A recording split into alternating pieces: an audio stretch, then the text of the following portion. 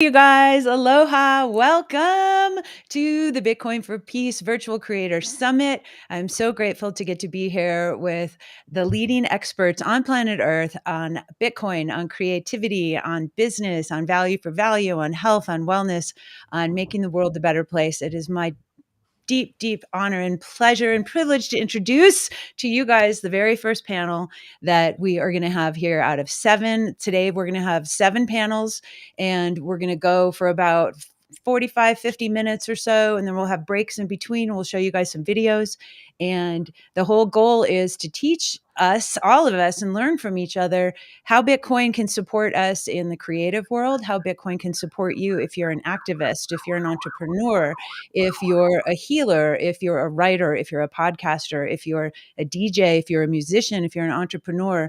How does Bitcoin fit into your workflow? How does Bitcoin solve for some problems that we've had on Earth, which sometimes we have financial censorship, sometimes we have social media censorship. So, and sometimes we don't get paid for our work. So we're going to talk about why and how Bitcoin can support us in the world and creating this next generation of opportunities for creators. So it's my pleasure to get to introduce to you Joe Martin. He's a beautiful, wonderful musician, and he's going to tell you guys about value for value. We've got Metamic of Geyser. We've got Daniel Prince, Once Bitten. Ainsley Costello is a wonderful young artist, and Pierre Corbin, who is going to be teaching us about Pay with Flash and the Bitcoin Film Festival. I'm going to shut up, and Daniel Prince is going to take over and rock this panel. I'm so excited, and welcome everybody. Woohoo! Thanks, Valerie. And yeah, just to echo what Mick said backstage there, thank you for everything that you've done and the team that have put this on together. And the next 7 hours or so, people are going to be able to just watch live streaming Bitcoin content, which is amazing. I know there's a conference going on in Arnhem at the moment in Holland, which, the oldest Bitcoin living community, and they're doing a lot of great work over there. So shout out to those guys as well. So I think what we'll do is we'll just go around the people here that are on the call and do a quick introduction of who you are. And I'm going to pick on Ainsley to go first because I don't know about anybody else here, but I don't know anything about you. So I want to learn about you. I know these other guys. I've met them like tons of times. I know their story. So Ainsley, what's your story? Let us know what's going on. Yeah, absolutely. Well, first and foremost, thanks so much for having me. I'm so psyched to be able to talk with a bunch of like-minded people about Bitcoin and how it is going to affect the world for the better. So my name is Ainsley Costello. I'm a 20-year-old singer-songwriter based in Nashville, Tennessee. And I got into the Bitcoin value for value space a little under a year ago in July of last year. I'll tell like a very quick version of my story because some people have heard it already, but I've finally, after a year or so, kind of learned the elevator pitch of my story in this space. So I think we're all familiar with a new music app called Wavelake, right? Wavelake, just one of the change makers in this new way of living and music consumption, which is so cool. So in July of last year, who'da thunk, there's this place in Nashville called Bitcoin Park. I'd lived here for 3-4 years and I hadn't heard of it. But my dad was, for the past couple of years, my dad's always been like a Bitcoin Web3 crypto enthusiast. And whenever he would like kind of come home and tell my mom and I about Bitcoin, we'd be like, all right, thanks, Jim. Like, love it. Love that for you. But cool. Like, I'm probably just going to go like keep writing songs about my feelings. But so my dad started frequenting Bitcoin Park in Nashville. And one day he came home and he was like, hey, I was just at this lightning summit at this place called Bitcoin Park. And I met these guys, Sam Means and Michael Ree from Wavelake. And Ainsley, I think it's really interesting. Like, you should go down and just at the very least check it out, see what it's about, because what's the harm? Why not? And I was like, you know what? Exactly. Why not? I have nothing else to do on this lovely Friday morning except for go to therapy. So why not? Let's go and check this out. So my mom and I went down, and you'll hear me talk about my parents a lot because my parents and I are very close and they do a lot of this stuff with me. And they're now, both of them are very involved in the Bitcoin space. But my mom and I went down and we sat in this Wavelake demo, and it was just like, this is so cool. Like, why wouldn't I put my music up on here? And so then a couple of days later, we decided to put up a song of mine called Cherry on Top, which is a song that came out on the traditional music streaming platforms in December of 2022. And within like a couple weeks, it became the first song on Wavelake to hit 1 million sats, which is just like still wildly crazy. And I don't really rightly understand what happened with that. But that was really just the beginning of my like music and Bitcoin working in tandem story. I kept putting more of my music on Wavelake, and then eventually that led to putting it on Fountain, and then Adam Curry picked it up on all of his podcasts. And then in December of last year, we had Open Mike. I think that's how he's known in this space, who is the CFO at First Avenue in Minneapolis, which is just like an absolutely iconic, legendary venue that I think is just on everyone's bucket list to play. And Mike's been a Bitcoin enthusiast for the longest time. And he was like, hey, I really want to do one of the first like lightning enabled shows where you're going to perform live, but then we're also going to live stream it. And there's going to be 1,000 people around the world watching it. And so we did the 2 shows in Minneapolis the week before Christmas, and they were so much fun, and it was just so fulfilling in a way that I think a lot of musicians will agree. A lot of the shows that you have, like where you're just doing 3-hour cover sets in a bar, aren't really that fulfilling, because you're playing for like-minded people. You're playing for people who really and genuinely love and care about your music. And also just like finding out that there's a community of people who believe that artists should get paid for the work that they put out into the world. Because, you know, it's kind of dumb, but apparently the music industry doesn't really think that. I mean, we'll get into that, which is all about the ethos of value for value. But after kind of chasing the like success in the traditional music industry for the past couple of years, this kind of comes out of left field, and you're like, what just happened? But I'm gonna go with it. I'm just gonna roll with it. And eventually that led me to sitting here today talking with all of you wonderful people. Did you say you were 20? Yes. Wow.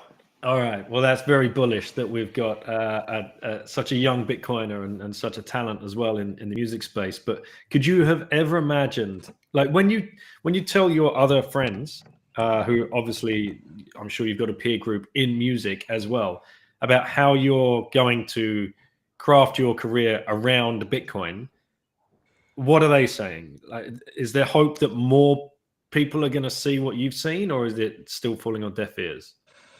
No, I mean, I was actually really surprised when I started telling a lot of my friends in music about this. And I think Joe, my friend who's also on here, is a testament to that. But I've got a couple of friends in Nashville who I kind of told them about this. And I think by now almost every artist in the music industry has the same mindset of like, why not? Why wouldn't I try something new? I've been throwing stuff at the wall for the last however many years we've all been at this, trying to get something to stick. And as we all know, the traditional music industry, it's really hard to stick, because I could get on my whole soapbox about this, but I think a lot of people in the traditional music industry like to say your success has to be organic and authentic. And I think there is a truth to that, but at the same time, like, there's also not any truth in that at all. And so I think everybody is just really tired of being told to like post 3 times a day on TikTok and eventually something will hit. And so all of my friends, we've all been doing this, and we've all kind of been commiserating over how hard the music industry is. So when I told them about Wavelake and Fountain and value for value just as a concept, they were like, this is the coolest thing. How can I get in on this? And there's a couple of other artists who are like my actual friends who I hang out with all the time in Nashville, who you might have heard on some of the podcasts, and their music has started to get introduced into this space. We've got Emily Rana, or Emily Deranged, who's been on like the Phantom Power Music podcasts and has been on Adam Curry's show. We have Arrayus, The Trusted, Abby Muir. Like, I'm good friends with all those guys, and I think all of them had the same idea of just like, why not? Like, I think all artists are accustomed to like every couple months, every couple years, like something new kind of hits the scene, and we're like, all right, let's just like add this to the routine. And this was nothing different, except for it was totally different because look, there's a community. Look, we're getting paid for the first time in our lives. With the best money ever discovered by humanity. It's incredible. Joe, let's kick it over to you just to keep the music theme pretty strong. Give yourself a quick introduction for those people that don't know you and haven't heard your music yet, and how you found value for value. Sure.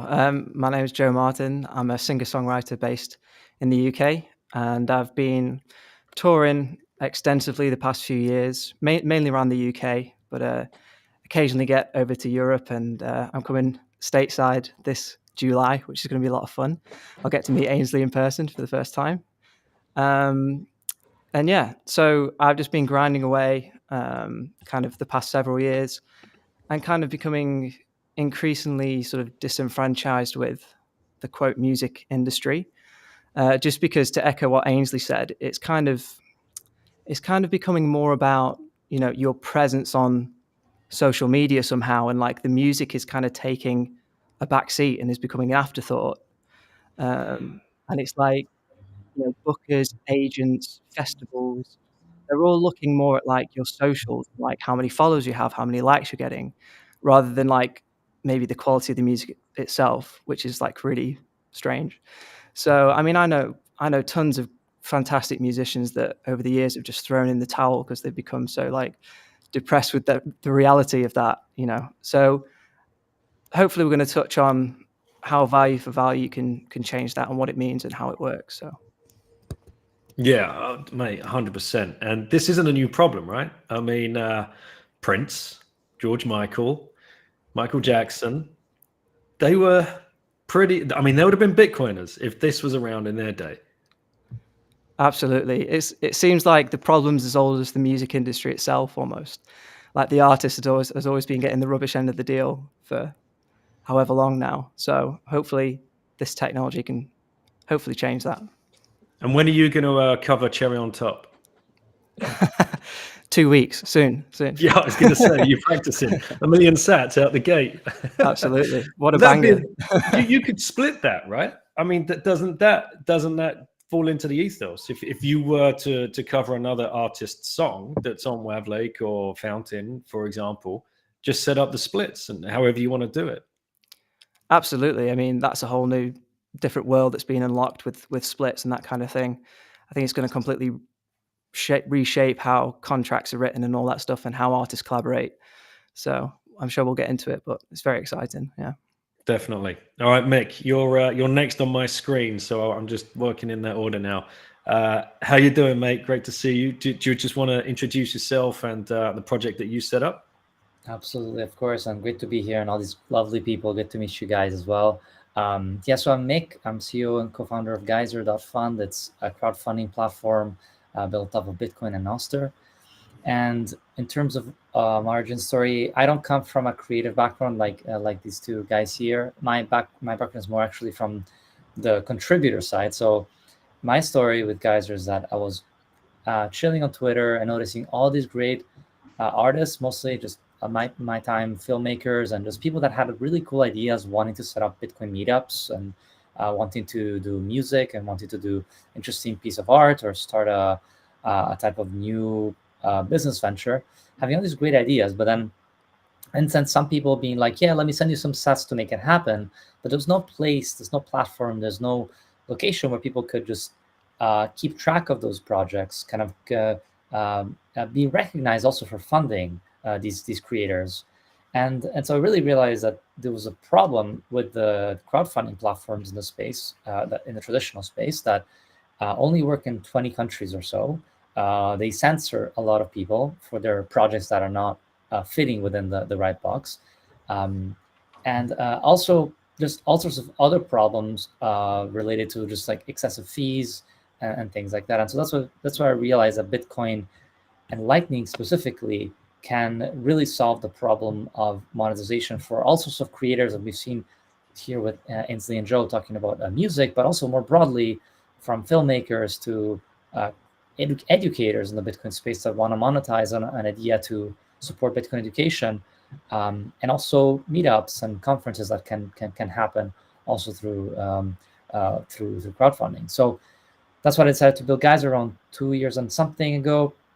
And now, you know, we're seeing a lot of activity on Geyser, more than 1 Bitcoin per month sent from creator to creator. We also are doing grants to supporting specific industries, including filmmakers, hackathons, and who knows, maybe in the future musicians in the Bitcoin space. And yeah, just absolutely honored to be part of this and help to move the industry forward and solving these problems and make Bitcoin the internet the money of the internet. Yeah, the grants that you do are great, and you've been doing that for a while. And thank you for including me in that. And because you had about 10 to 15 panelists trying to go through that. When I first saw the amount of projects that we had to sort through, my first thing, my first emotion was, oh my God, what have I got myself into? And then my second emotion was, holy shit, this is bullish. There is so people building in the background that we have no idea. I had no idea about any of these projects until they come to Geyser. So how many do you have running right now? I'm sorry if you said that already. I missed it. No, I think we have over 1,600. I think around 900 are live. A lot of these projects are maybe not necessarily long running. They may be 1 month or 3 months long. Maybe they just want to raise funds to help them get to a meetup somewhere around the world. Sometimes it's actually an artist that is releasing an album or like a specific documentary, and then eventually it closes. But we're trying to make Geyser more about your project that is recurring, and then if you can also use it for shorter time periods to say use goals to fundraise for a specific thing within a certain time frame. But yeah, it's a lot of activity. And the most amazing thing is 50% are in countries that don't have access to crowdfunding tools like Kickstarter or GoFundMe. And so it's really game changing, especially in Africa and South America and in Asia, where they cannot set up a project on these platforms. So it's an absolute game changer. Thanks to Bitcoin and Nostr. It's incredible. And just to keep that page up, I think Valerie or Sally, whoever's in the background, to help me segue to Pierre, because I believe, Pierre, you've got a project running up there still, don't you? Your new film? Yeah, that's right. I met Mick, I think 1.5 years ago. No, 2 years now it's going to be, I think. And Mick just, onboarded me onto Geyser for the new documentary film that I was doing. I think you'll find it if you type "fight." I think it's called "The Fight for the US Dollar." Fight for the US dollar. Yeah, and it'll be the second one exactly. There you go. And so I started. You got almost 60 million sats. Yeah, well, I did get one of the Geyser grants, which really, really good. And also, one of the whole, I think, which is amazing with being able to have a campaign on Geyser is not only the fact that, of course, you can directly have a place where you show what you're trying to work on and be able to get money from that, but also it's just such a great way to talk about your project and allow everyone that is interested in seeing what is happening in the Bitcoin space to see your project. And that's one of the great benefits that I got from Geyser as well, which allowed me to get in touch with different executive producers, people that joined the project. So yeah, that's the second documentary project that I have. That production is on pause right now because one of the funders didn't follow through with the payment. So I'm waiting on that. But we've done already 40 hours of interviews. We've got the whole script written. So it's just a matter of time until this gets finished. Which I'm very excited, and hopefully I can premiere it at the Bitcoin Film Fest next year. Let's hope. What gets it over the line for you? Just out of interest, obviously there's a huge amount of time that you've got to put into that, but like, is there a specific amount of money or a specific amount of sats that you need to, dedicate that time? Yeah. So. I'm not counting too much salary for myself in this, right? I think a lot of the documentary filmmaking that I do is a lot just about, a story that I want to be able to share, a message I want to be able to show, research that I just like digging into and making it look nice with nice visuals, music, and in a way that makes sense and can resonate with a lot of different emotions. So, not counting a budget to pay myself, what we're looking for still is $20,000 to really get it, including some post-production, or rather some distribution money in that. So I'm doing it on a pretty nice tight budget, and I'm just working with other passionate filmmakers and Bitcoiners that just like the story that we have and are themselves happy to lower their financial expectations when it comes to that because of just the story that we're sharing there and the impact that it can have. Especially that, my first film got over 2 million views on YouTube. So that's also something that, of course, if we manage to do it once with more money, with more people, why can't we do even better? Actually, let's have some fun. Valerie, can you go back to the Geyser page and look at Pierre's film again, and then just hit, hit. What does it say? What Mick? Hit fund now. Contribute. Contribute. Hit contribute. Will that flash up a QR code? And people watching, if they feel obliged, we might see something live happen. I think actually, yeah, you can just, but you have to include an amount, or if you go back and hit the. Oh yeah, yeah, that's fine. Okay. And will that generate a QR code? Yeah, just check, click checkout. Yeah.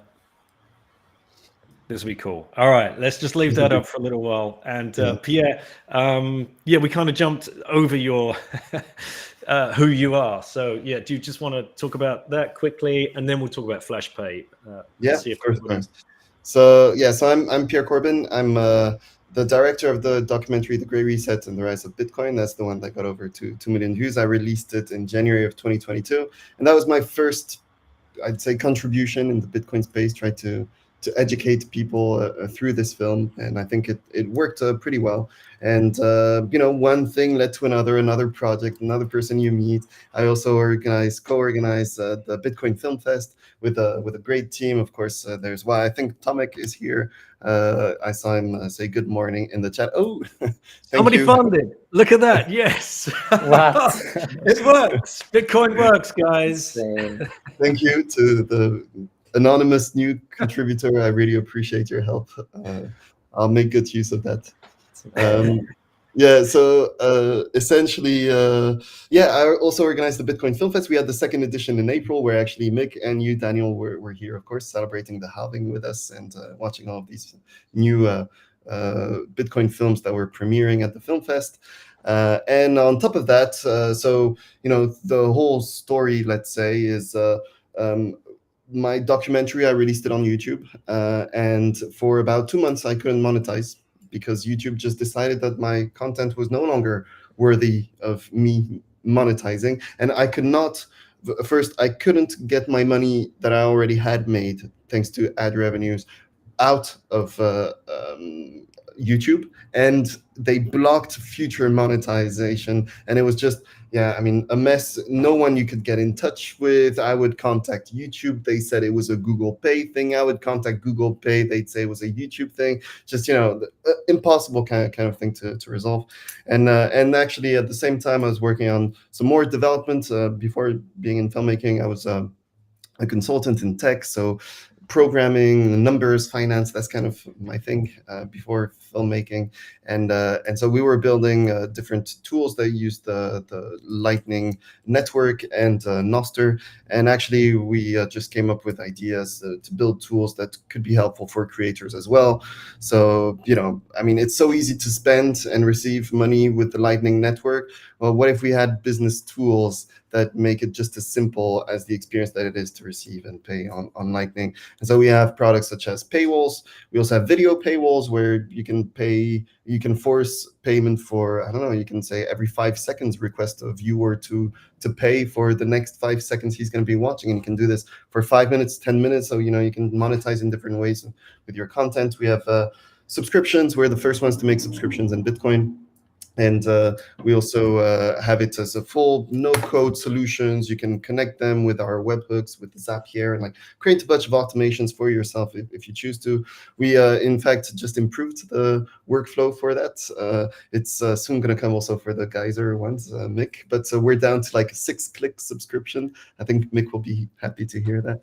And and so just a bunch of different tools like that. We also have just released this week a widget. You can add with one HTML script on any website. You can add a widget for receiving payments, and you can even host your products with checkout pages and all of this to any Lightning wallet that you want. So it's very, very good stuff. Very directed towards small businesses, but also bigger businesses. We're trying to just make it easy to accept Bitcoin payments. Well, you've got possibly 3 customers here. I guess Mick is already in discussions with you. But does anybody on the panel have a question for Pierre about how this is going to work and why it would be more advantageous for you to liaise with what they're building? I mean, I can. That's the question already. Okay. I feel No, like I mean, I'm just like, oh, sorry. go for it. Go Go ahead. for it. Oh no, I feel like we're just in this stage where everything is so new and exciting. Like I kind of just see like a new awesome tool like this, and I'm just like starry-eyed, and I'm just like, tell me more. Like I don't know if I have questions, but like I want to hear all about it. But then I'm also the kind of person like I'll be laying in bed at 3 a.m. and be like, oh, that would have been a good question to ask. Well, I guess, Pierre, that would be, what would an aspiring 20-year-old musician, why would this be, a good tool for them? So I think it's mostly for, of course, musicians, any kind of content creator. I think that is trying to be fully independent. Obviously, I think that's kind of the idea with value for value as well. And if you have a website, even if it's on a website builder like Wix or whatever it is, the kind of things that people go to easily get something set up. Well, you can set on any of your pages a paywall that will require whatever visitor comes to your page to just have to pay, I don't know, whatever amount you want to set as a price to view, whether it's, I don't know, a page for some music or maybe a blog post that you have. These paywalls are set up very, very easily. I mean, it's literally, it'll take you 30 seconds on our website, and then it's a script to copy and add it into any page like Wix or the like. And even for value, we just released this week the widget.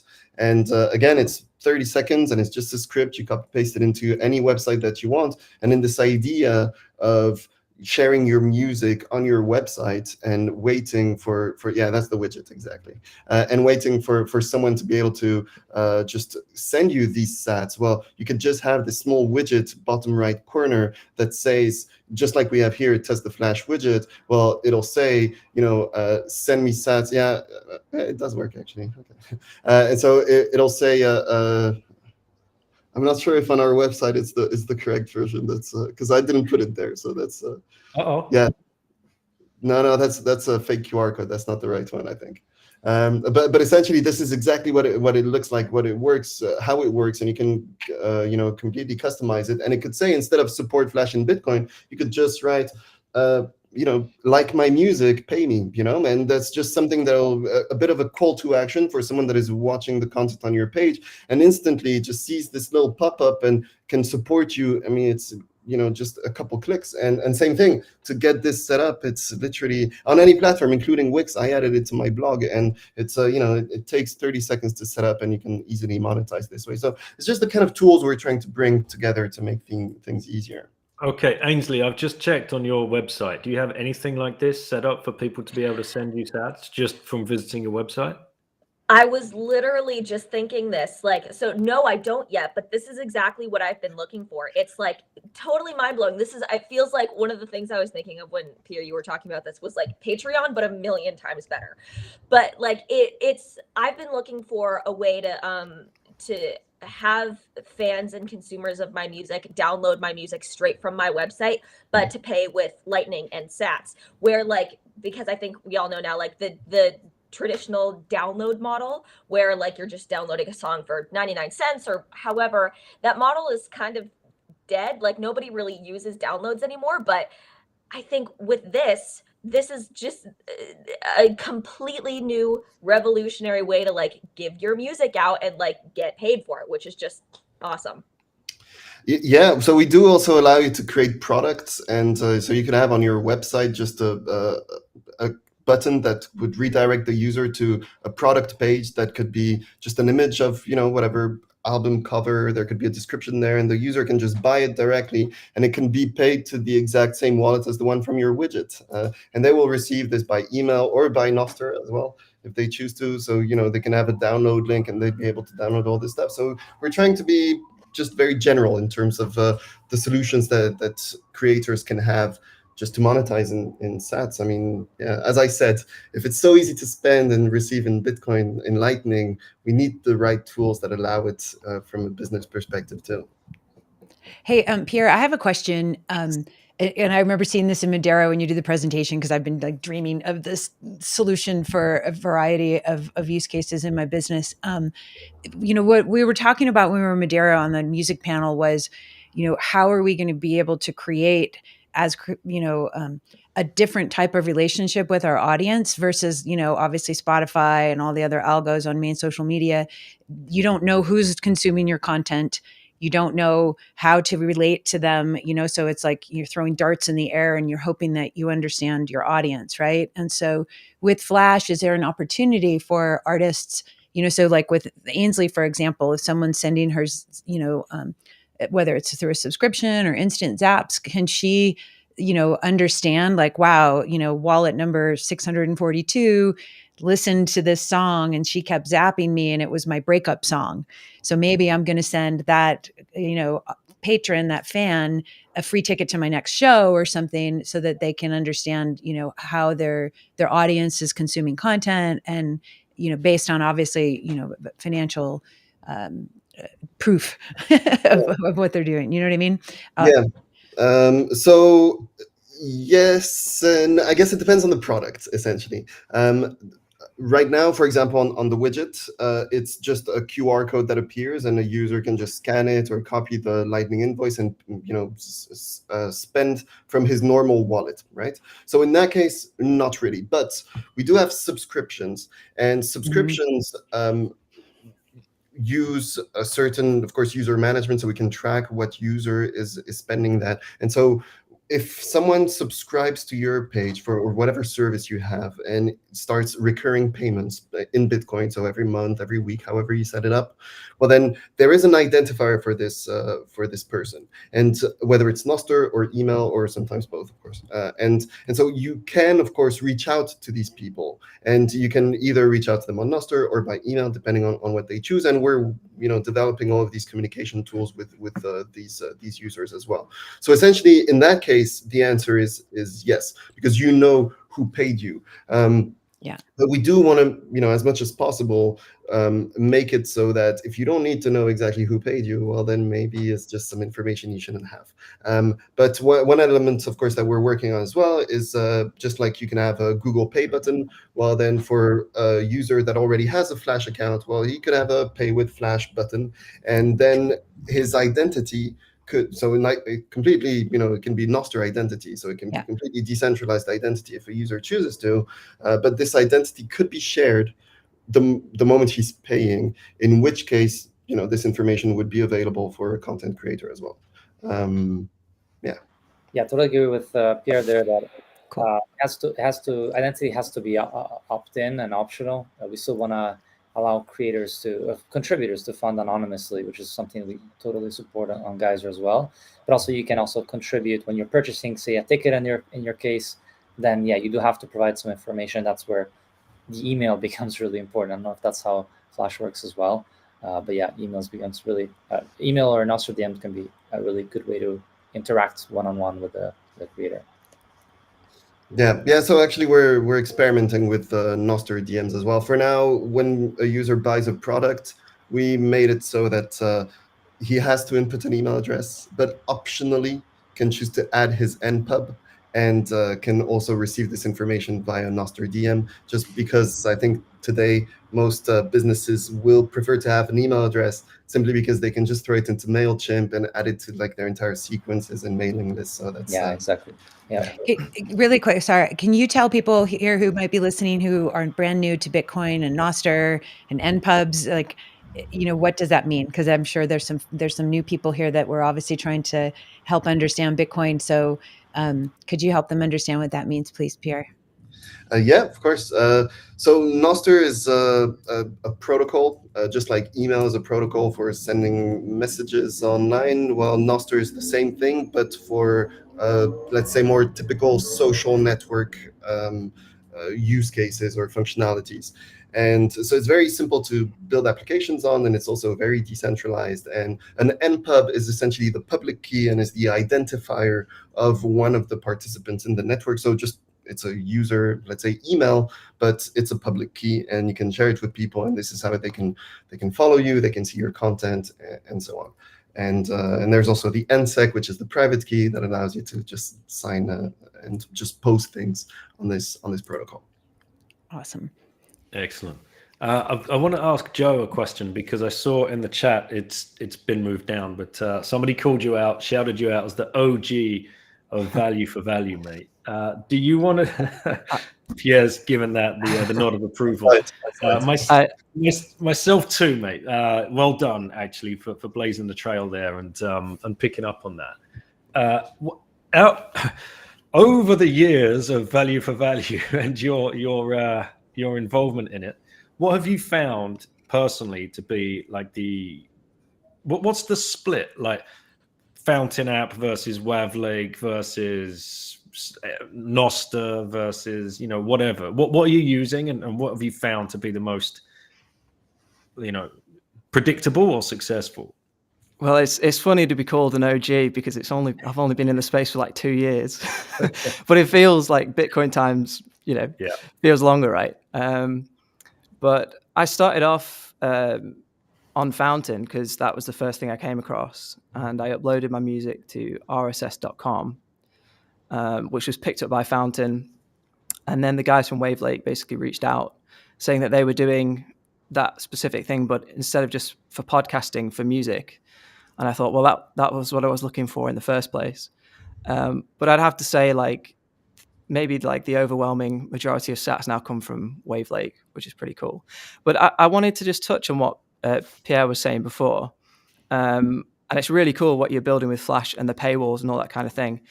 And I wanted to like make the distinction for anyone that's new to the space, to the value for value / Bitcoin space.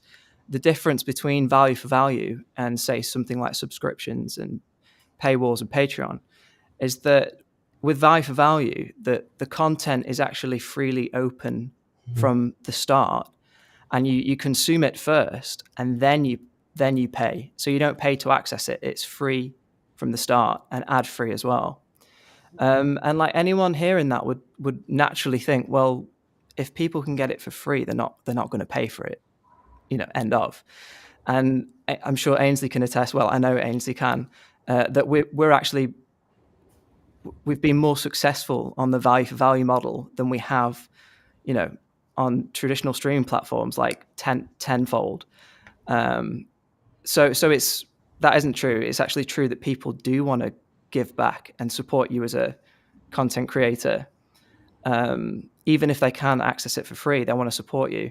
So I think that the real key is the fact that it's just been made super easy for people to be able to do that with Lightning, and kind of marrying RSS with Lightning and like blending them together has just created a new experience that's just lowered the friction between fan and artist for value to be sent back and forth.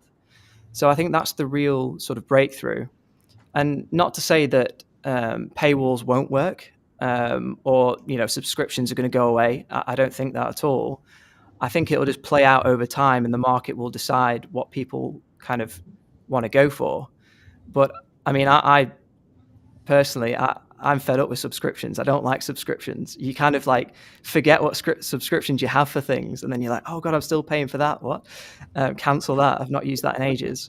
And if something's living behind a paywall, you kind of have the issue of like, is it going to be good enough? Shall I even bother paying for this? So you could be kind of cutting off a lot of your potential audience if your best content is living behind a paywall. And not only that, when the person gets through the paywall, when they pay with the sats, they could screenshot it, they could record it, and they could redistribute it on something like Noster or whatever. That's a possibility. So I think we're living in this new world where the internet information just wants to be free. And it's so hard to contain it that it seems to me like value for value, where the content is open from the start, it's made really easy for people to be able to do directly. I just lost your audio, Joe. Did anybody else? Yes, I'm here. All right. Can you hear me now? Sounds like your mic got disconnected almost. Still feels a bit muffled, yeah, but maybe just to maybe it works now. Okay. Is that? Yeah, that's Can you hear me now? Cool.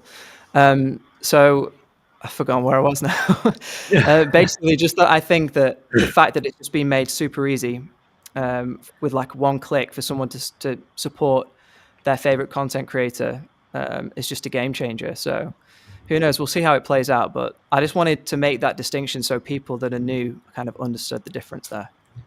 I want to just piggyback on that idea, if that's all right, because I think that's I think what Joe's important point here is just really making it easy, and making the money of the internet part of the internet. When before, to make a payment, it's incredibly hard, it's incredibly frictionful. You have to put your credit card information to make a payment every single time. It's really the problem. Monetization is a problem of friction, and thanks to Bitcoin, we can make possible easy, free, voluntary transfer of value from person to person, which will create an insane amount of value and wealth creation on the internet. So mainly a UX question. And that's really related to like contributors. What Gazzer is all about, contributors. But then there are the top fans as well that do want special privileges, do want special access, which also still I think makes sense. But just the fact that now with Internet of Money, we can share value freely, that is absolutely a game changer. Absolutely agreed. And I'll just go ahead. Sorry. Just to pick up on that. Sorry, I've lost my train of thought. Carry on, Dan. Okay, well, I was going to pick up on what you were talking about, the paywall and ads and things like that. You know, as a podcaster, as a creator, you sometimes, if you're lucky, you find those people, those companies that align with your message and align with your show, and they want to support you in some way, and of course get their name out, and you can support their business and the growth by shilling them, for want of a better word, to the listeners. Now there's a new project out there that you may not have heard of. Valerie, I'll just put it in the chat here. It's called Fanfares, and I did an interview with the founder, Simon, and it's still very much in development, and it's just web-based at the moment. But the idea being that myself as a podcaster, I can put out on Fanfares, which people can then buy, because they buy it because it's ad free. So I don't read any ads at the beginning. I don't read any ads at the end, but I can do that as a pre-release. So I've started just playing around with it, putting it up, and playing around with price points. Some are 1,000, some are 5,000, some are 10,000 sats, just to have a mess around with this other new tool that is out there in the value for value world. I'm not sure if you guys have heard of it yet, but you can go back and find the episode that I did with Simon about Fanfares and his distaste for subscription plans as well, Joe. So that's what you jogged my memory with that. Yeah, I think it's important to say why hasn't this been possible until now? And basically, I don't want to get too technical, but it's kind of like Bitcoin sats. They're a bearer instrument. They're not a liability. They're not credit. So they don't rely on a bank account or a third-party custodian making the transaction, which cuts costs massively. As soon as you have any intermediaries in a transaction, that adds costs, it adds friction, and that's why you can't have micropayments with credit cards. That's why it hasn't happened until now with Lightning. So I just wanted to throw that in there. Yeah, that's a really great point. One of the things that I was thinking is you just said that. So since I've gotten into this space, one of the big major sound bites that I've kind of been going around and saying to everyone is, in less than a year on Lightning and Bitcoin enabled apps, I've made more than I have in 4 or 5 years on traditional streaming platforms. I've only, if you go in and you look at and I'm sure this is the same for Joe and any other artist. If you go in and you look at the payments that I get for just traditional royalties over the past 4 or 5 years, it's only been about $700, which is you can't even make an entire song. You can't even pay for a song on $700 in Nashville. I'm sure it's different. It differs from community to community, but in Nashville, it's anywhere from $1,000 to $1,500 for a song. So, and I've put out 23, 24 songs, just to give you kind of an overview of what Joe just hit the nail on the head on.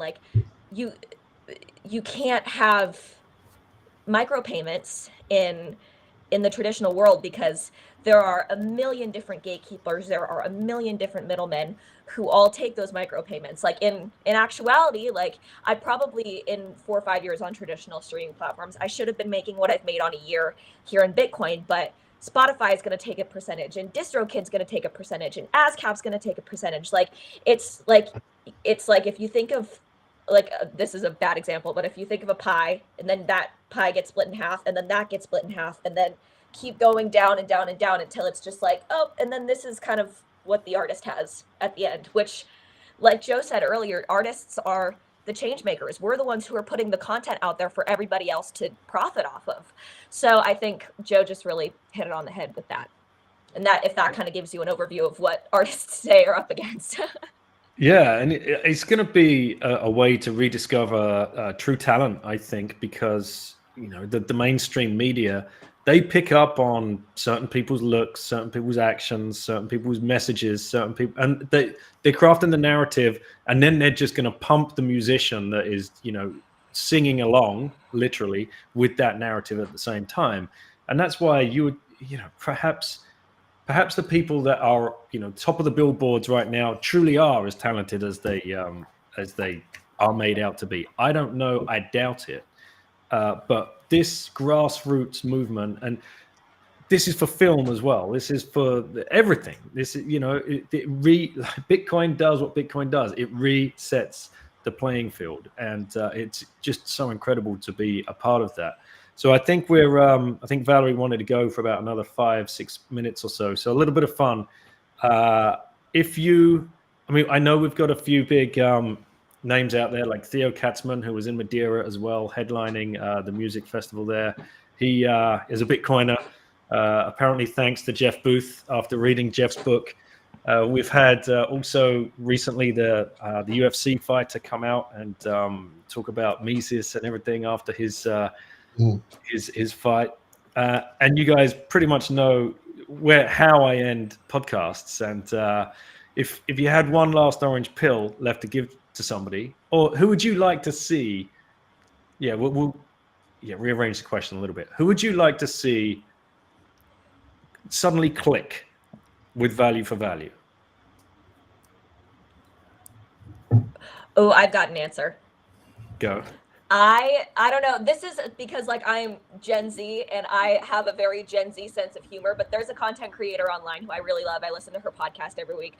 Her name's Brittany Broski. I think she's hysterical. And so if I were to get anybody on like orange pilled, I think it would be her, because she has a huge audience, and whenever like I've listened to her podcast since it came out, she gets so passionate about the things that she loves. So if like we could get somebody like her who already has a massive following and like just dedicated nation of like, oh, if she's doing it, then I'll do it, I'd say her. Yeah.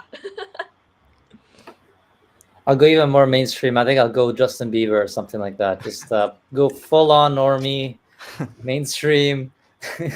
Get the young kids on Bitcoin right away.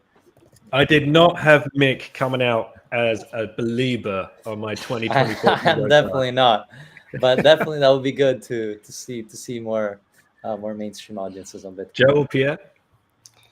I think I'd go for, I don't know, what's the CEO of Spotify? What's his name? Daniel. I think he's called Daniel Ek. Or Daniel Ek. Yeah. I think that'd be something, because they're like far on the opposite side of what value for value is, from what I also hear from friends in the industry and people working with labels and musicians directly. It's I think maybe because they're still gaining market share, and it's not like so much is changing in terms of Spotify being up there. So if they could change their way of looking at monetization for artists and get something that brings us towards value for value, I think a lot of artists would gain out of that. I think I said on your podcast Paul McCartney last time, and that would be cool because he owns a lot of his own stuff and calls the shots. But it pains me to say it, but I think Taylor Swift, just because she kicked up a massive fuss with Spotify, right? And I just feel like she'd get it. She could just get sats flowing straight to her from all the fans. I think everyone else would follow after that. Yeah, Well, but doesn't her money first go by Soros and then goes to her? Yeah, she's Probably, that's, possibly. there's that's a going to be weird a one. bunch of I didn't people. understand how that music could make it, but anyway, that's maybe I subjective. know.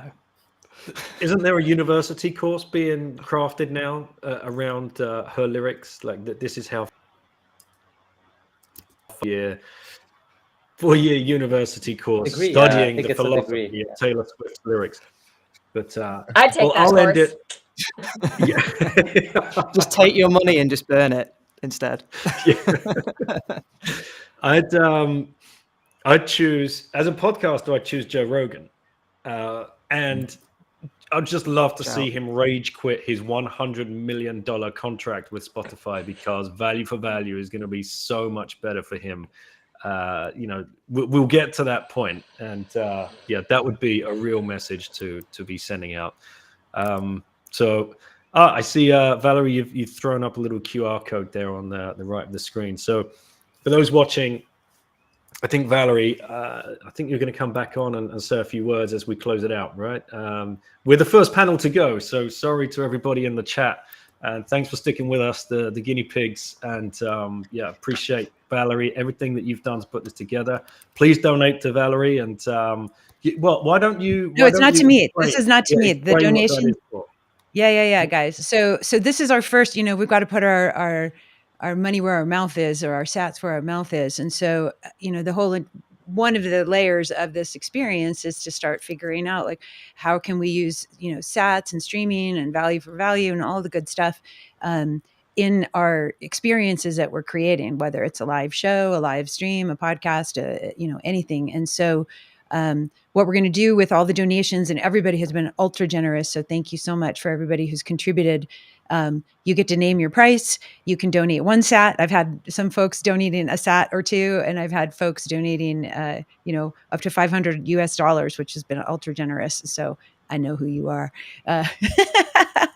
But what we're going to do is, after all the expenses for putting the show together and editing and doing the post, everybody who's panelists, we're going to split everything from the main Summit wallet, and it's going to go to everybody's Lightning wallets. And so think about that as a creator, you guys, like, going forward, whether you're a music producer, a film person, a podcaster, whatever your projects might be, if you're creating, a nonprofit project, you've got obviously a team behind you that needs to get paid. So rather than having to wait for the end of the month for your QuickBooks, or rather than, like Ainsley said, every quarter, every 180 days, you might get your royalties. So what we want to do is, start figuring out, how can we get people paid instantly? And so this is going to be super fun. So the next panel that's coming up is going to start sharing about how we can integrate Noster and some other tools, and Albi. So I'm really, really excited. So everything you guys are creating in the donations is going to go straight to the creators, and the expenses. So this is a Get Albi one. So you can just use your Lightning address at Summit at Get Albi. And this is a Zaprite one. And so if you want to just pay with credit, traditional fiat and credit card, you have both options. You can do Bitcoin or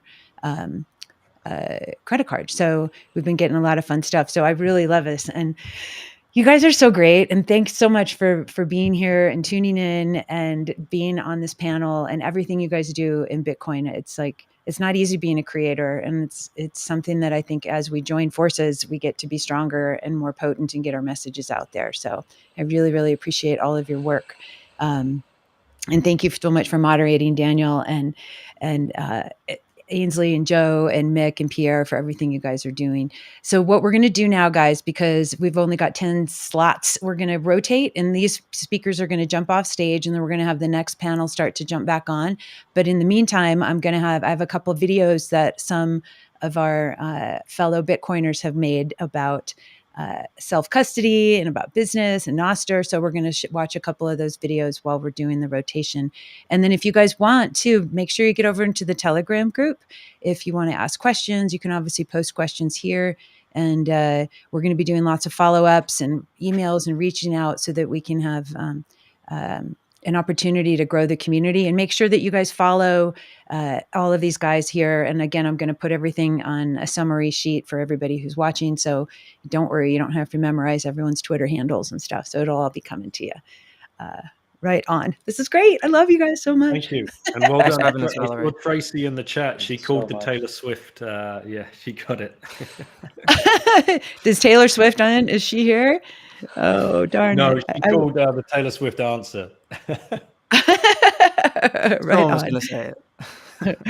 All right, cool. So then I'll just ask you guys to just jump off, and then I'll start bringing the other folks on, and then we are going to watch something from Mikasa. Yay. All right, guys. Thanks so much. And here you. comes. Thank Yeah, you, all right. Valerie. We'll see you Very later. much. You Valerie. bet. Thanks so Aloha, much. everybody. All right, let's go see here. Dun, dun, dun, dun. All right, this is from Zach at Casa about self-custody. Hey, this is Zach from Casa here to deliver a quick public service announcement. Not your keys, not your coins. Now, Bitcoin is a peer-to-peer, permissionless cash. Peer-to-peer meaning no middleman. Permissionless meaning I don't have to ask to send it through that middleman. Why do people still hold funds on exchanges? Is because they create new problems by taking self-custody. Sure, I've withdrawn my funds and I've removed the risk of a custodian, but I've now created new risks in the form of self-custody single points of failure. Enter Casa. Casa makes it easy to hold your own Bitcoin and not feel like you're going to mess it up by introducing redundancy to your private key structure, creating a multi-signature wallet from multiple keys. A lost key doesn't equal lost coins. This is how we're going to adopt into the next wave. Self-custody doesn't have to come with compromises. Check out Casa at casa.io. Hi, everyone. My name is Natalie Brunel, and I host the Coin Stories podcast. DJ Val, thank you so much for putting this together. And to all the creators out there, I am cheering for you. I started the Coin Stories podcast 3 years ago, not expecting for it to become my full-time job. I am so beyond grateful. It was just a hobby and a passion project while I was working full-time as a news reporter, and I just wanted to learn everything I could about Bitcoin. So I decided to start DMing some of the people that I was learning from to see if they would talk to me about where they came from, how they discovered Bitcoin, why they believed in it so much. And luckily, some of them said yes, and it started slow. And now I'm so grateful to be doing it full time. And there's that saying, many of you have probably heard it.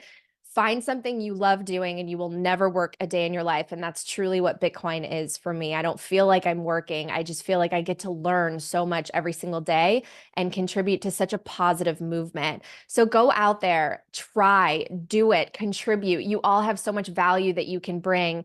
And we all have a unique voice that will connect with someone that maybe hasn't been reached yet. We still have so many people to educate about Bitcoin, and your work can help do that. So don't get discouraged. Growth and success does not happen overnight. It's sometimes a slow burn, and every mistake you make along the way is a lesson. It makes you better. Repetition is how you get good at anything. So I just encourage you to keep going and listen to your heart. If it's telling you to do something and to create, listen to that voice because it's telling you that for a reason. So reach out. I was helped along the way by so many people. It's so important to have support and mentors. I think we all should support each other. So reach out. I wish you all the best, good luck, and positive vibes. Welcome to the Zaprite demo.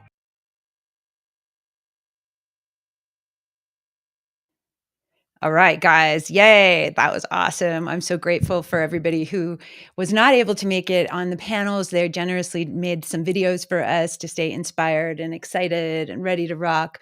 So check it out. So our next panel is getting ready. I'm going to bring you guys up here. Give me one moment, my friends. What the heck is Nostr? What are all these tools? What is all this new stuff that we're going to be bringing on in our lives? Jeff G is going to be moderating. We've got Dave Croissant. We've got Oscar Mary. We've got Barry from Pod Home. We've got Tomek. Where's Tomek? Here you go, brother. Let's go. Barry, where are you, brother? Are you coming? Hey, y'all. Yay. Hey. Amazing. Hey, everybody. Hey. Woohoo. All right, cool. How are we doing on sound? Can everybody hear? Are you guys feeling good? I can hear just fine, yeah. Excelente. All right. So, Yeah, so Jeff, I'm gonna let you take it from here and just announce everybody. And I love all your guitars back there, dude. I didn't Thank know you. you were a player. Well, sort of. I love it. Amazing. Yay, great. Well, I'm going to let you get going. So, and you can introduce yourself, introduce everybody, and then I'll pull everybody back and forth on stage, and I'll jump back, and I'll pull up some different screens as we go forward, and we'll have some fun and take it from here. So, thanks so much, you guys. Amazing. Thanks. So yeah, I guess as Val said, my name's Jeff. I work full-time building on Noster and a little bit on Bitcoin. Have been for a little over a year now, which has been an incredible journey and incredible experience. And I think this panel is going to be all about not specifically Noster, but more generally the tools that are available to creators. We want this panel to be pretty actionable. We want it to be information that you can find new tools that could be useful for whatever your journey is or whatever your type of creating is. And I think we've got an amazing group here to help us go through all that. So David is from Start9. I'm going to let everybody kind of do their own intro, but I'll do like a very quick overview here to get started, and then we'll jump into the intros. So yeah, David is from Start9. I've actually got a Start9 or StartOS box running behind me that's running a whole lot of different software for me. Oscar is from Fountain, which is one of the value for value podcast players, probably the best known, certainly one of the furthest along. Barry works on Podhome, which is sort of the other side of the value for value podcasting side of things. Rather than a player, it's more for people who are creating podcasts to make that easier and better. And then Tomek works at Albi and works on the Bitcoin Film Fest. And so he's kind of creator on one side, but also on the other side, Albi is sort of the glue that sticks a lot of these different tools together and makes it so easy for creators to just get up and running super fast on Lightning. So I've given the quick one, but like maybe we'll just start. Oscar, do you want to start? And I'll let you guys give a couple words and then we'll dive in. Thanks, Jeff. Yeah, my name's Oscar and I'm from Fountain is a podcast that Hang on, Oscar. Hold on, Oscar, brother, you sound like you're talking through some water or something. Robot. Your audio is weird. Yeah, try to switch audio, and we'll come back to you in a second. Okay. Robo Oscar. Hey, is that better? Okay, cool. Well, Oscar's sort of no, not better. Maybe jump off and then jump back on and swap your audio input. Try again. Okay, he's gone. Okay, cool. So who wants to go next then? I'm happy to go. Okay, go for it. Yeah, just to clarify, was working with Start9 Labs the last 3 years, but no longer there. I'm working on some of my own projects at the moment. Unfortunately, not quite ready to unveil. But I have been working with open source technologies, freedom technologies for about the last 15, 16 years, and just really passionate about that space and kind of linking freedom technologies to the physical realm and living sort of interdependently, both in the physical and digital spaces, and letting those lives reflect each other. That's really been my focus. Cool. Barry, you want to jump in? Sure. So I'm building Podhome.fm, which is a podcast hosting company, podcast hosting platform. And actually, just to note, this is now live on YouTube and other platforms as well, but you can also listen live on something like Fountain, Podcast Guru, and others, because we're also streaming live there. And there you can hear the audio, and you can boost, and you can stream, and you can send us a message there with some value attached to it. So we make it easy to do that type of stuff, right? To do live podcasting, and also to connect, for instance, your LB wallet and receive value from that. Nice. Tomek? Oh yeah, sure. Hi all. So I started and run Bitcoin Film Fest that was introduced by Pierre in the previous panel. But I also do marketing and partnerships at Albi. And hopefully most of you know Albi. If you don't get Albi. We provide various Lightning tools, and lots of them are actually quite well equipped to enable value for value a monetizations model in the internet. So now probably some of our audience is watching us on LiveStream, that you use logged in with Albi extension, or some creators here use Albi wallets. So donations are now being split to their wallets. Some of you listen on Fountain or Podhome, and creators also can have Albi enabled wallet to receive zaps and boosts directly to either Albi wallet or their own nodes. Yeah, with Albi, we love pushing forward value for value model and explore how it changes well, the relationship between creators and consumers of art and various other stuff in the internet. Bitcoin enables beautiful things, being native currency of of digital world. We don't even know yet how many things it can change in the realm of art and creators. So I hope we can also discuss it today. Thanks for invite. Yeah, absolutely. So I guess I'll give a quick kind of intro to, I guess, how I view, the internet and how it's evolving at the moment. I will, and then we'll jump into some kind of specific questions, and certainly any of you guys want to jump in on anything I'm saying here, feel free. I always like panels where people interrupt each other. It's good, more fun. So to me, the internet has largely been a story over the last 10 years of increasing centralization. And increasingly, it's an internet run on a handful of very large platforms rather than the kind of Wild West, weird early internet from, kind of the early 90s. Like, me as a kid in the early 90s, getting, my first dial-up connection, like that was a bizarre place. You were in these, channels, you were in message boards, like you didn't know what you were going to find, and it was kind of always a bit kind of hit or miss. That internet is one that I miss a lot. Like it's kind of gross that I think a lot of people's impression of the internet, especially in kind of the Western world, is literally Facebook. Facebook, Twitter, TikTok. That's it. Like that's what they think the internet is.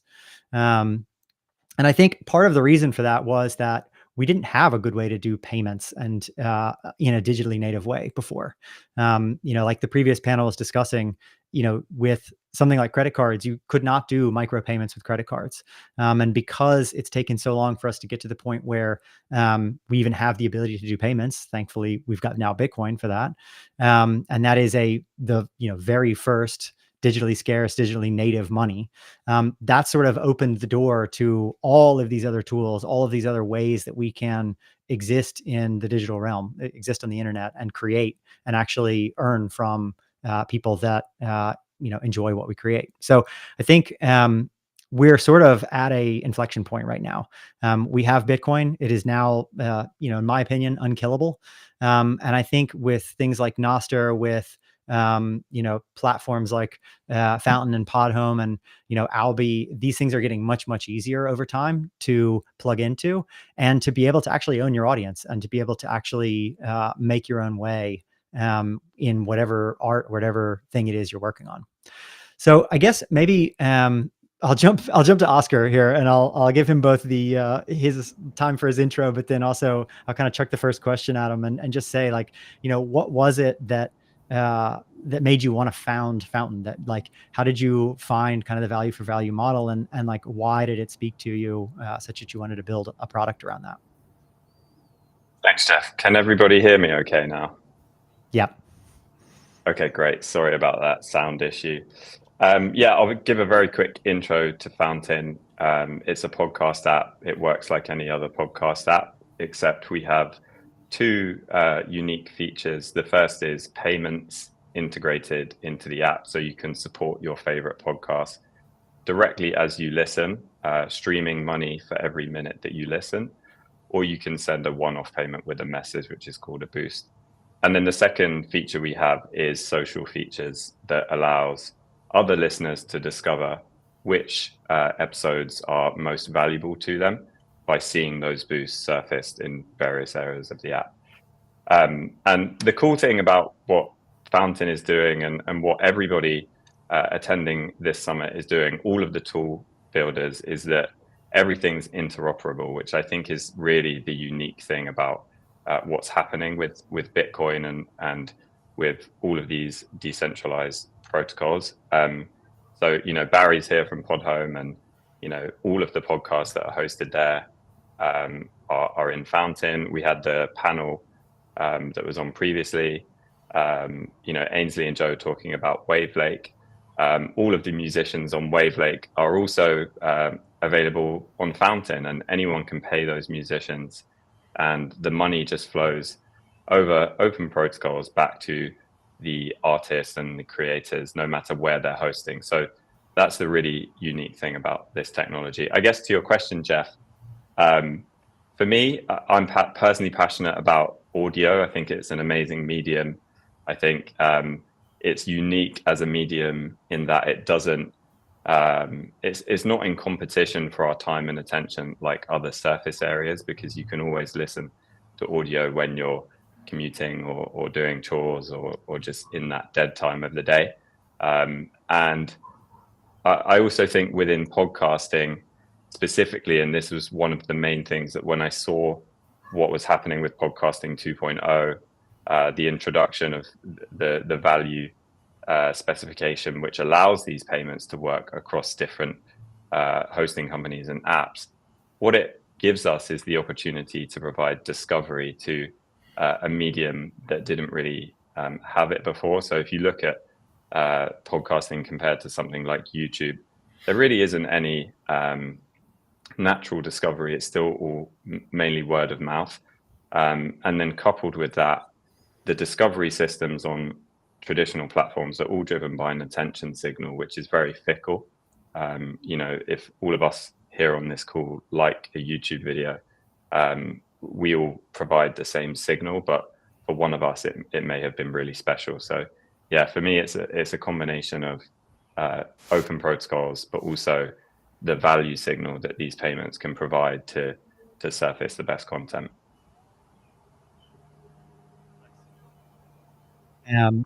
Barry, we'll stick with the podcast thing for a moment. I think like something Oscar said there that really resonates with me is that interoperability aspect of, I think, what a lot of people are building in the space.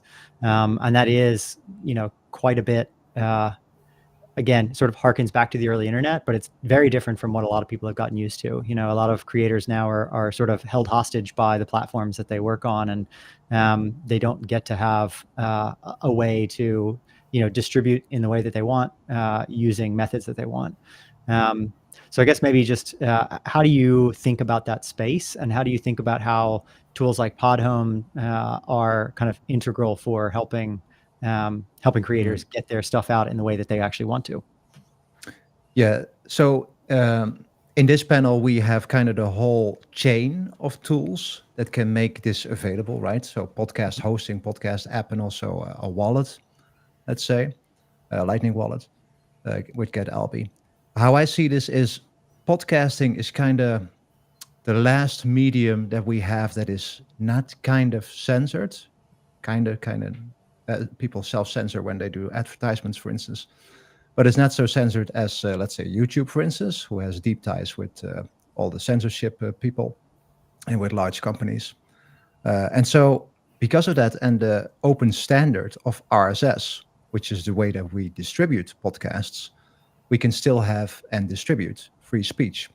And if you couple that with the freedom of people directly giving value back to valuable content in the form of boosts or zaps or whatever, then you get more freedom, because that means that you're not tied to an advertiser and that you have to self-censor yourself because maybe you're not brand safe, which is a horrible thing to say. I was at the podcast show London this week. As you may know, Oscar, your partner, was also there. And I was just horrified because all of the talks were from advertisement companies and brand companies and all that type of stuff. And all they want to do is monetize on the attention of people that are listening to podcasts, figure out who they are, what demographic they are, and how can we make money off of those people. This is a horrible thing. And I don't want to contribute to that. And so with Podhome, we focus on not ads. You can read your own host-read ad. That's totally fine, because that is something that you believe in yourself, hopefully, as a podcaster. But you can easily enable, like here on the screen, value for value which is that open standard that Oscar was also talking about. That is part of the podcasting 2.0 movement and project. And with that, you can easily plug in one or more wallets that enable people to send you value through a modern podcast app like Fountain, for instance. And this is for podcasters, but also for artists, right? Artists can go to Podhome, they can upload their music there. They can also do that on Wavelake or RSS Blue. There are more of them right now, which is great. That whole ecosystem is growing.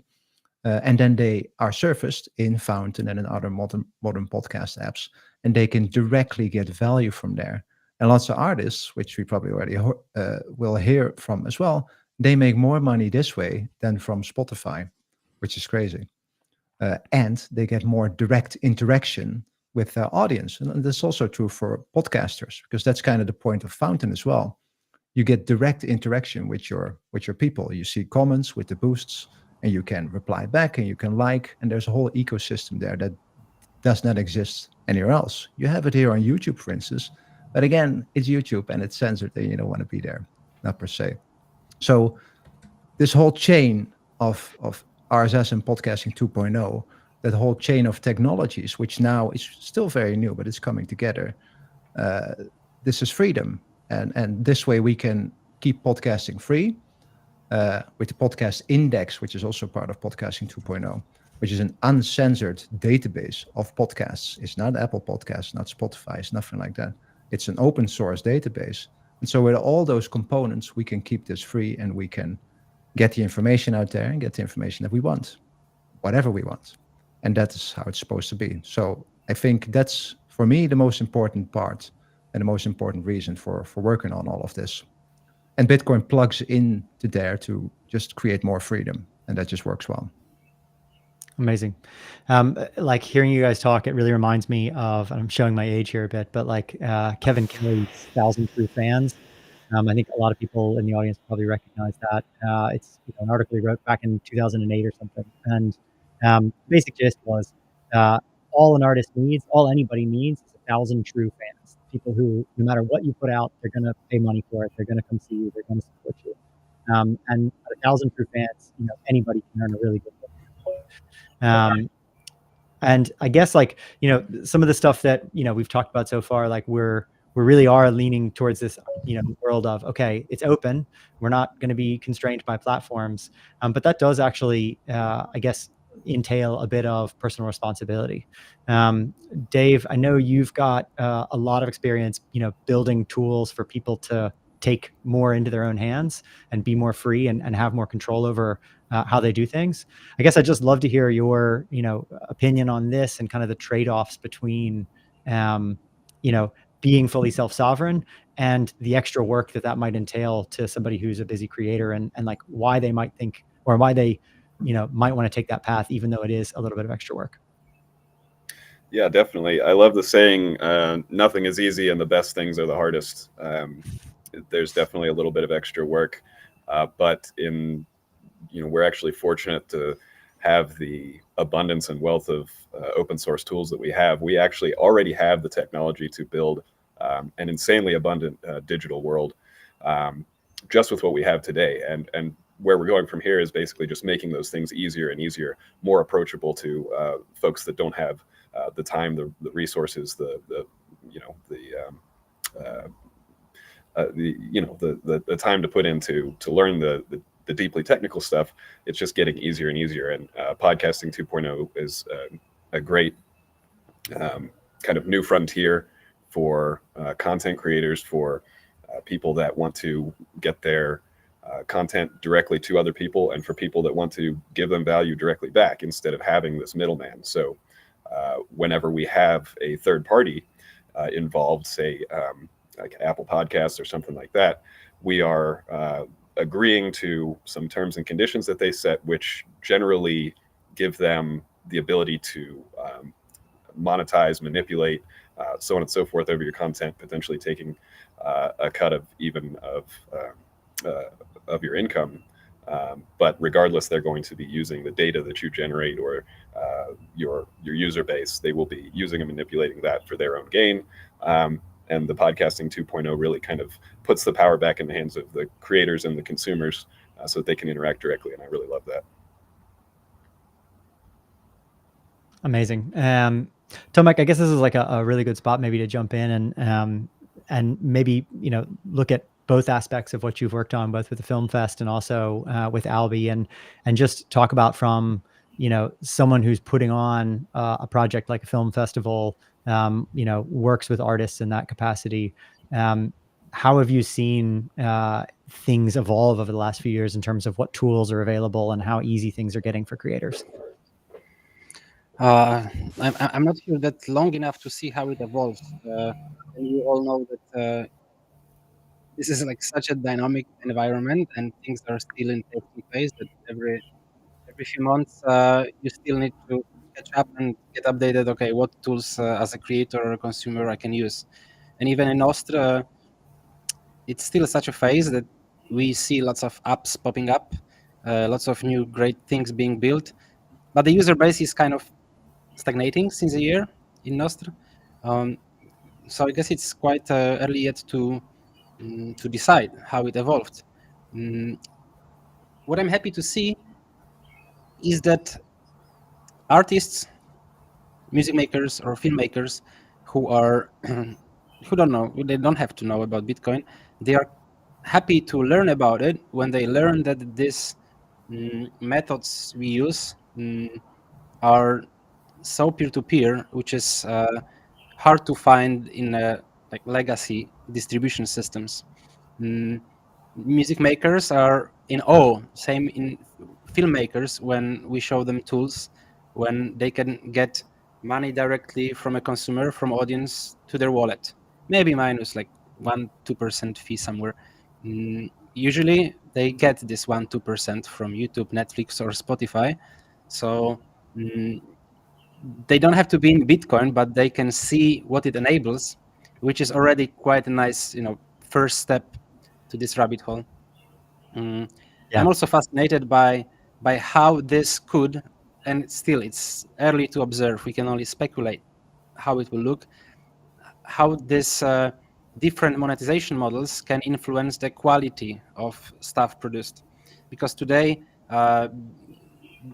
working in this, like, let's say, legacy distribution systems, where when you want to publish something on Facebook, your content is monetized through ads, or when you want to be high in a Google search engine, you have to somehow pay for the platforms, or you get paid from ads, or you don't get paid at all. This incentivizes creators to make clickbaits, because they are rewarded on entry, not on consumption. And while on the other side, when the relationship between consumer and creator is direct, when there is no intermediaries, where you don't make money on being in front of 1,000 eyes, but being in front of one eye which gives you some attention and can appreciate you, it incentivizes creators to, well, not make clickbaits, but make quality content, and make content that resonates with the people who can pay for it. So in the long term, well, it's still a speculation, and Bitcoin fixes this, right? But we can hope that Bitcoin, and maybe not necessarily the Bitcoin, but the fact that we can have native currency to the transmission of content can incentivize creation of better quality content. Let's hope it's the case. Yeah, I mean, I agree, and I think that's it's funny actually. Early last year at the first Nostr conference, Nostrica in Costa Rica, I met a couple of creators who make videos on YouTube, and they were asking a lot of questions about Nostr, and they were like, and people are like, oh yeah, there's no algorithms, like you get to choose what's on your timeline, and they were like, that's a bug, not a feature to us, And the more I kind of talked to them and pulled that thread, it really did sort of click for me finally that, a lot of content is now really being produced for the algorithm specifically. It's not being produced for an audience necessarily. It's not being produced because that's really what the, filmmaker or the musician wants to make. They're making it so that it matches, the system that they know will get a lot of eyeballs and a lot of traction so that they can actually earn money.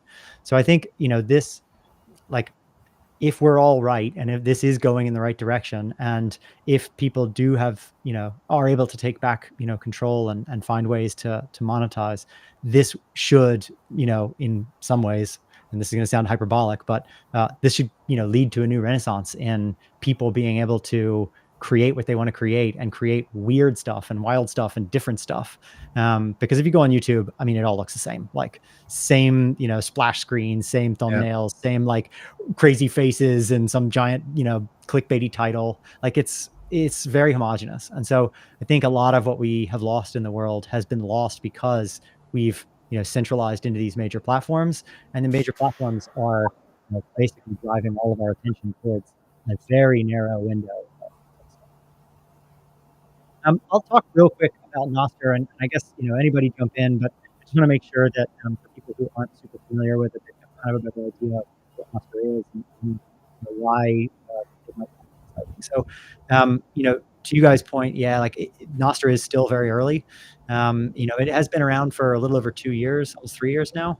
But for the first, probably 80% of that, basically it was Fiat Jaff and Ben Ark just tinkering on things.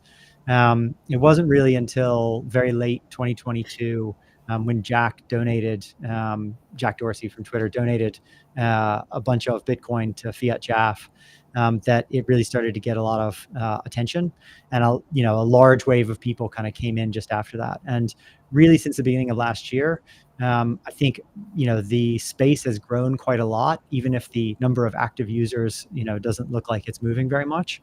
I think really the stage it's at right now is building a lot of the fundamental infrastructure, technology, the fundamental spec to make this thing work. What is quite amazing, though, is that it is a very bottoms-up protocol approach. In software, you like to say either you're building a cathedral where you've got one guy who's deciding everything from the top and telling a small group of people how to build the thing, or you've got the bazaar, which is the crazy market where everybody's yelling at each other and things move forward and things happen, but it's not necessarily always in the shortest path. Nostr is truly a bazaar. It is a messy development process. The clients do not support all the same things.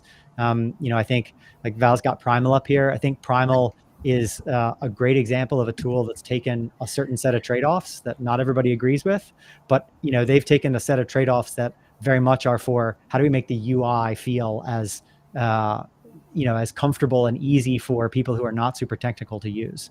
How do we hide a lot of the complexity that is inherent in something like Nostr? So again, this is an interoperable system where all the data in the system is basically the same in a sense, like it's the same format, it's the same structure, and all the clients have access to all the data. So if you use Primal, you can easily just switch over to Snort or to Iris or to some other tool. You can easily go from Damus to Amethyst on your mobile phone. There's no lock-in whatsoever.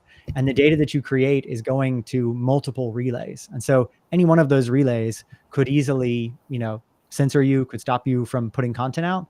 But the chances of all the relays out there doing that are very, very low. And so again, in its infancy, but I think Nostr is a tool that gives a lot of power to creators and gives them, the ability to also earn directly, because there's, zaps directly in Nostr, and those are, Lightning micropayments.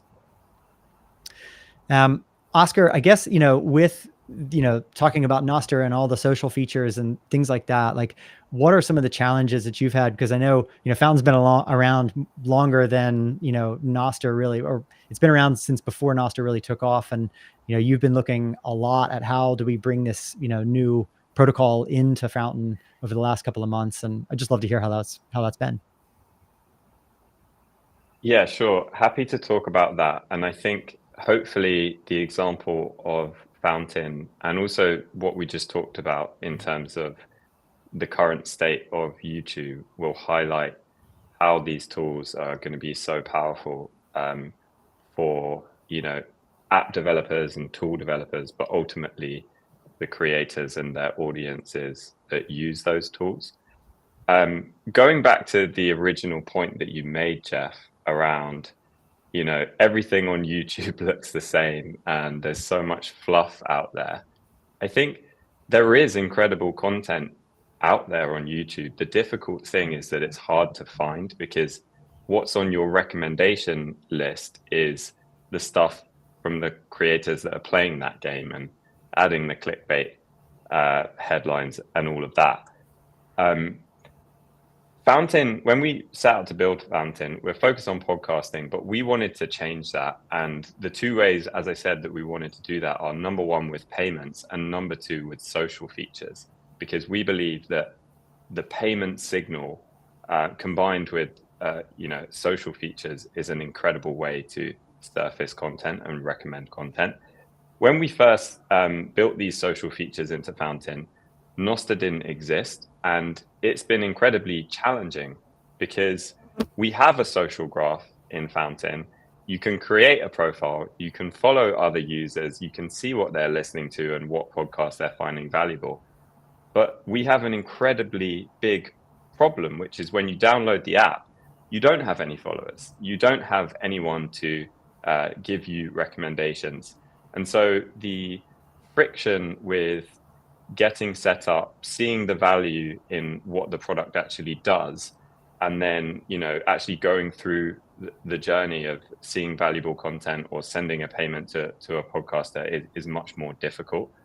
What's incredible about Noster is that it solves that onboarding problem, because you no longer have to onboard and build a social graph from scratch. You can just bring your followers directly into the app, and it makes it way easier to try out new products and try out new experiences. And so it gives app developers and tool developers the ability to experiment in a way where there's not huge friction involved. And I think this is going to be really, really powerful, because, as you say, it's early, everybody's still experimenting. But, if you can experiment with an existing social graph and you can experiment with a protocol that has payments built in, then you're way more likely to be successful. You're going to be able to build things faster and have a better chance of success. So yeah, I think Noster is incredibly powerful, and I think more and more apps are going to adopt it. Fountain is adopting it now, or in the process of doing that, and it just makes sense to have your social graph follow you across the different apps that you're using. Like, for me personally, Jeff, I would love to know the hidden gems that you found on YouTube, but I can't, because I can't see your YouTube comments anywhere. That it's impossible for me to do that.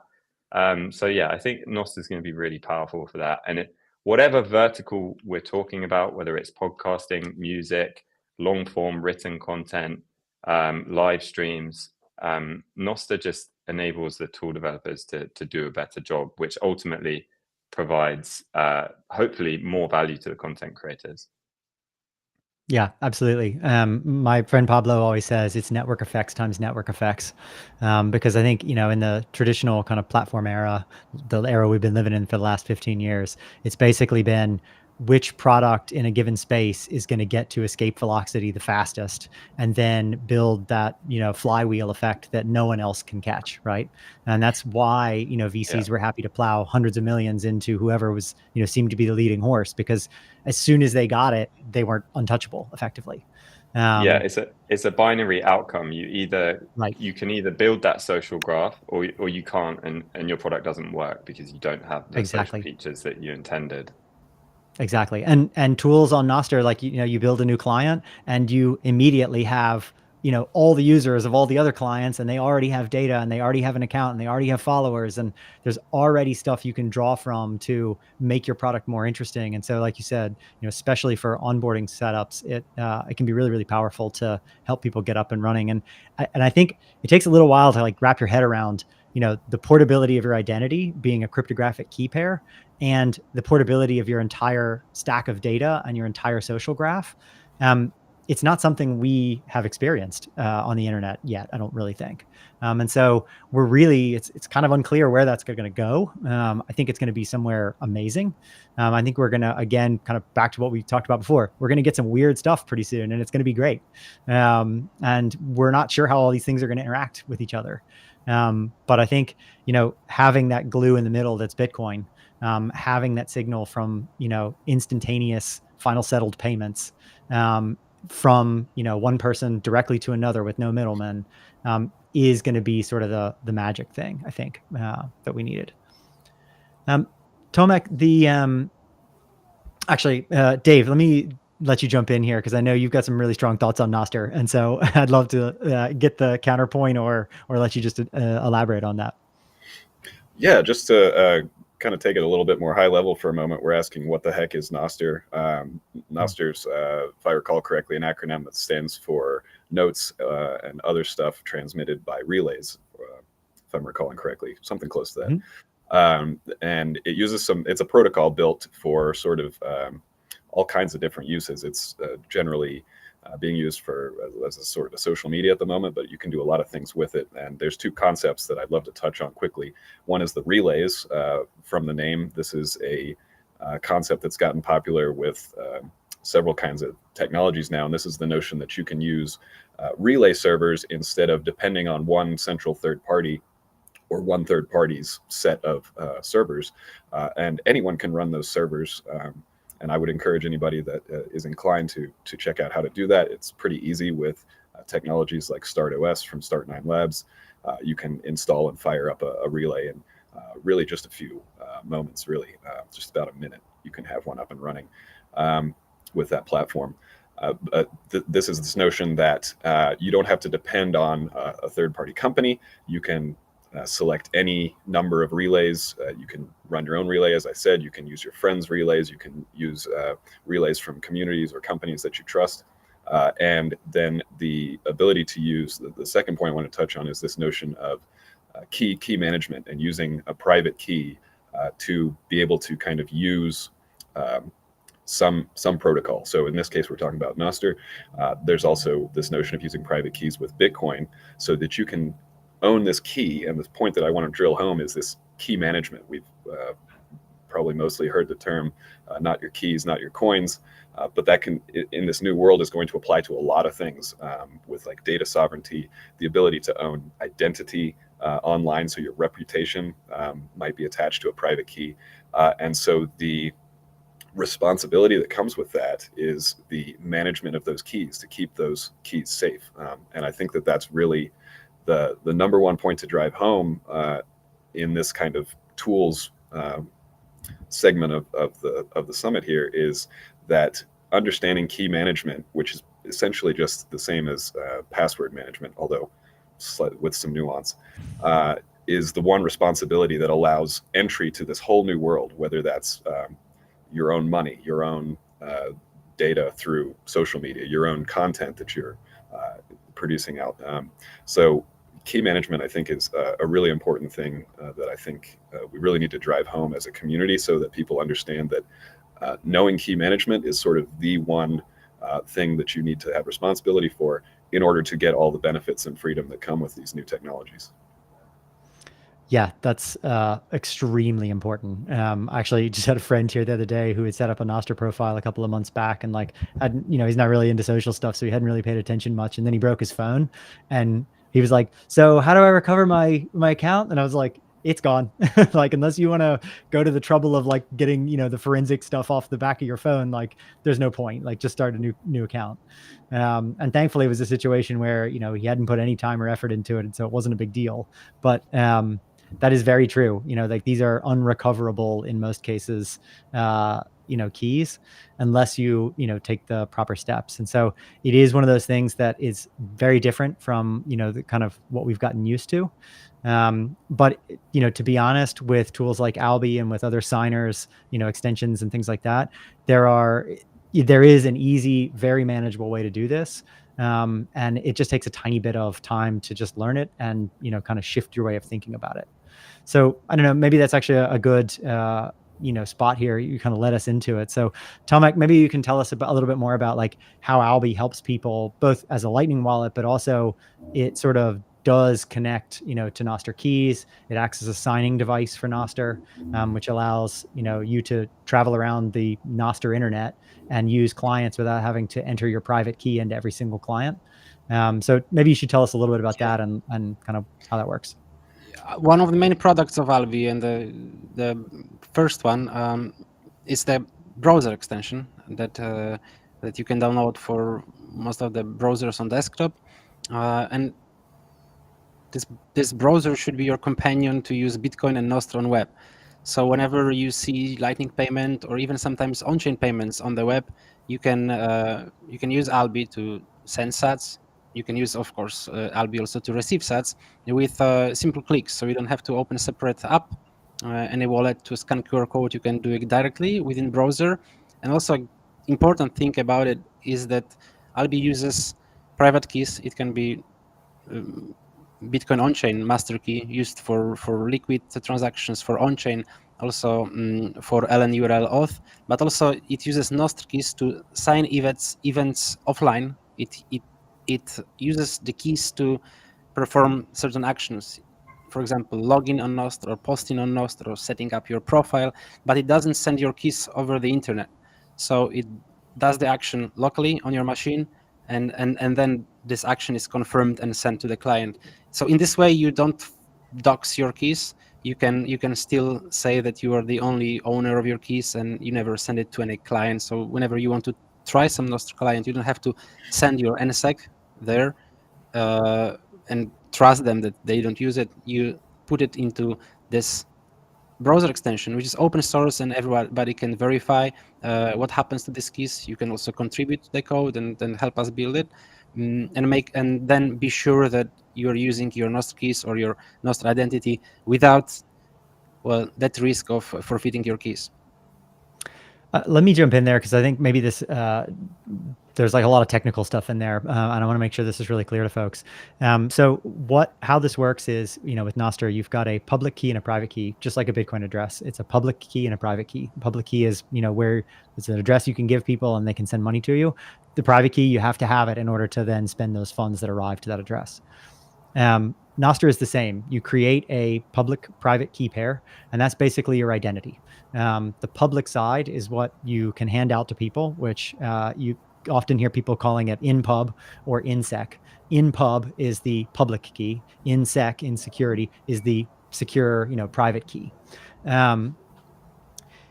Right now, we're all used to, on the internet, going around and creating a new profile, a new account, putting a new password in every single website that we use. And we are trusting those websites to then keep that login information safe. And obviously, we've all seen hundreds and hundreds and hundreds, maybe thousands of hacks over the years where, these companies get breached one way or another. And, this is not to say that like, oh, companies should do better and they shouldn't get breached. No, it's just a fact. Like, computers will get breached. Like, it's pretty much impossible to say on a long enough time scale, these companies will just never ever be hacked or breached. Certainly there's people that do it better, but the idea with something like Nostr is I've got my public private key. My public key, obviously I can put it wherever I want. That's how people look me up. That's how they find me. My private key, I really need to look out for it. And I hopefully, in this sort of sense, if I can keep it locally on my machine and not send it to anybody, not input it in a form field over the internet, then that means that it's going to be safer, right? And so I think, tools like Albi, there's other signing extensions. There's actually some hardware, like Nostr hardware wallet type things. So it's a system where, the device itself doesn't really let the key out of its sight. It's basically separate from your computer so that it's a bit safer. And I think there's going to be a lot more stuff that we need to build here because, again, like this is maybe one of the hardest like shifts in your mindset when you move over to, running everything on keys rather than on username and logins. You really got to look after them, and looking after them isn't necessarily obvious to everybody. Fantastic. Does anybody else want to add anything else about the Nostr side of things? I don't want to I know it's my thing that I'm like so into, so I'll just talk about it all evening. But I don't know. Is there anything else anybody wants to jump in on there? I think if we just zoom out, with the current internet, like you say, you have an identity everywhere, but also there's lots of content out there because most people use the internet for content, right? Some way or another. You go read something somewhere, you can watch something somewhere, you can listen something somewhere. I would love to live in a world where we could just go to, a blog or something that is valuable and it's paywalled or value for value, where I can just, do a microtransaction and that creator gets something. That would be incredible. And I could just take my identity, my wallet everywhere where I go, because I'm using a browser or whatever, and just pay those people whatever I value it or whatever they ask for it, be it a course, be it a book, be it whatever it would be. That would be a world I would love to live in. And these are the tools we're talking about right now that can make that happen. And you can call that Web3, Web4, I don't care. But we're getting there, right? We are getting there. Bitcoin is not going away anytime soon or ever. And that will enable these microtransactions, and we can keep that going. And this is very, very early days, right? And we see in the applications now with Nostr, with Podcasting 2.0, for instance, and it's working. Real people are getting real value, and they are getting real feedback, and they are getting excited because they are getting that feedback, and they create better content, and they are not reliant on ads. So that's a great example of the use case, and I think we can do better when we can do way more and expand into other verticals as well, not just podcasting. You name it. If you can imagine it, we can build it, I'm sure. So that's my hope, and I think we're doing a great job here. Amen. And I've got. I think. Oh, go ahead, Oscar. I think just one quick thing, just for any content creators that are watching this. Things like Nostr, they can seem a little bit intimidating, but what I would say is if you look at every other social platform that has grown over the past 20 years, the content creators that were early to those platforms did incredibly well. So I would encourage everybody, experiment with Nostr, experiment with these different clients. And as Nostr grows, as a content creator, you're going to be best placed to take advantage of these new monetization and discovery paradigms that are coming. Absolutely. Awesome. Val? Hey, thanks, Jeff. Thanks, you guys, so much. Hey, so I have a couple questions. So super quick, just so people in the audience, if you've never understood like how splits and stuff work, just an example with Pod Home in here. I don't know if I can make this bigger. Let's see. Yeah, look at that. You can go, Barry said you can put as many splits as you want. So if I've got 10 producers or 10 nonprofits or 10 artists that I want to put on my content, I just put their addresses in, and anytime those zaps come to me, they're going to actually go to all these different wallets in real time, in perpetuity, until I change this. So I think that's such a cool thing that, is coming our way as creators, again, so that reduces the friction and eliminates the bottlenecks of how we can, earn a living and not have to deal with the accounting. You can do it on the front end instead of the back end. So I think that's really, really powerful. So a question I had, you guys, was, and this is for everybody on the panel, I'd love to hear. I've been, Jeff, you and I, talked about this, I think a year or so ago when we first met. And I was like, yo, I want to know, can we create a super wallet, or a super dashboard, right? Because we have so many subscriptions, we have so many wallets, we have all these patron things that we're trying to do, and it's, it's exhausting. And then microtransactions, like Gigi talks about the friction with microtransactions, we get forgetful. And so I thought, well, what if, and I talked with Abu Bakar this week about this, so I think we should all kind of get going on the next level. It seems like we're able to do this maybe with splits, but think about, we've got Netflix subscription, you've got Spotify subscription, you've got Medium, you've got Substack, you've got all the Nostr stuff, you've got podcasting, it's overwhelming, right? And we've got our patron stuff. So wouldn't it be cool if we could say, my budget this month is, say, $20 worth of, Bitcoin. And every month, now that we've got Pierre, that we can do subscriptions, what if every month I say, okay, cool, just automatically I have my $20, and then all of these other subscriptions that I have, instead of paying a subscription, anytime I consume a song or a part of a video or an article or a podcast or whatever, and I can weight how much I think, a video is worth versus a podcast versus an article versus, a meme or whatever. At the end of the month, I can just hit a button, or it could be automatic, and it'll just go boink, $20 is going to get split among 100 pieces, not just of the platforms, but of the specific pieces of content that I consumed. You know what I mean? And then it's in the background, and I don't have to think about it. I didn't go over budget. I didn't forget to zap anybody because I listened to my podcast in a car, and when I get to my destination, I completely forgot to send some sat. So can we make that? Yes, you can make Can we anything. build it? You can build anything. I guess, one thing is that there's always this tension between, privacy of transactions, how you like look after your own things, Mhm. and, uh, but that said, yes, there's like all of these things are definitely possible. I mean, I think again, like Noster is kind of a superpower here because it's sort of given us a directory or like an address book on top of Lightning. And so it's made it really easy for us to find people and pay them and like understand, where where these content payments should go, these splits should go. But yeah, you're right. Like, I think we will need a absolute pile of new tools for all aspects of things that we do online now. We're going to move away from subscriptions with credit cards and just paying monthly to, needing to be able to see like, where is all of my, value for value going? And, in some jurisdictions, there's probably tax implications to some of this stuff. And so, Mhm. people will need this information one way or another. Right. And I think the flip side as well for creators, like they should be able to see like, okay, where is most of the value coming from here? Is it coming from, fountain plays? Is it coming from, Noster streams? Is it like, what's the thing that's actually, bringing me the most bang for my buck? And so, yeah, we need a lot of tools, a lot. Yeah, and I mean, it's just lightning speed how everybody's developing so quickly, and I think with open source, it's a different mindset of how this whole thing is working. A lot of people are used to the like, don't see my code, don't look at stuff. I'm a big giant, uh, company, and I think the ethos of Bitcoin is so powerful because everything is built with that, with like the more that we all benefit, the more that we all benefit. It's not a Yeah. zero sum game like you win and I lose and all that. So it's been life changing, I think, for all of us. So I'm so like, I still feel like I'm new and scratching the surface, and you guys are so generous.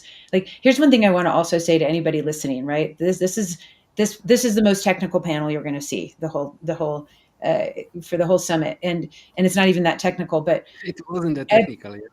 yeah, it's not even super technical, but for a lot of people, the minute you start hearing like npub and nsec, all this stuff, and keys and pub, they're like, especially people who aren't technology folks, people who are maybe more creatives or healers or activists, different types of entrepreneurs.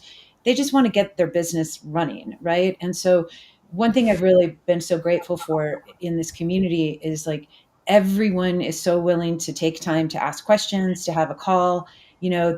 I've never had anybody in the entire community, whether you have one follower or a million followers, not take a message to have an honest question answered, and so don't be shy, everybody. And like, if you have concerns, that's what we're all here for, is to help each other grow and move the needle forward on the next generation of hopefully a peaceful world and a prosperous world, and hopefully a free world for all of us. Very, very important.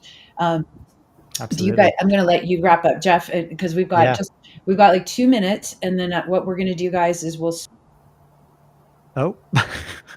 Oh, Okay. that's I what guess you're we'll find out later. You're gonna do it. You will disappear. Yeah. Now you're back.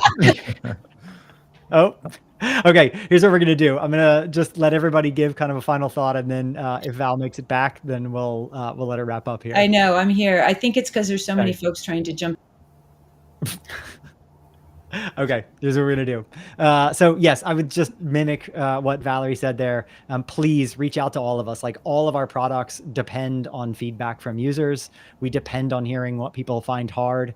Like, we don't even see it anymore. Like, we're so deep in the weeds with it. We've seen looked at the same product or looked at the same code base, or we've just used so many products over the years that we just get it. So it's really important that, you give us feedback on products, on services, on things that you'd like to see. So just please do that. Yeah. So I'm just going to comment super quick. Like, Oscar and Barry, I've been obviously one of your biggest fans from starting, from each of you. You guys have both been so good.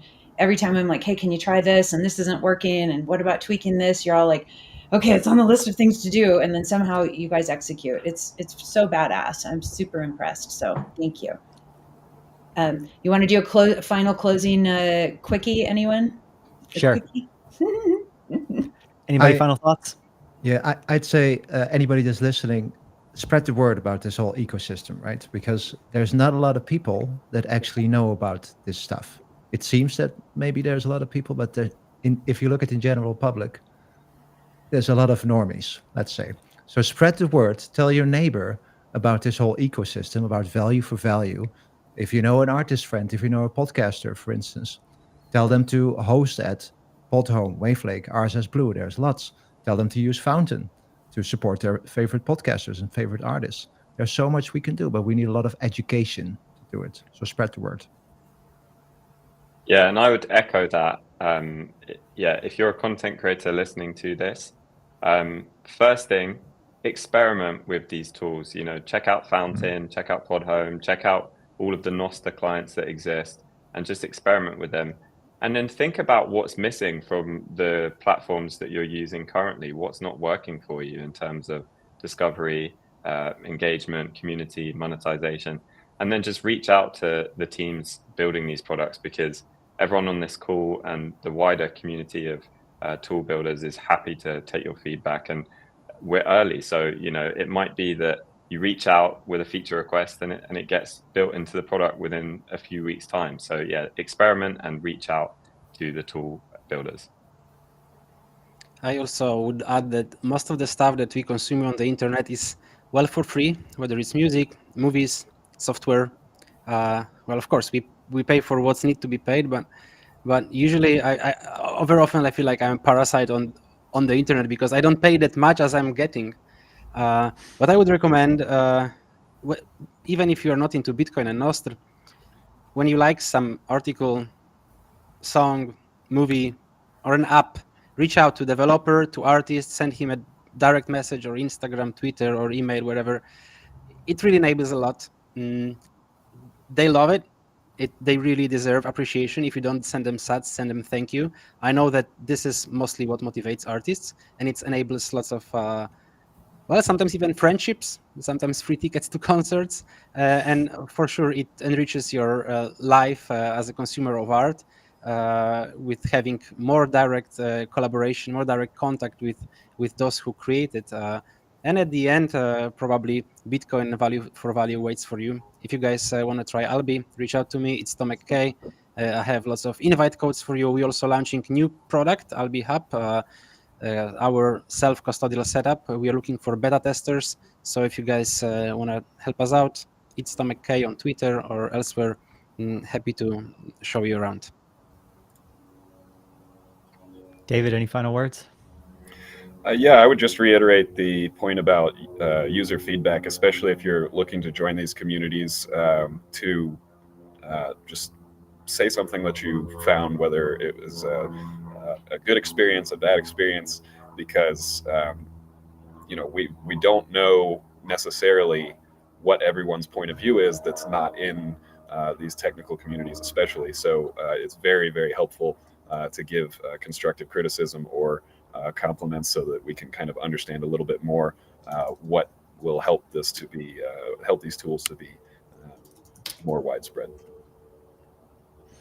Awesome.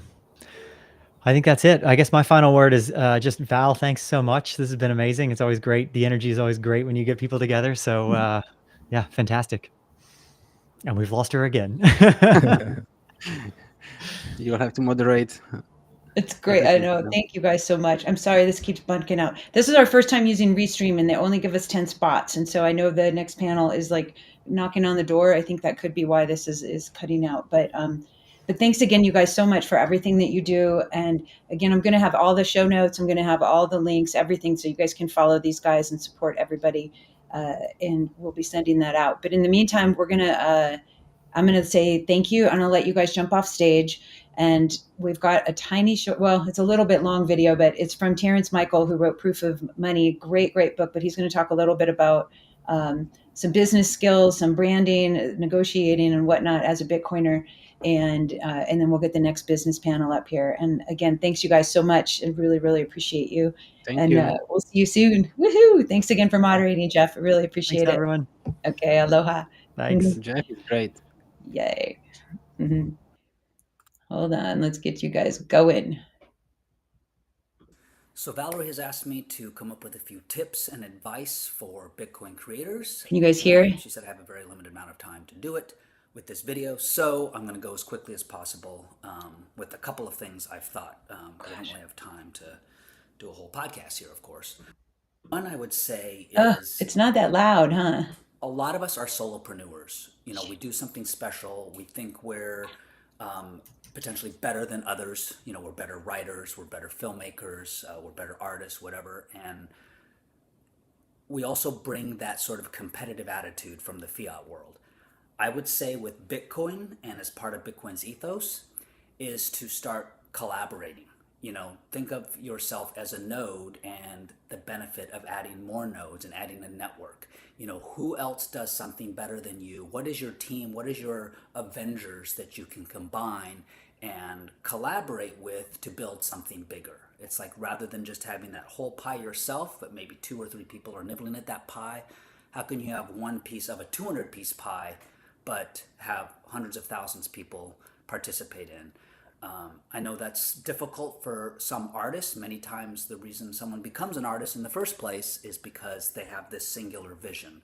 And you can definitely headline something and have a clear strategy, but I really think it's helpful, and especially with Bitcoin, to think in terms of partnerships, think of collaborations, DM people out on Twitter, reach out to people. Like, everyone is so accessible. As you know, our community is very small, but I would say really try to set aside the solo artist mentality. That would be my first piece of advice.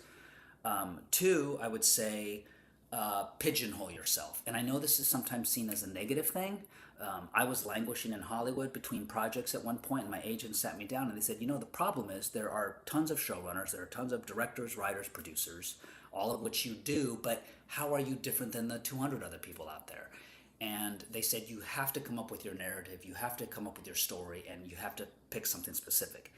And even if it's not 100% authentic to who you are and what you do, by pigeonholing one area that you have a skill set and that you're good at and that you're passionate about, even if that's only one aspect of it, I think it'll benefit you, right? You can look at someone like Tomer Strolight, right? Like, I'm sure Tomer is great with finance. He's worked with big corporations. I'm sure he can talk macro.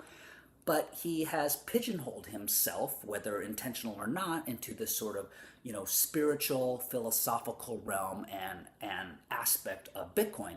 And we all love him for that. Like, that's the area we want. I mean, look at Valerie, right? Clearly, I don't even have to tell you. We know her brand. So you know when to hire Valerie, when to collaborate with Valerie. You know what value she brings. Even though I personally know she's great with finance and real estate and other areas, but I don't think of her that way. So it's easy for me to think of her when I need something specific. 3rd would be the heuristic of providing value first. I know we want to put out our goods and our services, our wares out there and say, hey, I've done all this work, you know, store's open, come buy it. But I think it's important, and especially in Bitcoin, you know, similar to like a newsletter or a podcast, is just give away your stuff for free as much as you can. Give. Let people gain a lot of value. And then when you need to ask for something, then when you need to take, you can do that. You can say, hey, look, I've given you all these things. Now, by the way, I've made this thing. Would you please buy it? Would you please contribute? Maybe this, you would find value in this, or hey, if you found value in these last 15 things that I've given you, would you mind, you know, paying for this? Those are 3 little tips. Maybe they're obvious, I don't know, but maybe they'd be helpful. I just wanted to leave with one last thing because I see I'm running out of time here. Feel free to DM me. I'm on Twitter at Proof of Money. I don't want to spend my Bitcoin or my sats really on anything, but if there's one thing I will spend it on, it's to help other Bitcoiners. If there's something that I think is great, it's somewhat philanthropic. Because I don't necessarily need to make a return on my money. I would like to get it back, but if there's something that I find valuable that helps me, helps my brand, helps you, helps your brand, and helps educate and orange pill others, I'd like to look at it. I'm definitely not any big VC by any means, but I have a little bit of Bitcoin, and I would like to share some of that Bitcoin with others if they're creating something really cool and beneficial. So there you go. Yay. Oh my God. Yay, Terrence Michael. Whoop, whoop. Oh my God. He's the stud. I love this guy. Hey, so welcome to the next panel, you guys. I'm so grateful, and thanks for this technical stuff that we're dealing with in the background. I think I was logged in twice or something, so it kept kicking me out. Our next panel, I'm so excited to introduce. These guys are our marketing, our business, our accounting people, our branding people, and they are going to help talk about how Bitcoin can support your vision and mission and how you can become the best business person in your life. Vivian is going to be our wonderful moderator. And then I am going. Who am I getting? Are you guys getting an echo from me? That's so weird. I'm going to shut up and get out of here. So, okay, I'm going to let you guys go, and I'm going to get off after I did that. All right, peace, love, and aloha. Go ahead, Viv. You got it from here. All right, let's take the stage. Oh wow, I'm still echoing. Can everyone hear the echo? No, you sound good to me. I don't hear an echo. I'm gonna try to then. Sec. Okay, I don't know. Sally, you're in the back. What happened? Oh, no more echo. Nope, there's echo. Shit. Is it echoing all of you? Why don't you guys talk to see if they're all getting echo? Talk, like Joe, Scott. Yeah. Something. Oh, dude, what happened? Sally. What's going on? Echo. Sally. You guys sound fine to me. I don't know. Maybe I'm the problem. Oh no, you're good. I let Tolly handle all the technical stuff, and I just show up. So why did it just start doing that? Here, Scott. So why don't you talk?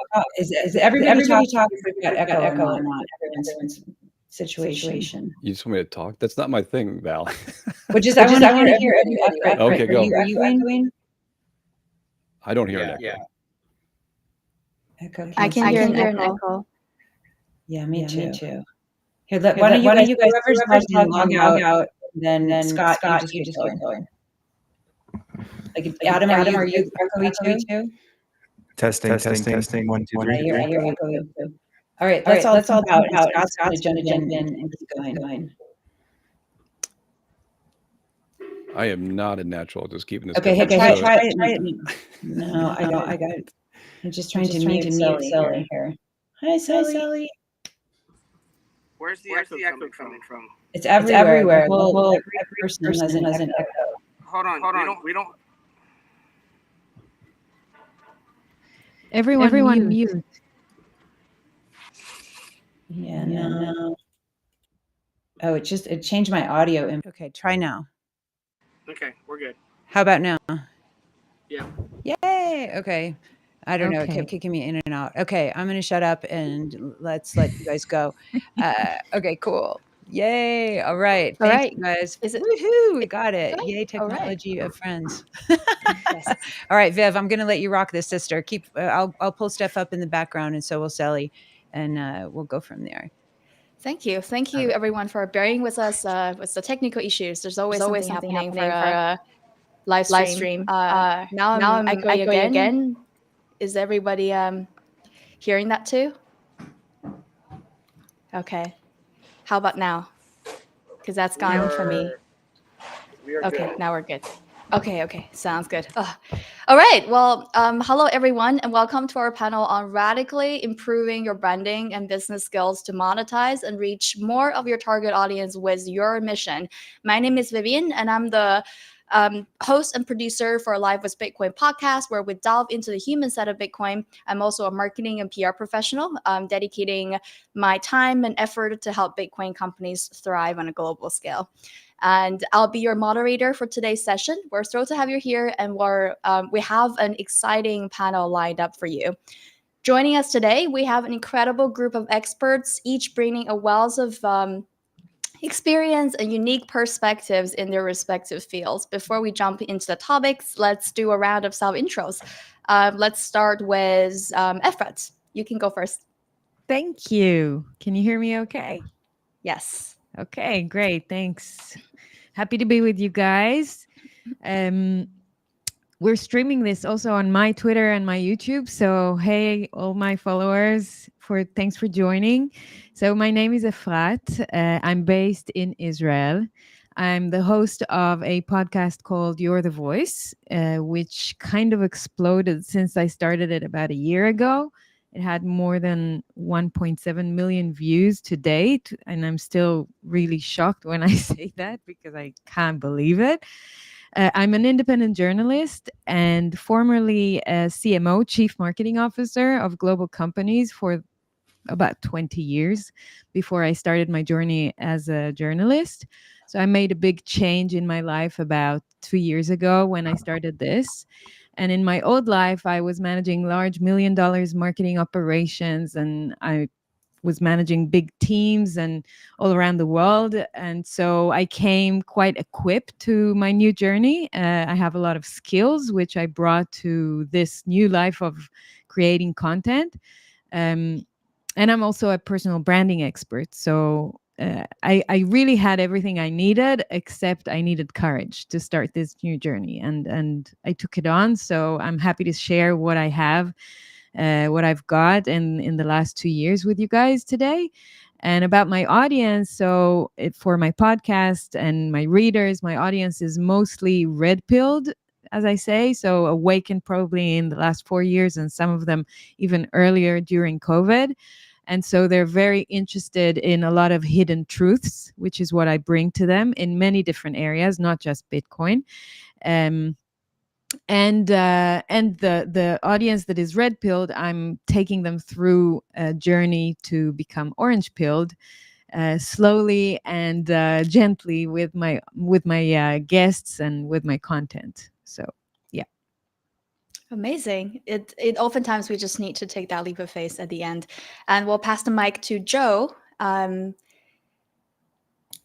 thanks. I'm Joe Wood. I started Satoshi Pacholi a little over 2 years ago now. And really the idea of, hey, providing accounting, tax services for Bitcoin companies and Bitcoiners in general. So very much a slow process at first, kind of getting into the industry, meeting a bunch of people, but really found there was an appetite there and a need there. So it's really been good, especially this year, hired my first 2 employees. So really just trying to meet the demand of Bitcoiners in the space right now. Nice. And Scott? Hi there, everybody. I'm convinced, just before I start, that I am the cause of all the echo. So I am going to stay on mute until I talk, just so you know. Because every time I would turn my thing off, you guys said you were fine. So I'm the culprit. I'm the bad one. Hi, everybody. This is a really cool honor to be sitting with you guys today. My wife, Tali, and I have been full-time on Free Market Kids for about 1.5 years. We homeschooled our 4 kids. They're now past the high school age. And Free Market Kids is our way of trying to give kids, basically anybody in the next generation, the tools they need to be happy and successful. And we like to help out homeschoolers because of that. We go to homeschooling conferences. We're also best known right now in the Bitcoin community because of a game, Huddle Up, and that is all based on Bitcoin mechanics. We have other games coming out about lightning and seed phrases and others. And my wife likes to help out the women. She has a podcast called Orange Hatter. And then together we do a podcast called Bitcoin Homeschoolers. So between the games and the conferences and the podcasts, we are having a wonderful time meeting other Bitcoiners, and we just look forward to trying to give back and help others. Nice. Thanks, Scott. I had the great honor to be on Tali's podcast at one point. Really love the initiative and how she's actually breaking down these little segments for busy moms. That's such a great idea. And then we'll move on. Last but not least, Don, take the stage. Hey, everybody. I'm Don Sell. Everybody calls me Selly. It seems like I'm not the only one that wears many hats in this panel, which is cool. I am the channel manager for BTC Sessions. So me and Ben do that channel together. I'm also just onboarding and starting DJ Val as well. So this is something that I'm also helping out with and co-hosting today. On top of that, I've been marketing within Bitcoin for about 6 years. I run, I'm known, everybody says everyone is Selly because I run about 36 different handles, both professionally and for fun, within Bitcoin Twitter. So I have a lot of knowledge on how to market to our niche market, but also how to get outside of it, and how to use Twitter to really access all the different algorithms. Within that, I also help out with the channel. I do negotiations for contracts for not just BTC sessions, but we'll be helping out with this channel as well. And then I do a lot of events too. So Halloween is something that I do the sponsorships, and I'm helping run with the team of Charlotte Bitcoin, led by Liz. So she's the one heading up that project, as well as a lot of other ones that we'll be doing. I'm sure I've left a few things out. I'm also partner, so I do the marketing, I do designs and all the Twitter stuff for Proof of Ink, which is a t-shirt company here. And then I'm also on the staff of Stack Chain Magazine. So a lot of different projects I have up here, so I have a lot of knowledge. So hope I bring something to the table here, guys. Good to see everybody. Oh, wow. Thank you so much. We're definitely in some safe hands for this panel, so buckle up. Today's session will be structured into different key segments. We'll start with branding, develop your creative edge, where we'll explore how our panelists discovered and developed their unique creative voice and how you can do the same. And then we'll talk about how do we transition that voice into making it a business, and discussing critical steps to turn your creative journey into a viable business venture. And then we'll talk about marketing and negotiate your words as a creator, and then have followed by a short Q&A section. So we encourage you to actively participate throughout the discussion. Tell us what you think, share your comments, feel free to submit your questions in the chat, and then we'll address as many as possible during the Q&A session. And thank you, Valerie, for putting this all together. We're all happy to be here. Without further ado, let's get started with our first topic. Branding. Develop your creative edge. You're echoing again. Yeah. Okay. Is it me? No, Is it still echoing? No, we just had somebody mute it. You're good. Okay, thank you. All right, well, so let's get started with our first topic, branding. To kick things off, I'd like to ask our panelists, how did you initially discover your unique creative voice, and how has it evolved over time? Sometimes as creators, we have this raw energy that we want to create something, but we don't know where to start, or we don't know what is the unique aspect that I bring to the space. So I'd like to ask all of you, how have you initially discovered yourself, the creative voice that's unique to you? Let's start with Efrat. Okay, sure. So, my podcast is called You're the Voice because, and that's why and how it was born. When I decided to not shut up during COVID about everything that happened and everything that happened personally to me, I decided that my voice really matters. And as much as I was tried to be shut down, silenced, ridiculed, even ostracized of some circles, it just gave me the flame to carry on and make something formal out of it. So I decided that my podcast is going to be called You're the Voice, and every person that's going to be interviewed on my podcast is going to voice their opinions and their truths, and I'm not going to be censored or silenced. And therefore, the first few episodes of my podcast were not even put on YouTube because of how much controversial it was at the time. Now I think I can put it, but that it was really crazy. So as a marketeer, I tried to find a lot of different platforms where I can host my content that would be like a redundancy in case I'd be shut up at one place, I could open the other one. And I'm distributing to all my channels at the same time. And I'm doing a lot of work on distribution in order to make sure that my content is in as many places as possible, and my audience is getting the best people that I choose to be interviewed. Like I had a lot of Bitcoiners, but also politicians and lawyers and and other people. So I try to be very vigilant with my content. I put it out there in many different places, but also I think what's unique in that is the fact that I will not be silenced, and the brand that I have built for my podcast is really walking the talk. So if it's called You're the Voice, that's what I'm going to be putting forward for myself, for how I am in my values and in my behavior, but also for my content itself. So I think like the brand itself is speaking the values and the mission of the brand.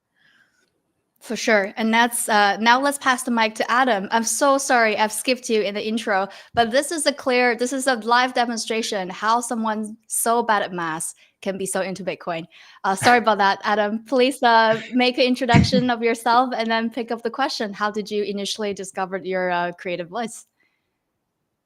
All good, Vivian. I was like fumbling through the controls here, looking for a way to raise my hand, and I finally found the chat. So, just first of all, great to be with everyone today. Thanks to DJ Val for creating the space for us all to come together.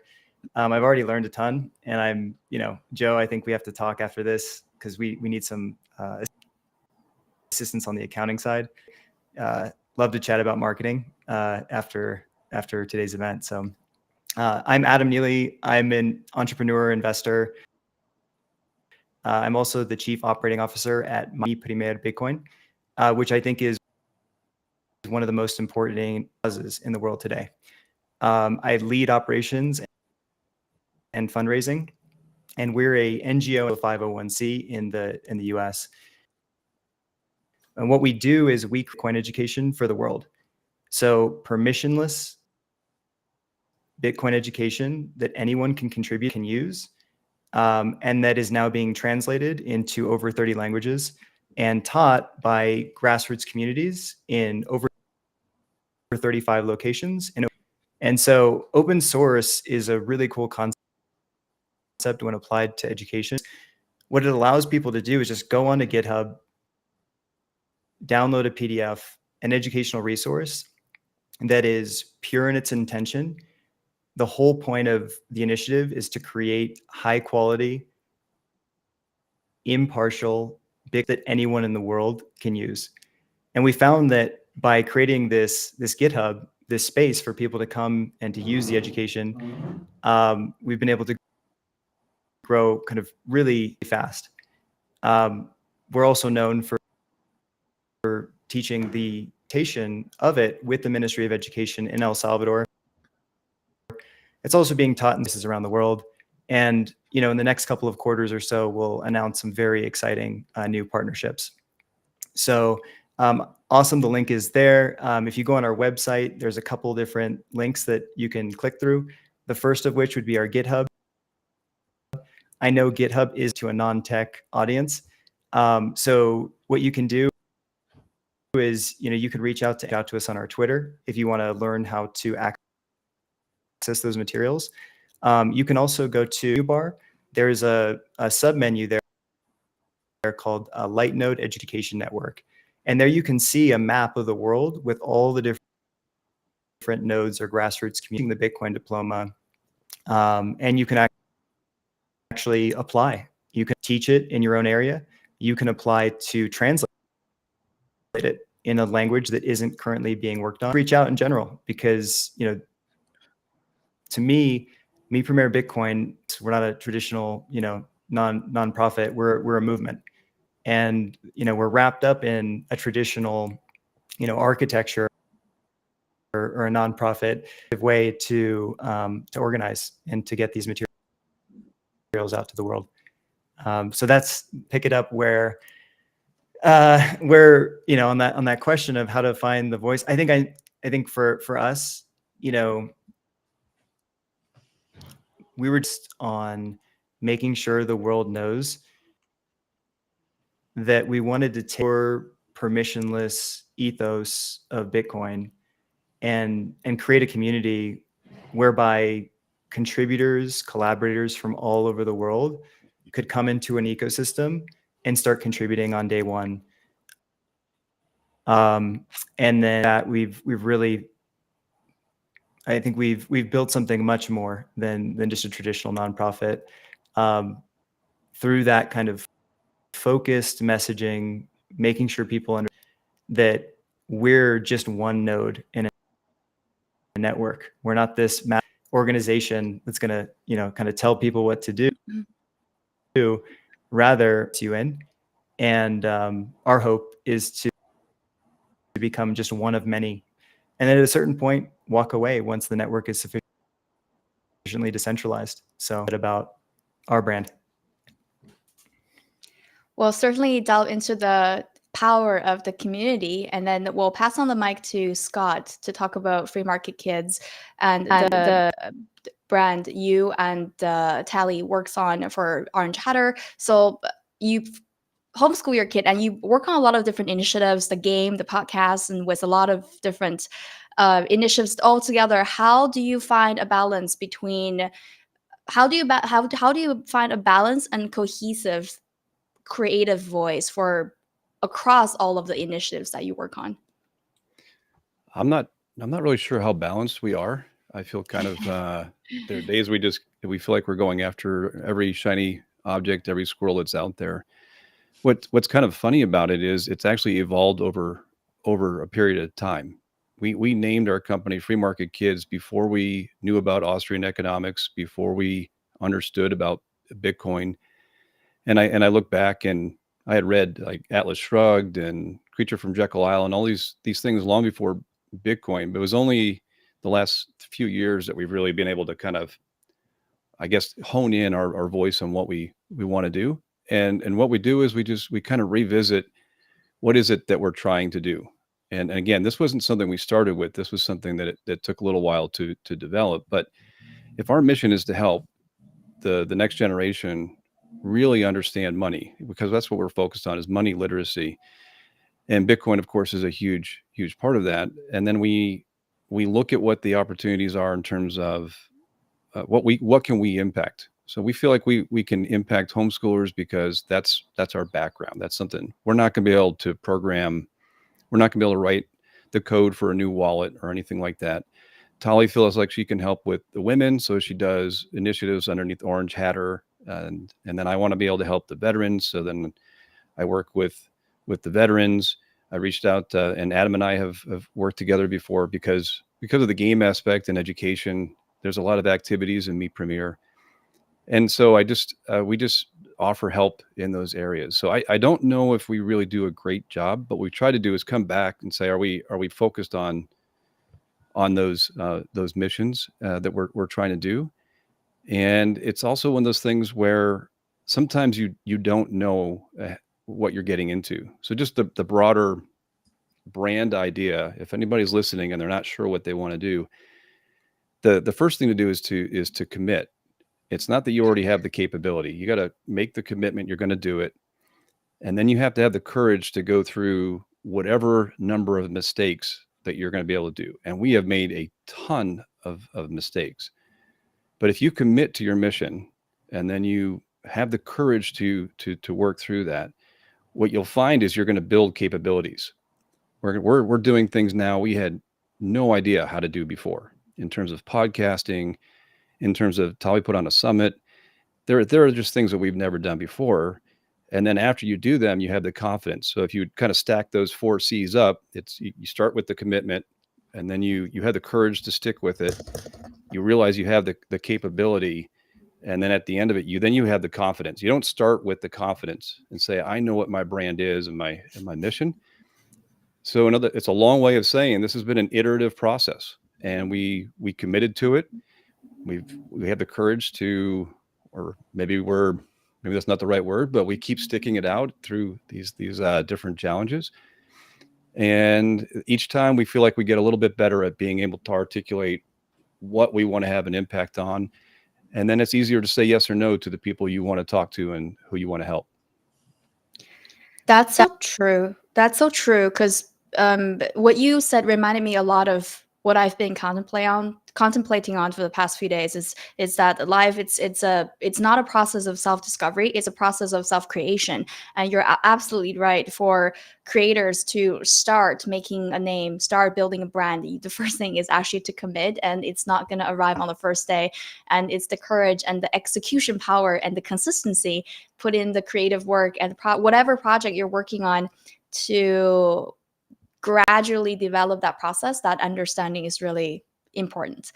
Let's shift gear here for Sally and John and Joe. We want to talk about the making things. Now that you have developed your creative voice and your creative edge, now it's time to think about, how do we monetize? How do we actually become a content creator and be financially benefited from it? So making it a business. Sally, when is a good time to think about monetization as a creative or a content creator, in your opinion? Or in other words, what is the sweet spot on the craft side to start thinking about making it a business? Honestly, there's no wrong time to start. But within the current environment, you have to go about it, and I think once you find that confidence in yourself and your intent, that's when you should go for it. You know, a lot of what's been going on, and people are realizing that the mainstream voices and the mainstream, basically everything they're trying to push is they're starting to get smarter about it, for people to be more truthful, be more confident and voice. So I guess the best way I can answer is when you feel confident, you should go ahead and share it. And as long as you are keeping your morals, is going to see that. And that's really been a big difference doing in what, you know, the typical marketing machine has done. People are waking up, and so yeah, the time to start. Right. So I'll follow up on this because I'm curious about this. It seems like you have been the launchpad of a lot of creative projects, and you've helped so many projects, either that's your own or other people's platform, to really grow. So in your experience, what can you give us some examples, or a kind of a pivotal moment where you see now they're ready and they've taken that leap of faith, and you think, oh, they could have done it sooner, or they should have waited? Well, you know, you start slow. You don't want to go too fast, but you want to push out as much out in front of as many people as possible. Getting a little off topic with this, but basically, I have so I started off with libertarian Twitter, got into Bitcoin Twitter. Understand there's different people, right? There's people who are just getting into it, understand, and then there's like Bitcoin Maxi, right? So you have to find a way to in different ways, and also like just for, like I said, your morals, but also your so I've been a part of a lot of projects, and I think what is I've been open to networking.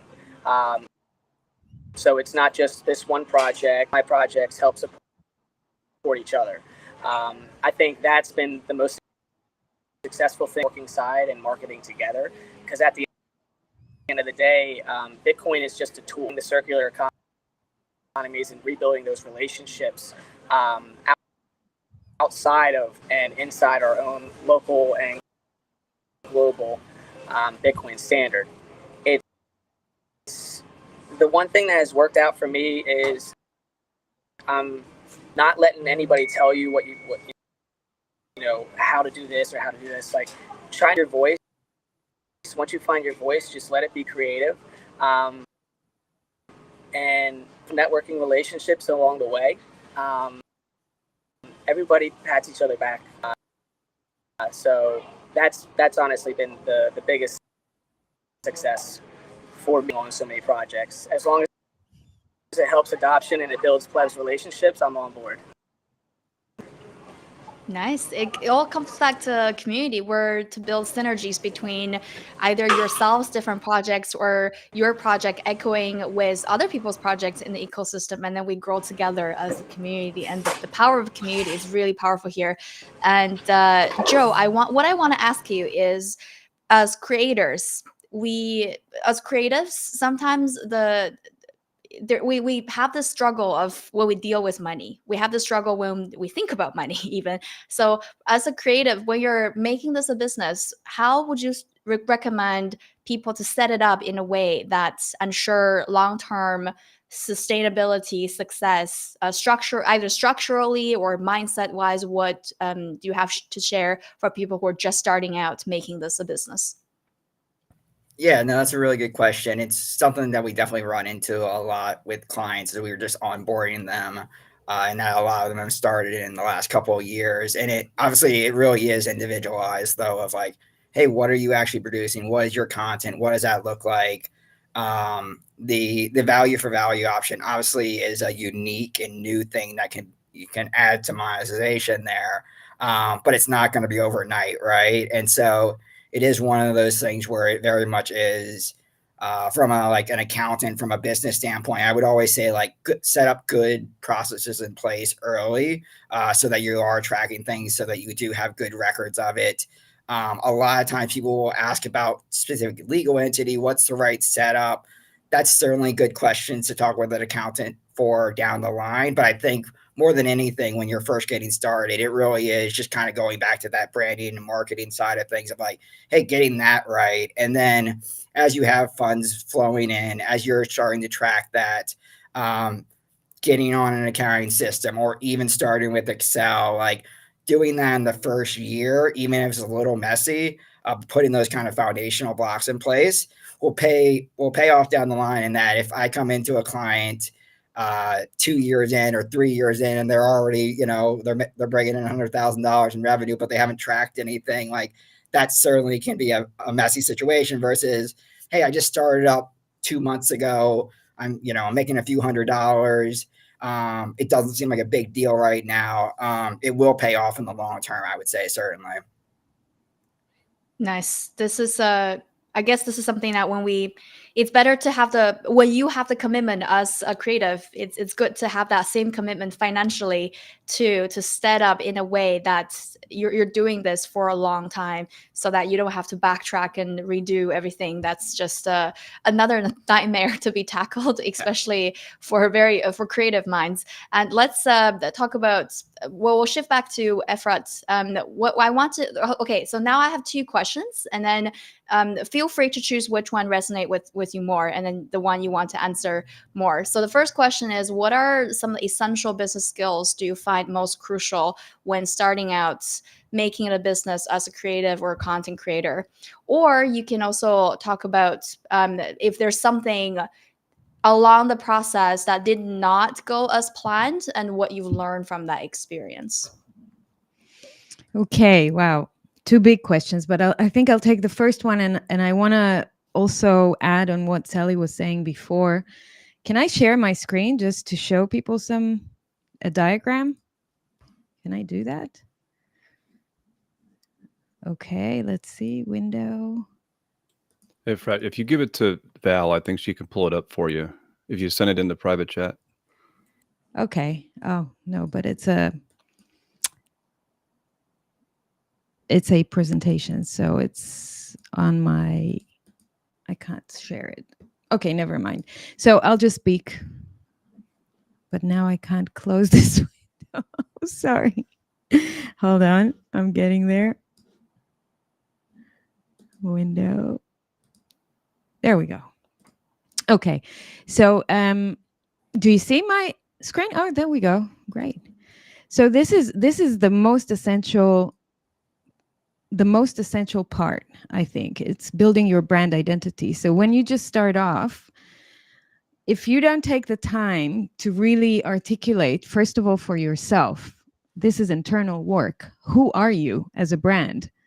you know, you're a person, you're a content creator. So this is the most challenging process, I think, the most challenging thing to do when you're on your own and you have to decide how you're going to speak, who your audience is, what kind of values do you have, what's your vision, your mission, what are your characteristics, how do you look, how do you feel, how do you sound, right? So all these things, it sounds like it's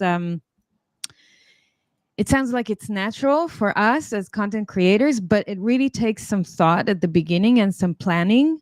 And I really insist on people doing that at the beginning, because if they don't do that, then they don't know themselves well enough, and it's hard for their true authentic self to be properly conveyed when they start doing the work. And so the first thing I would tell people to do is build your brand following a certain guideline of brand identity, and then start looking at your content schedule. So you asked about what skills are important. You have to know how to manage content. First of all, you have to know how to create content. If you don't know how to write or how to speak or how to record a video, that's like the most essential stuff, then you can't start your project. So you have to know what you're doing, and you may have to learn a little bit. And then you have to create a content schedule. So you have to decide on which formats you love the most and which kind of content themes you want to be talking about or covering and what's unique to you. And then the next thing you have to look at is your distribution schedule or your release schedule. How often am I going to be putting my content out there? On which platforms?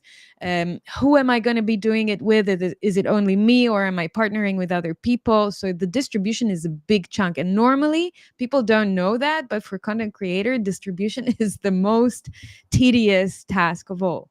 So that takes a long time because you are probably distributing your content on more than one platform. And then the next thing is building, like I think Joe, not Joe, the guy that was before our panel that did the video, he talked about this a little bit, the partnerships. So you need to think about who are good players that you want to partner with in order to create like a multiplying effect for your content. If you're a podcaster and you're collaborating with the people that you're interviewing, that you want to activate them as well. You want to ask them to do certain things with your content once it's out, but it's your responsibility to take care of that. So that's one example of a partnership, but there are so many examples that that exist for how you're partnering with content, and that's a really great tool to increase your audience because you're multiplying the audience base with you and with your partners. The next thing is you want to be part of as many communities as possible, and that really helps to build the trust in your brand when you're being associated with other brands as well. And then the last thing I would say is look at or adopt a mindset of creating two brands. So you have your personal brand as a content creator, but then your second one is your content. Is it a podcast? Is it a magazine? Is it a product? Is it a game? Whatever it is that your content is, that's your business. So you need to have two brands. You have your own personal brand and you have your business brand. And those two brands are communicating with each other, and they should be complementing each other. And when you have them both, you have to also nurture them both and distributing content from both of them.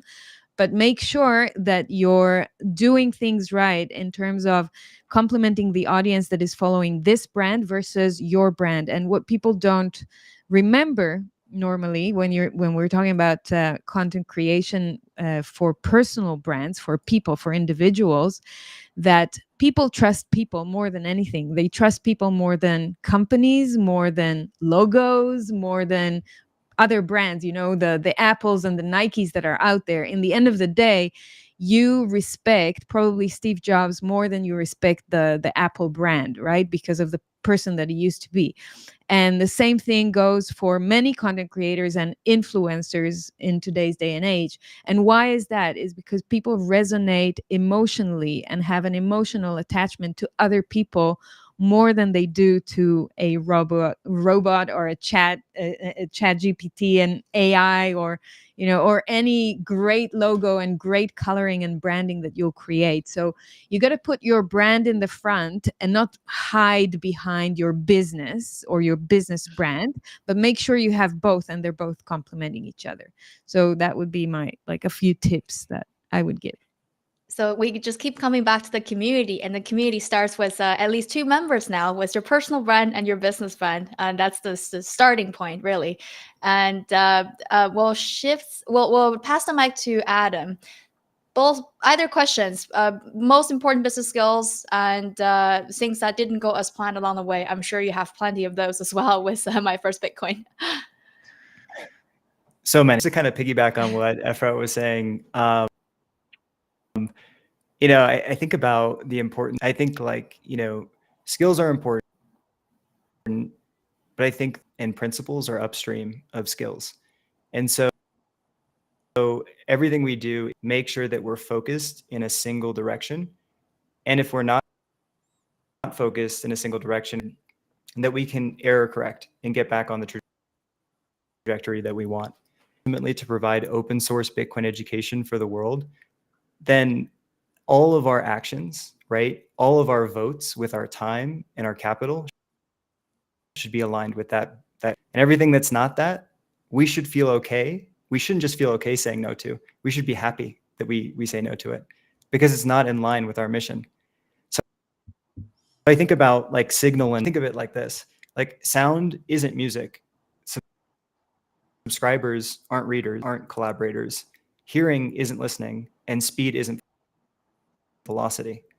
And we want to cultivate an organization where we're focused on signal. So signal in marketing may look like, we think of Me Premier Bitcoin as this good news factory or good news machine, where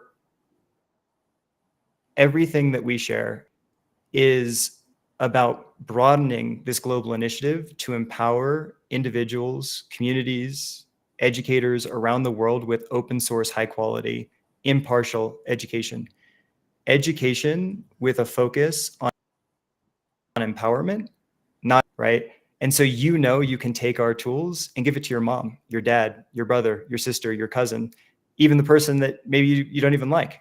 But that there's not going to be any marketing or subtle strategic, guiding them to an exchange in that focus. That's the message that hopefully we share with the world. But I also think about this from an operations perspective most of my time.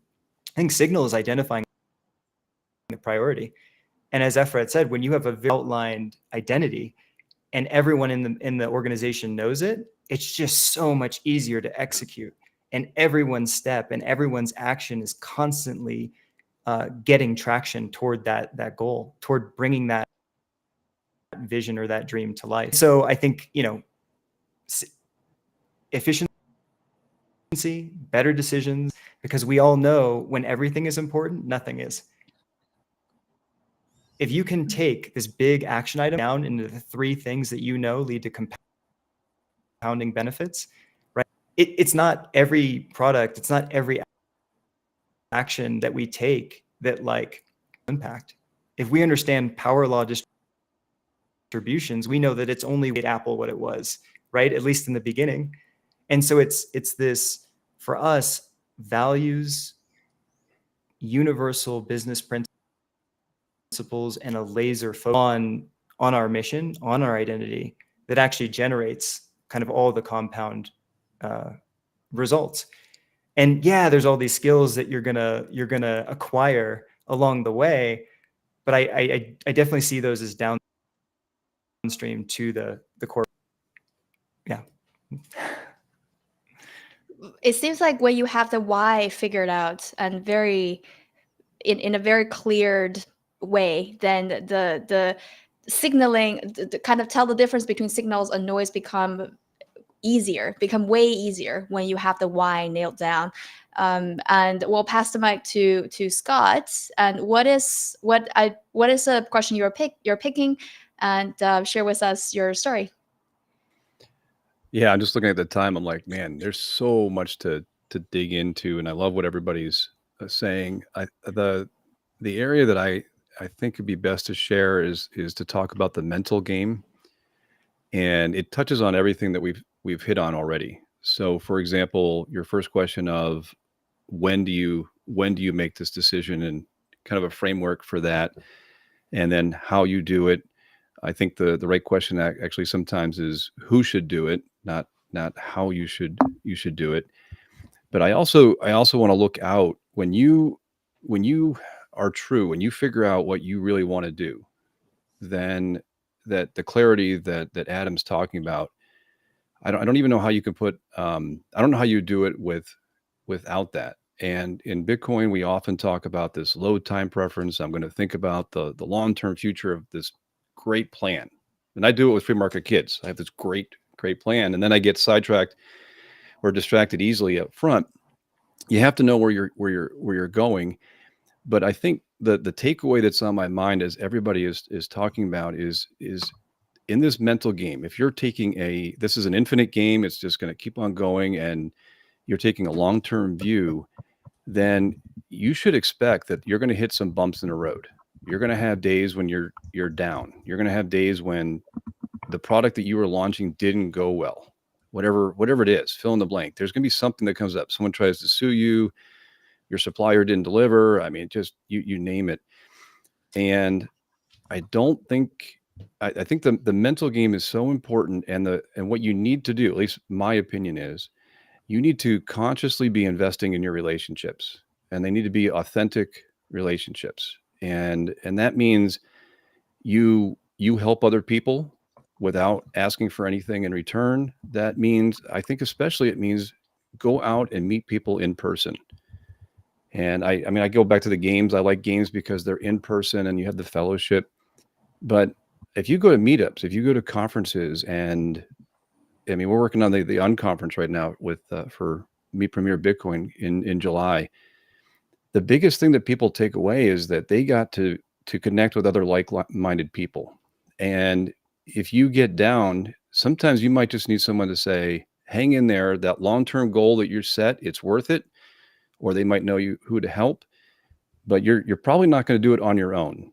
You know, you can say you're a solopreneur, but at the end of the day, at some point you're going to need help. And so investing in those relationships authentically early is so valuable. It's so valuable. And that's a thing that I would recommend that anybody who's thinking about or has already started as a content creator, it's more than just your content. If you have a big vision of where you want to take that and the big impact that you want to have with that, you're probably not going to be doing it solo, and spend some quality time investing in your relationships. It keeps coming back to being human, I guess, in that regard. We only have 5 minutes left, so we'll shift geared on negotiating. And Sally, I want to ask you this. You've done lots of negotiating on your own behalf, on your project's behalf. What is one practical tip that you would give to creators when they're negotiating their worth? Oh, just one? Know your value and be able to defend it. And be confident in what you say. And what I mean by that is about yourself when you go into a negotiation and you're doubting your worth, and you can't accept the value is that you're offering, you're cutting yourself short. So whenever make sure you're going in with confidence and you're going in with ammo, so that you know what you're thinking concerns, that who you're negotiating with, and you can build the value that you're representing. Also, stay true to within where we are, especially, we have new people that you're trying to earn their trust. You have the Bitcoin maximalists on the other side, where to get their trust initially and then to keep it. So, you want to make sure that your sponsors are in line with your mission as well. The sponsor money and those negotiations don't pull you away from what you're actually. That would be my best advice. I know we're honestly, that's what's always helped me. Negotiating with someone who doesn't share your same vision, they're going to chip money they're giving you to push you away from the mission. And we've seen that time in different Bitcoin companies. Once they get a little bit past the startup phase, or once they go, they make a lot of decisions that they regret in the future. And a lot of these. So, as far as negotiations, just make sure you're people, because these are people that you're going to be building projects with later on, and you want relationships to be long term. So you want to make sure that you're building a good that everybody's happy with, and everybody's getting value on both sides. All right, thank you so much. It's such a big topic to delve into. I can't believe we only have 1 hour. But thank you so much for everybody's great insight, and I hope you've had some value from this conversation. Sorry about all the technical issues, and I want to, on behalf of this panel, extend our thank you to DJ Valerie Belove for providing the space for us for our thoughts to echo, to talk about creators' futures for the entire human race. So super honored to be here, and enjoy the rest of the Creator Summit. And we will see you very soon talking about some business stuff for creators. Thanks, Yay. guys. Thanks you Val. guys Thank so you. much. And thanks again. You guys are so amazing. And I really appreciate all the work that everyone is doing. And it's so cool. We all have something different to offer the world. And I really, really love that Bitcoiners are doers and sharers. Like, we're so generous, and I'm just so honored to get to be a part of this. So the next panel, you guys, we're going to be talking about building community in the future of culture. And I've got a couple little videos for you. So let's check them out while we're transitioning the panels. Thanks you guys so much. Thank you.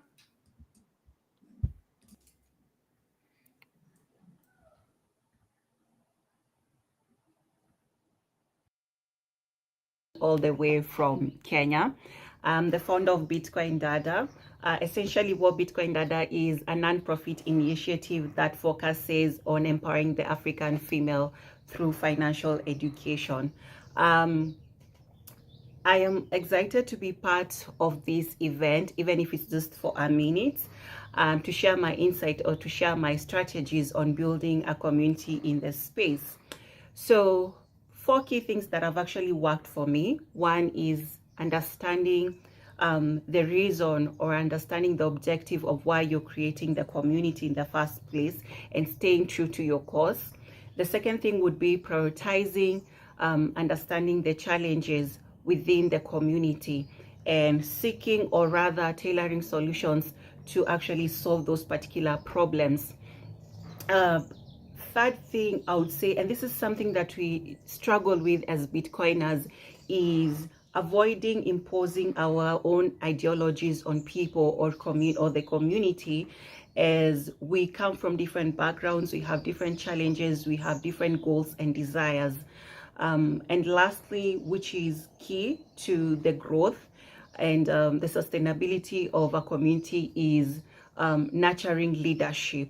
You wanna nurture leadership within the community. So like I said, these are things that have actually worked for me in building a community within the African continent, and I hope that it will definitely help somebody who's starting, or somebody who's been struggling to build their own community. If you want to follow us, we are on Twitter or X as BTC_Dada. You can check out our website as well at btcdada.com. And I'm definitely hoping to meet all, if not some of you, in the Bitcoin events. So have a great day, have a great event. Hey guys, how are you? I'm Isabela Santos. I'm the co-founder of GetBase and the founder of BTC Isla, an initiative to create a Bitcoin circular economy. I want to start by saying that Bitcoin is what we make it. So if we want it to work, it will work. And how do we do that? By educating the masses. Bitcoin is a silent revolution. We're educating from within. So if you don't want to mine, then set up your own node. If you can't be a developer, then teach. But we all have to participate if we all want to fix the money. So if you're here, it's because your job and your duty as a Bitcoiner is to educate creatively. It's already been done, so do it in your own way. There are 8 billion people out there with 24-hour days. So trust me, instead of watching a cat video for 10 hours, they'll probably watch and consume your stuff.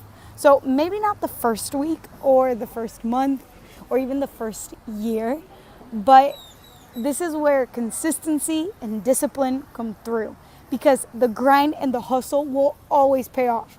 And if you don't start with your first, you will never make it to your 100. So remember, slow and steady wins the race. Be constant, be persistent, and don't ever give up. This is a journey, one that will teach you a lot. So be patient with yourself. And, you'll always have a follower with me. Bye, guys.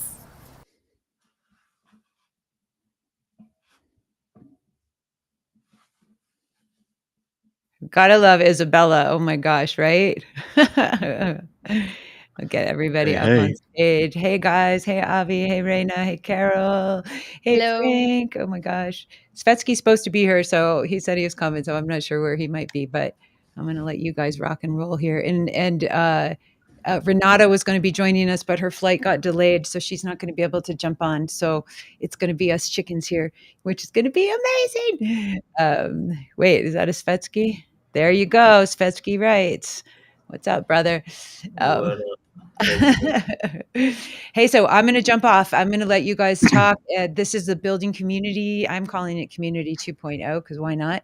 And I'm going to let Avi lead and introduce everybody. And I love you guys so much. So please enjoy. And I'll be in the backstage if you guys need anything. Well, thank you, Val, for creating this incredible summit.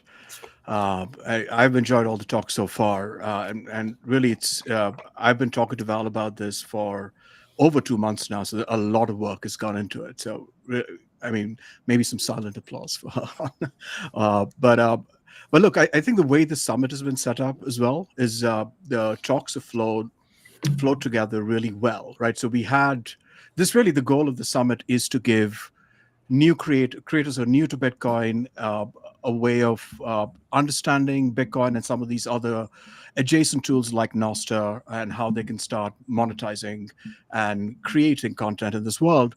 We had one on value for value. That was a great introduction, the first one. Then we had a slightly more technical one on platforms and tools where we touched upon things like Nostr. And then the one that was right before this was on business skills. So I think it's, and from there, we're now going to talk about community building in this panel. I think it's a really nice segue from the previous 3 panels. So by way of introduction, I'm Avi Burra. I'm a Bitcoin author and podcaster. My podcast is called Blockchain Radio. It's a weekly Nostr Nest every Friday at 6:30 p.m. Eastern Time.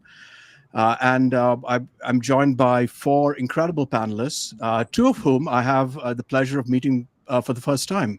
So why don't we start with a quick round of introductions? Carol, take it away. Hello, everyone. Thank you for having me here. Congrats, Val, for putting everyone together in this incredible summit. I'm Carol from Area Bitcoin. Area Bitcoin is a Bitcoin school that started in Brazil in Portuguese in 2019. We started to produce educational content here in Brazil. Instagram and YouTube are really popular. And we started creating content at that time. The project grew a little bit around here. We learned a ton of things. We learned a lot about Bitcoin as well through the process. And from that time until now, if we put together all of our followers through all social media, we have around 400,000 followers. So community building is a huge challenge, and it's something we love to discuss as well. So I'm here to hear and to learn about community building with everyone here. And our main focus is to help people get out of the fiat mindset, opt out fiat mindset, and go into the Bitcoin mindset. Thank you, Carol. Reina, why don't you go next? Thank you. Hello, guys. Good morning. Good afternoon. Thank you, Valerie, again. big shout out. I've been connected all morning watching everybody and the other panelists. It's been a great summit.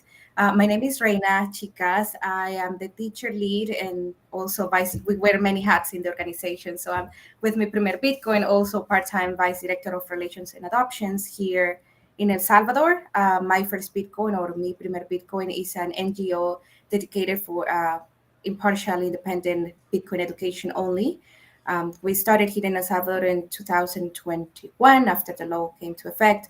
Now we have a network of communities around the world teaching our educational materials. So I'm more focused within the teacher role, onboarding the teachers and helping people also with the creation of materials that are going to make easier the learning process or the teaching process as well.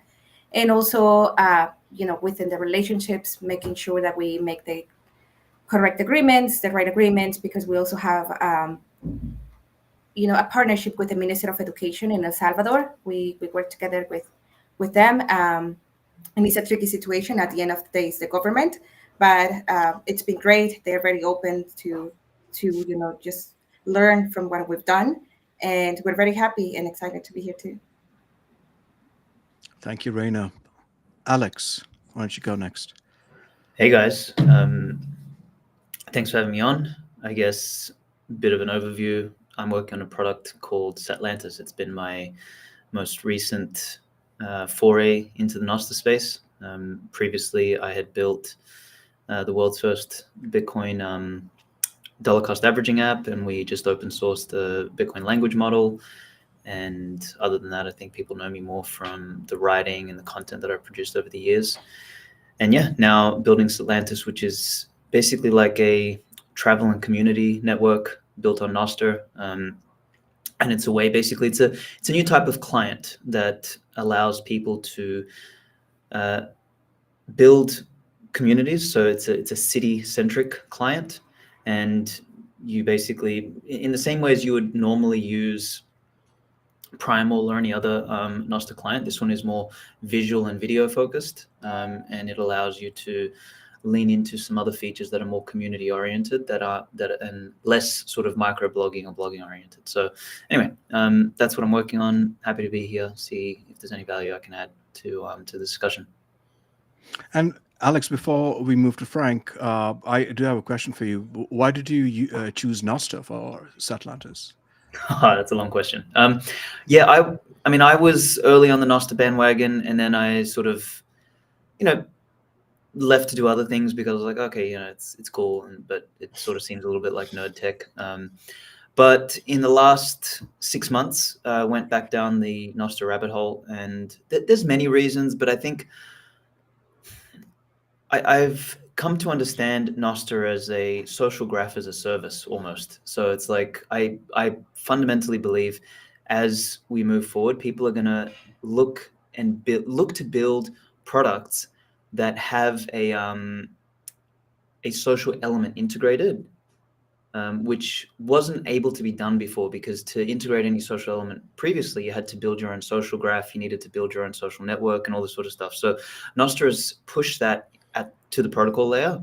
And I think that's really interesting. Now, to add to that is, someone might say, well, there's many better ways to do it. There's people like building Synonym or this or that, or, DIDs and stuff. What I noticed about the Nostr space, which reminds me very much of the early internet, is that the activity that's happening on there, even though Nostr is not perfect, even though I'm sure we could engineer something like perfect if such a thing could exist, what matters more is that there is activity around it, and that there's a community building around it, that there is momentum, and there is a set of standards that are appearing naturally. And for me, that's more important. And that's fundamentally why the internet took off, and also why Bitcoin took off. Like, Bitcoin's not perfect. There's a bunch of like weird things with it that are legacy that we'll never fix, but that's the thing that captured the network effect. And I think Nostr, by far of all of these new identity protocols, which is basically what I look at it as, it seems to me that it's going to be the best one. But anyway, that's my attempt at a short answer. Yeah, no, and that makes complete sense, right? The portability of your social graph, meaning all of your followers that Nostr allows you, is quite remarkable. You can move them from you have the followers you have on Primal. If you start using Satlantis for whatever the use case is, right? You just take your followers with you, and and the beauty is it's an open protocol. So it's all of these clients, even though the use cases might be different, right? In some cases it's social media, and in other cases it could be something completely different, but they're all interoperable on the same protocol. So that is the power of Nostr for sure. And we'll get into that because in a little bit, because I think that changes the game in my mind for audience and community building, and for creators, big time for creators big time. too. Yeah. Absolutely. And Frank, why don't you give a little intro? How's it going, everybody? My name is Frank Corva. I'm the business correspondent for Bitcoin Magazine. Just started there. I write for Forbes as well, Forbes Digital Assets, and I document a lot of what goes on with Bitcoin adoption around the world, whether it's within circular economies or the way that activists or people are using it within authoritarian jurisdictions when they get debanked by their leaders. I do some work with some of those activists behind the scenes as well.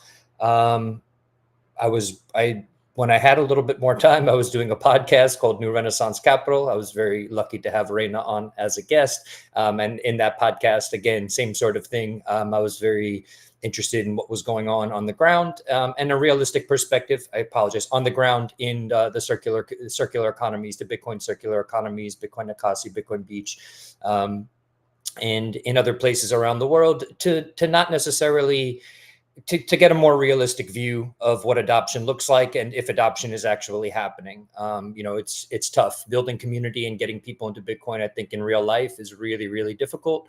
And so I was curious to see what was working and what wasn't working. And a lot of that inspiration came from the fact that I've lived in small communities in Venezuela and Ghana, I've been a part of subcultures in Japan, living there, Namibia. So I've lived all over the world. I know how hard it is to sort of build communities and work with people. I spent 12 years teaching. I worked in social services for a while.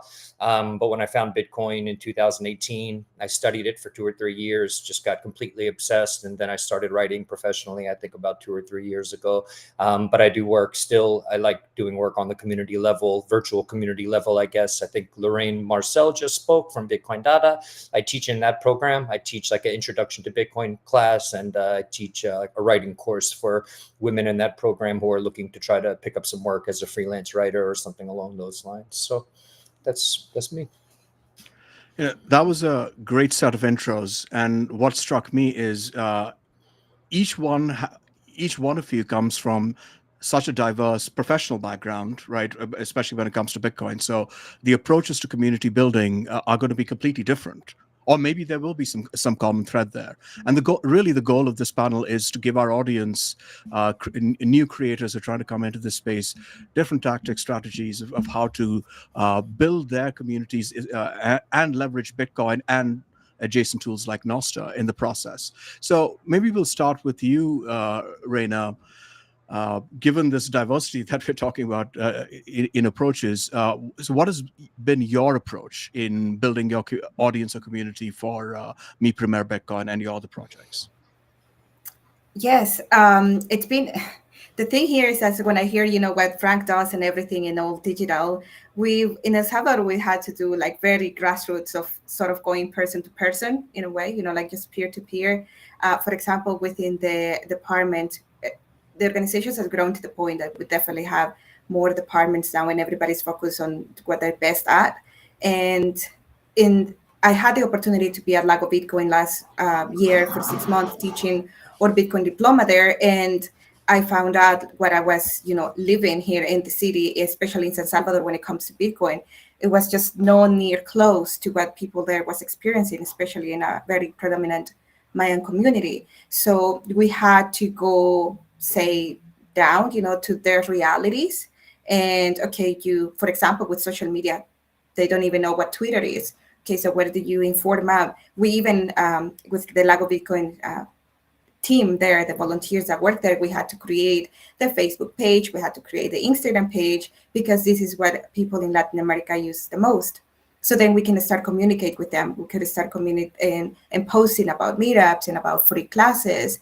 And the same here, it goes, I think the most important, especially, with social media, and then you post and then eventually you want to get some recognition, is the real proof of work that you are going to show. At the moment, and I can see it sometimes, really cool stuff happening around the world. And if you want to base that, right, like if you want to measure impact, and you're like, oh, it's just 1,000 views. Yeah, this is, I mean, we feel, I think, sometimes the bubble, because we hang out with a lot of Bitcoiners and this is what we consume, but the rest of the world really doesn't. So if you put the real proof of work, and then we go to a meetup and then we tell them this is what we're doing, and then they scroll through or social media channels and see, oh, this is what people actually do. Like they have this project, and then they have this alliance with the Ministry of Education, or they've taught, for example, at Mi Primer Bitcoin last year, we taught over 25,000 students in person in different schools. I think sometimes we gotta be better at communicating, because we're just so busy, just trying to teach. So I think focus on what you want to achieve, focus on what your mission is, focus on the purpose that you and the value that you want to go. And yes, take the moment to post it, or to even to document it for yourself. Document it for yourself, so then you're gonna find a better way to put it out there and help others to see it. But then this happened, for example, with the relationships with the government. We've had to have some sort of validation of, we've done this, and we had the MOU with this school, and we've taught 5 different cohorts, everything's fine with them, in order to be able to enter, right, to get in. And yes, what you do is legit, it's not a scam, they see through our programs. And the same, this is a very cool project that we've just started with Lina from the Little Hodler. We're going to start the creation of the curriculum for the younger audiences, and the Ministry of Education is going to be also a partnership, so we can launch this pilot next year at schools. And when we went to talk to them and everything, is like they see us now as a source of information, a valid point of information and validation as well. But it's also because when we stay true to the values, to the mission, you don't lose the focus on what you want to achieve. So then when you go into communities and want to build communities and all these relationships, it feels like it's easier. It's probably easier said than done, but it's easier in a way, say, to sell your product, to sell the organization that you work with, or to sell the mission that you're at. And have you found any particular strategy or tactics, or set of tactics even, that are successful, especially successful for building the audience? Especially successful, it's very tricky, because I think all the scenarios that we had, and probably this is not a good example in a way, but it's just like we just go with the flow in a way. Most successful are definitely sometimes adapt to realities. If we want to teach even just a simple Bitcoin diploma, that is just a basic. The Bitcoin diploma from Bitcoin is just to go from zero, I know nothing about Bitcoin, to something. It's not super in depth. It's just to open you to get into the rabbit hole. But say we want to teach merchants, when they are not very interested in the whole technical part of Bitcoin, so we adapt them to their needs. It's like, okay, what do you need? What's basic? And the first thing that they say is like, okay, I cannot keep all my money in Bitcoin. So what's the solution for that? And then we have to go, okay, there are wallets that have this option of stable sats. So you can transfer some of your earnings throughout the day. There is a lot of merchants in El Salvador that they just go day by day, like week by week is a long shot. They go day by day with what they sell. It's the lady with the vegetable shop. And then when it comes to for example, government relationships, is okay, what are we going to get from the community? So the successful options are to do previous research. Okay, what is what they need? What is what you're going to help with? And what can we afford? We cannot approach everybody, every single entity or individuals within the same, thinking that the script that we have is going to work for everybody. Yeah, I think that a customized approach makes a lot of sense. So, Carol, similar question to you. what has your approach been with Area Bitcoin in growing that community, and anything in particular that stands out to you that's worked better than other things? Yeah, this is a tough question because as a community builders and educators, you can't have just one approach. We want to reach people's hearts and minds. You need to have multiple approaches. And Area Bitcoin started in like an online school, like online content, nothing in analogic, real, physical realm. So we need to fight with algorithms. We need to reach more people as possible. And one of the things that help producers and community builders is two things. First one is to be the more authentic possible.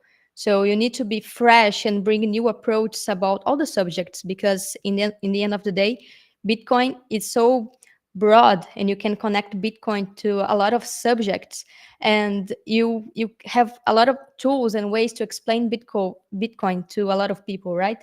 So you need to have authenticity to explain Bitcoin different ways for different audience, and also consistency. So I like the video of Isabella before our panel, where when she said that consistency is the key. So you need to have proof of work, right? You need to do the same thing a lot of times, and you will improve from the point 0 until the 11th time you're doing the same content or the same process you are doing. And another thing that helped me in the process and to reach more people is start simple and then go to complex and more technical, because you never know if your audience in which stage of the rabbit hole they are. So people need to see you in whatever the stage they are. If they are learning what is Bitcoin, how to protect their money, how to protect from fiat ice cubes, how Bitcoin can be a better money, a better system, how they can store their Bitcoin safely. So you need to have all of those approaches, and they will find you in wherever the stage they are. One thing that worked for us too is to have dynamic subjects. So we can connect with entertainment content, we can connect with economic content, we can connect to hyperinflation, inflation, the historic of Brazil, for example. We had a lot of those examples of how fiat money fails. So you need to have that baggage and present this in a fun way sometimes, or in a different way, sometimes conspirational way, so they can see what is wrong with the fiat system. So have multiple approaches is really important. So this would be the first thing to do when you are starting up to build a community, so you can reach more people and different people, so we can deliver Bitcoin for the rest of the world. You know, a consistent theme I'm hearing in both of your answers is, you know, you do want to tailor your approach to different segments of the audience, right? And maybe not completely overwhelm them with the technical language, maybe ease them in. I think, and that makes complete sense. Alex, you know, we've talked, the last two questions have been, or last two answers, I should say, have been about growing a community, right? But there's the other side to it, which is once you've built a community, you want to, or an audience, right? Depending on which side of the creation spectrum you are, you need to retain them, right? Keep them engaged and interested. What has your approach been? And then as you're looking forward to the launch of Satlantis, the upcoming launch of Satlantis, how do you think you're going to approach that?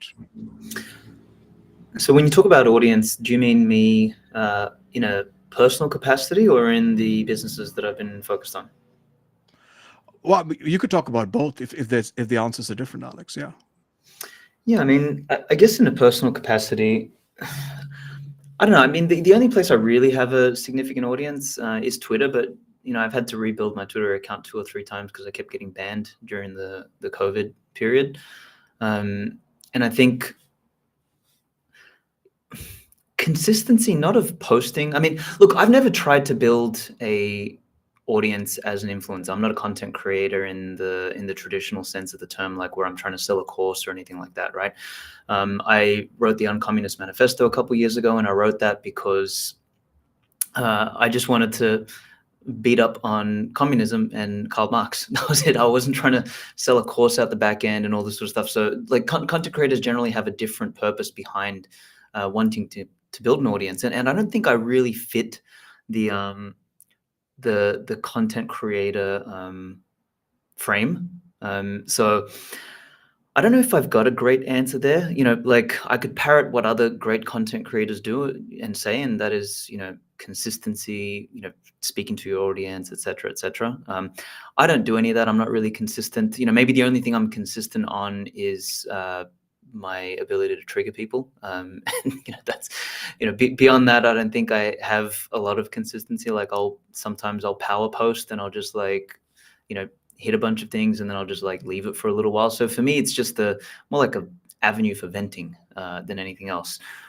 With respect to the businesses that I've been involved with, once again, I've never really tried to develop much of a social presence or audience. Now, that's going to be very different with Atlantis because I really think that the world is changing. We're moving into the age of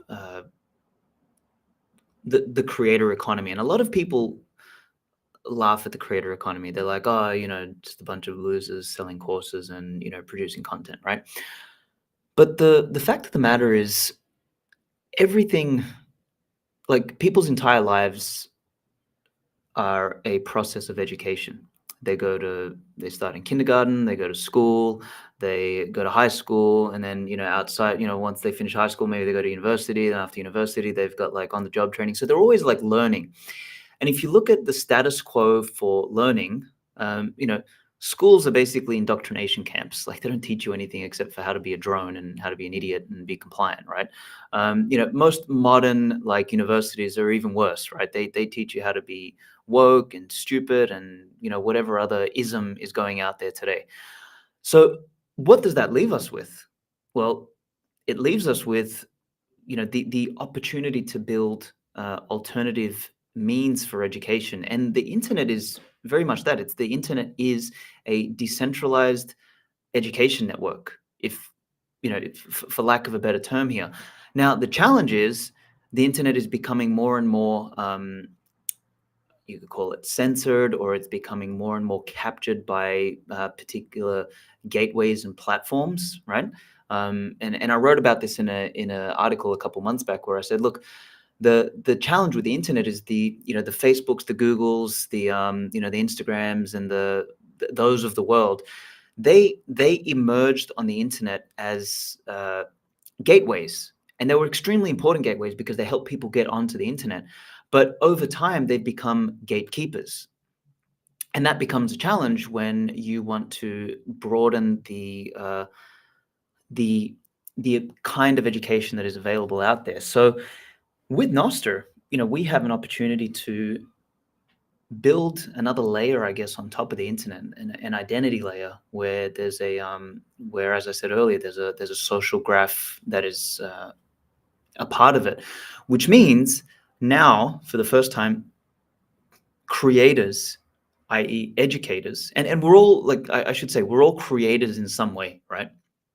Like we all create on a daily basis. If you cook at home, you're creating. You know, if you say anything online at home with your kids, whatever, you're always creating. That is what humans do, right? Content creators just try and channel that towards some sort of product, be it digital or physical, that can be used to teach people about something that they hopefully know about, right? Like the onus is on the audience to select the right kind of content creator that is trustworthy enough or credible enough for them to learn from, right? Like if you go and try and learn about health and fitness from somebody who's fat, you know, you're probably not going to get the best advice, or you're going to be learning from a hypocrite, right? So you want to be very careful about the content creators, or quote unquote, you know, influencers. I don't really like that word. I like content creators better, but you want to choose your content creators carefully. And this is once again where something like Noster, in my opinion, becomes very, very interesting and very, very beneficial, is that, you know, your Noster profile becomes an extension of you. It's like your digital avatar in many ways. And we are already familiar with the concept of a digital avatar through platforms, but now instead of the platform owning your digital avatar and can, you know, kick you off, you actually own it yourself. and you can disseminate that information across a protocol instead of a platform. And you can interact with the protocol through a different set of platforms depending on which one you feel is the best for you, right? So like Primal is fantastic for microblogging. What we're doing with Setlant is going to be fantastic for image and video stuff. So like we're probably going to be, you could think of us as the Instagram for Nostr, right? Like our interface, our posting flow and all that sort of stuff is going to look and feel far more like Instagram than it is like Twitter. And different creators are going to find the medium through which to interact with their audience on Nostr that suits them the best. And for us, that's like what we've been working on Stellantis. We keep coming back to, because sometimes we want to include things like, we should add this and this and this and that in the feed, and we're like, no, let's stop for a minute and let's think about who are the kind of content creators we want to encourage on this platform. Well, that is communities, people who want to showcase farmers markets and travel and like food porn and restaurants and cafe and all this sort of stuff, right?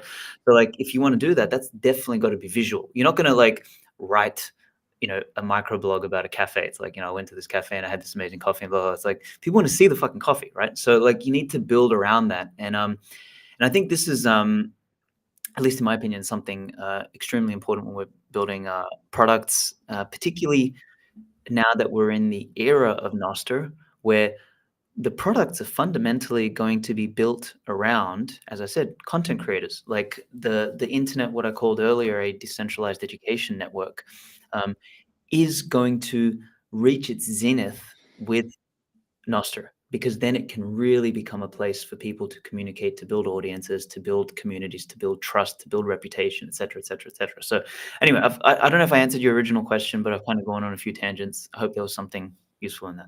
No, this is great, right? And we heard this in the first two panels as well. The first one where we had Ainsley Costello and Joe Martin Music talking about how Nostr and more importantly the value for value, right? But they tend to go hand in hand. That allowed them to free themselves from the platforms, right? And they control their audience, which they can move around to the different clients. And then we also heard echoes of that in the next panel around platforms and tools. So yeah, that was a great answer, Alex. Thank you. So Frank, the audience retention question, right? And you write for Bitcoin Magazine. You have a podcast. How do you approach audience retention, right? So you've built up, I don't know what the number is. Let's say 1 million people listen to your podcast or read your articles. Not quite that, but yeah, maybe total. So I think generally speaking, people like to be heard. So when people are reading something and they get in touch with you, try to respond. So I think people, this actually, as people were talking today, what I actually was reminded of was not necessarily my time as an educator, but before I was an educator, I was a manager in the music business, and I used to run different record labels. And I was reminded of one person, singer-songwriter from the UK. Every single day from 8 a.m. till noon, he responded to fan emails personally. And I'm not saying that this is the right way to go for everyone, but I think making direct contact with people who are reading your work, thanking them for reading the work, answering questions they may have, doing that to whatever extent you can do it without feeling completely overwhelmed and burnt out. It's a really difficult thing. I'm sure anyone who's doing work like this is getting constant sort of, their DMs are full and it can be a bit overwhelming. But I think the other stuff is when possible, doing stuff in real life or having conversations with people who are reading what you're doing, letting them ask questions, because I think oftentimes we think we know what people need to learn. But then when we actually sit with people and listen to what they have to say, we're like, oh, interesting. Like, that's what you're taking from what I'm saying. And like, I remember when I first started writing on Substack 3 years ago, a woman from, I live across the water from Harlem. She reached out to me and she was like, oh, could you kind of explain to me what Bitcoin is and how to buy it and blah, blah, blah.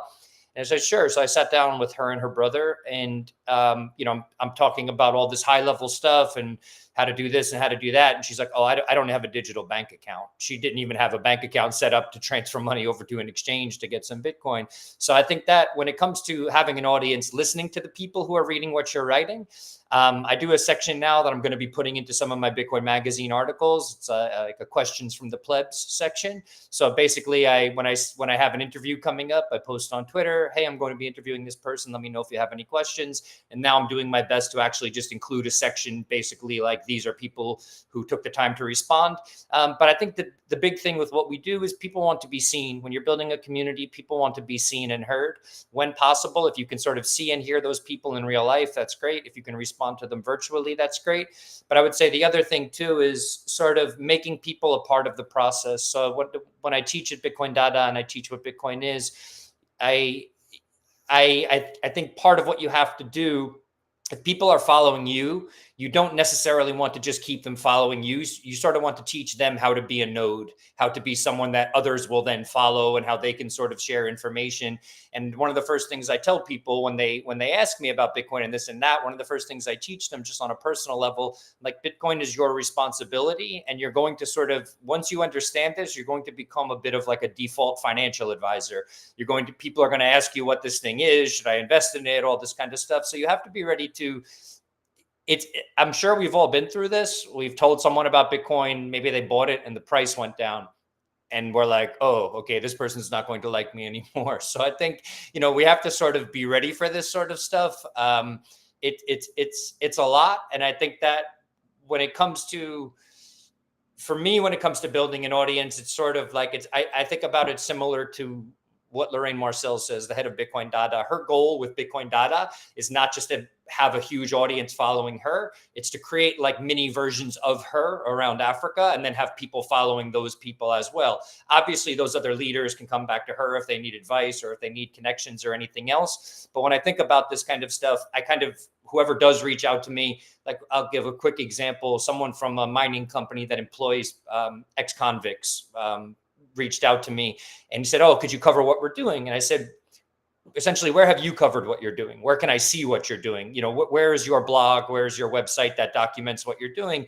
And it's getting people into that habit of like, it's empowering people to sort of tell their own story as well. I think at the same time, they're going to keep following you. You're going to retain the audience because they're going to be, I think, inevitably watching you to see what you're doing to maybe take cues from you. But the other side of that is, I think, getting them to feel a little bit of that. I mean, there's a dopamine rush or whatever of when people like our work. We get something we do gets retweeted a lot, all this kind of stuff. It's getting them to feel that as well. And then again, it's not just like, oh, the person, Frank paid attention to me and Frank writes for Bitcoin Magazine or something. I don't just want that. I want them sort of doing the same thing that I'm doing if they really are interested in this space and they do want to sort of be a part of it and have their voice be heard as well. I think I mostly answered what you're saying. I hope that, kind of hit the nail on the head. That was great. Thank you, Frank. So, Carol, I have a question for you. And if you're trying to build a community or an audience, especially through digital means, right? A lot of the existing legacy tools are algorithm driven for the most part, right? And as it turns out, the most successful audience and community builders out there have figured out how to game that algorithm. I'm not saying this is always the case across the board, but it's a fairly common theme, right? Which means oftentimes they're playing a character instead of being their authentic selves to their audience. As Alex Svetsky has talked a lot about Nostr, and I'm a huge Nostr proponent as well, right? And I do believe we're slowly pivoting to a world where Nostr becomes more and more relevant. So when we're in that sort of free and open kind of protocol or communications protocol, right, where it's not as algorithm driven, meaning there isn't a natural algorithm that exists within the platform itself, like you have with Twitter or with Facebook or others, right? Where if you do want an algorithm, it's your choice, you opt in. So in that sort of almost chronological stream of consciousness way of connecting with the digital audience, do you see a difference in how you or other creators could approach their audience building? Yeah, totally. Nostr is a great tool. And in my view, it tends to grow a lot because people will need Nostr sooner or later, right? So we have seen censorship movements from governments on social media. In Brazil, it happens frequently. But we need to be a bridge, right? From fiat system to Bitcoin mindset to Bitcoin sovereignty. And the same way, we need to let people know how Nostr can be a tool and alternative to traditional algorithms. But in first time, we need to reach those people. Most of the people right now are in traditional social media. They will migrate to Nostr when they need in a censorship movement, or by curiosity, by wanting to share contents, by wanting to receive zaps, for example. Each person will have a necessity. In traditional social media, for us to be this kind of a bridge, we need to use the algorithm in our benefit. So how do we show Nostr to our audience using traditional social media? For example, we did a video about Nostr connecting to censorship and something like that happened in Brazil, and it was had a nice engagement and views, for example. But you need to connect what Nostr and Bitcoin tools and Bitcoin purpose and mindset um, to things that people are already searching in their essence. So like freedom, how to preserve purchasing power, how not be censored, how they can share zaps with friends or share anything with other people across the world. So Nostr can be this tool, but we need to show that Nostr exists, that Nostr is possible, and you can already use it. So I think it's a great tool. It's a matter of time, necessity, and us to reach people and reach them with the to feed them with the arguments that made they view that Nostr it's a possible tool to use. Yeah, love that. I just want to say something, if I may. Please.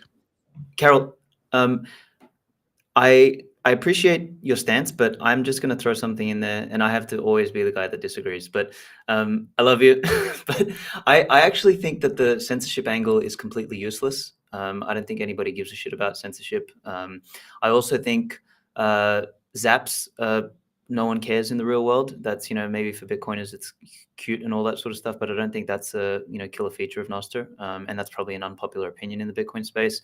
And I also disagree that we should even talk about Nostr at all. I think that the best angle is to talk about there's a new social network growing, and imagine if you could have been on Instagram 12 years ago. So we just need to build way better products and better social experiences and do things that you couldn't do before. So, and I'll give you an example. Again, I'm not trying to shill Satlantis here, but something that we've managed to do is we've created a merchant profile on Satlantis, which is going to blow everybody away. You'll see it in about a month. But it combines the best of Instagram. So you have like your imagery, your curated view, and Google Places. So you've got your reviews from your audience, you've got your information, you've got the ability to check in, you've got all of that. So you basically get all of the utility of something like Google Places, and you get the ability to build an audience on there. That's never been able to be done before, right? Like, so if I'm on Instagram and I'm a restaurant or a cafe, I have to go and build an Instagram account. I have to build a following and all this sort of shit. And then I also have a Google Places account where I might have, so there's a classic one here down the road. There's a bakery called Fairyland in Florianopolis, and they've got 117,000 followers. And they just opened a new location and it's got 5 reviews. Like, it doesn't make any sense. Like, it's completely disconnected. So if you can merge the two together, which we will be an example of a platform that has found a way to do that, people will come not for censorship resistance, not for fucking zaps, not for Nostr, not for any of that sort of shit. It's like, oh, wow, this is the new social network. This is where I can build an audience now. And this is the next one. So we have to position it like in the same way as TikTok was the next thing. Now we have to position whatever is next as the next thing. And that's the thing that's going to get people on.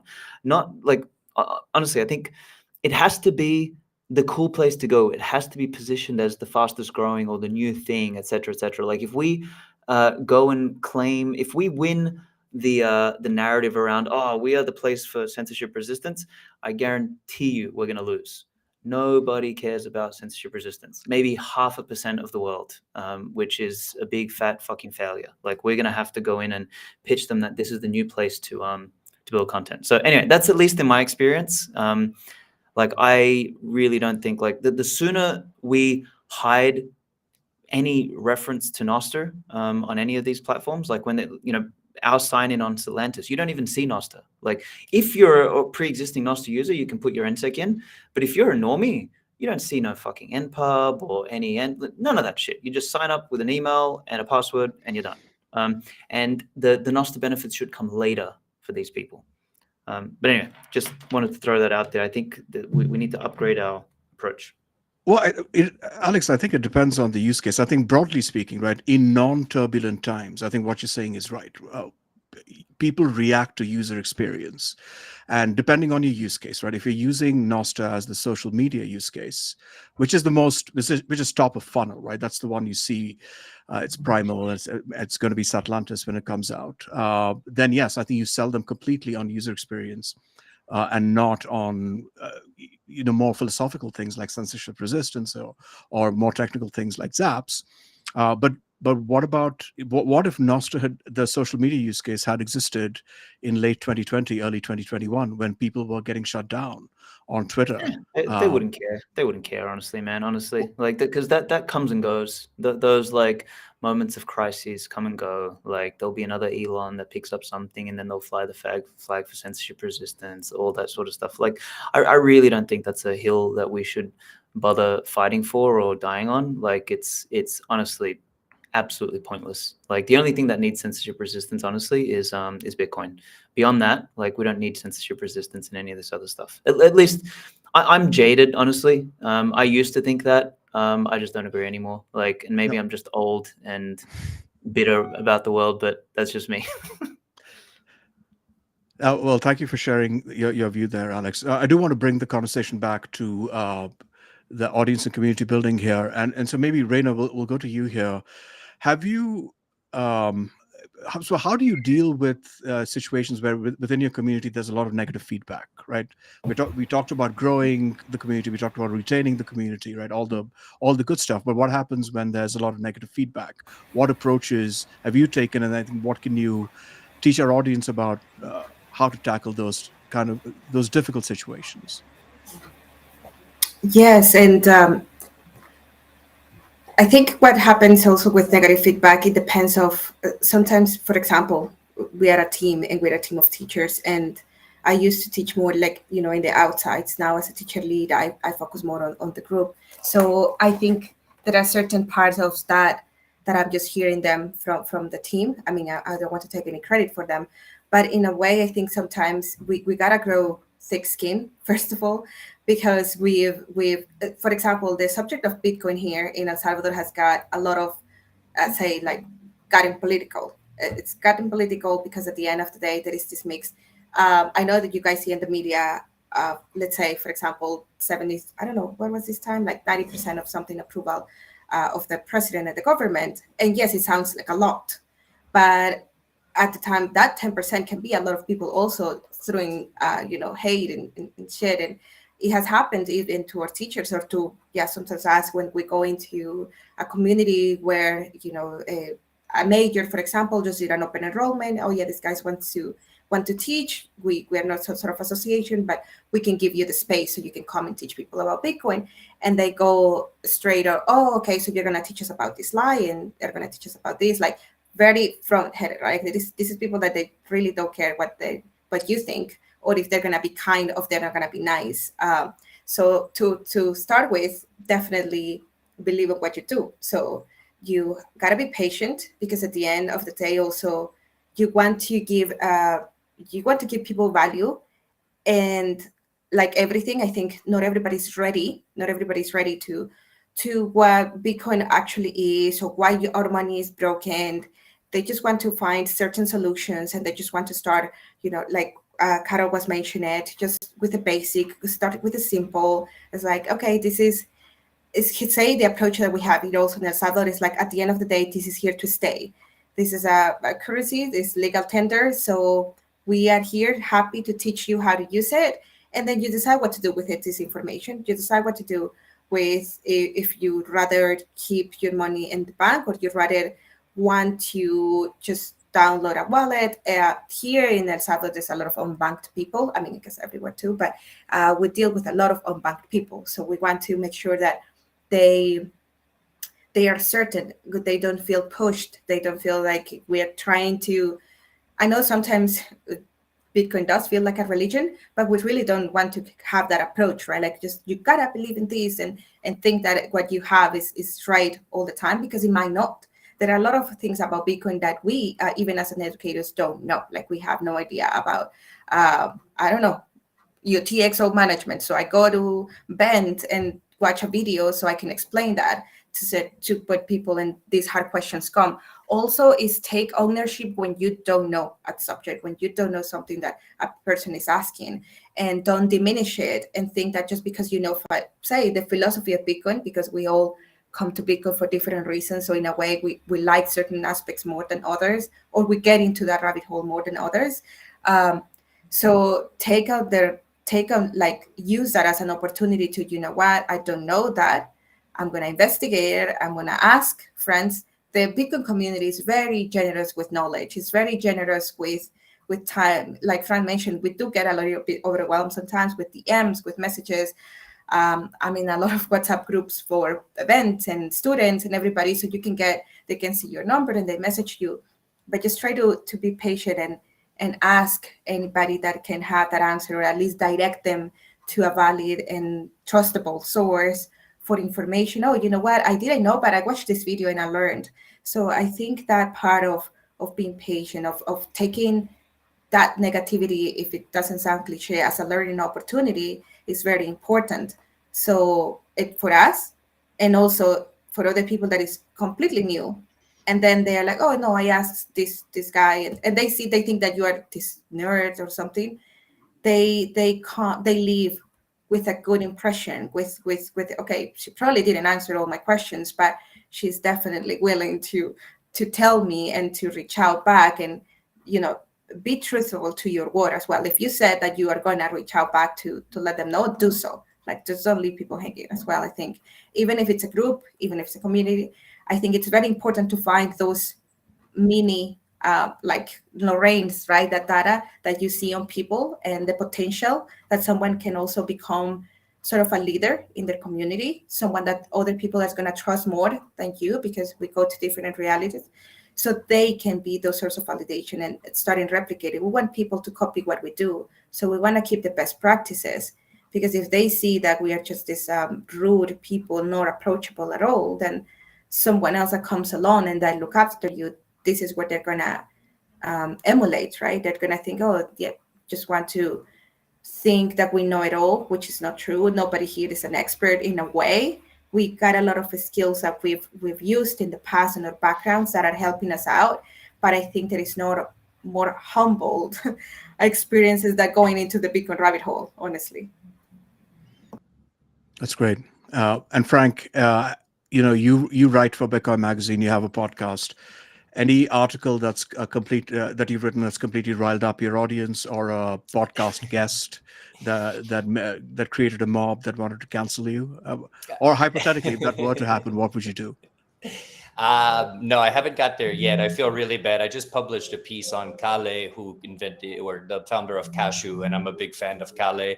And so this is actually really good for content creators out there.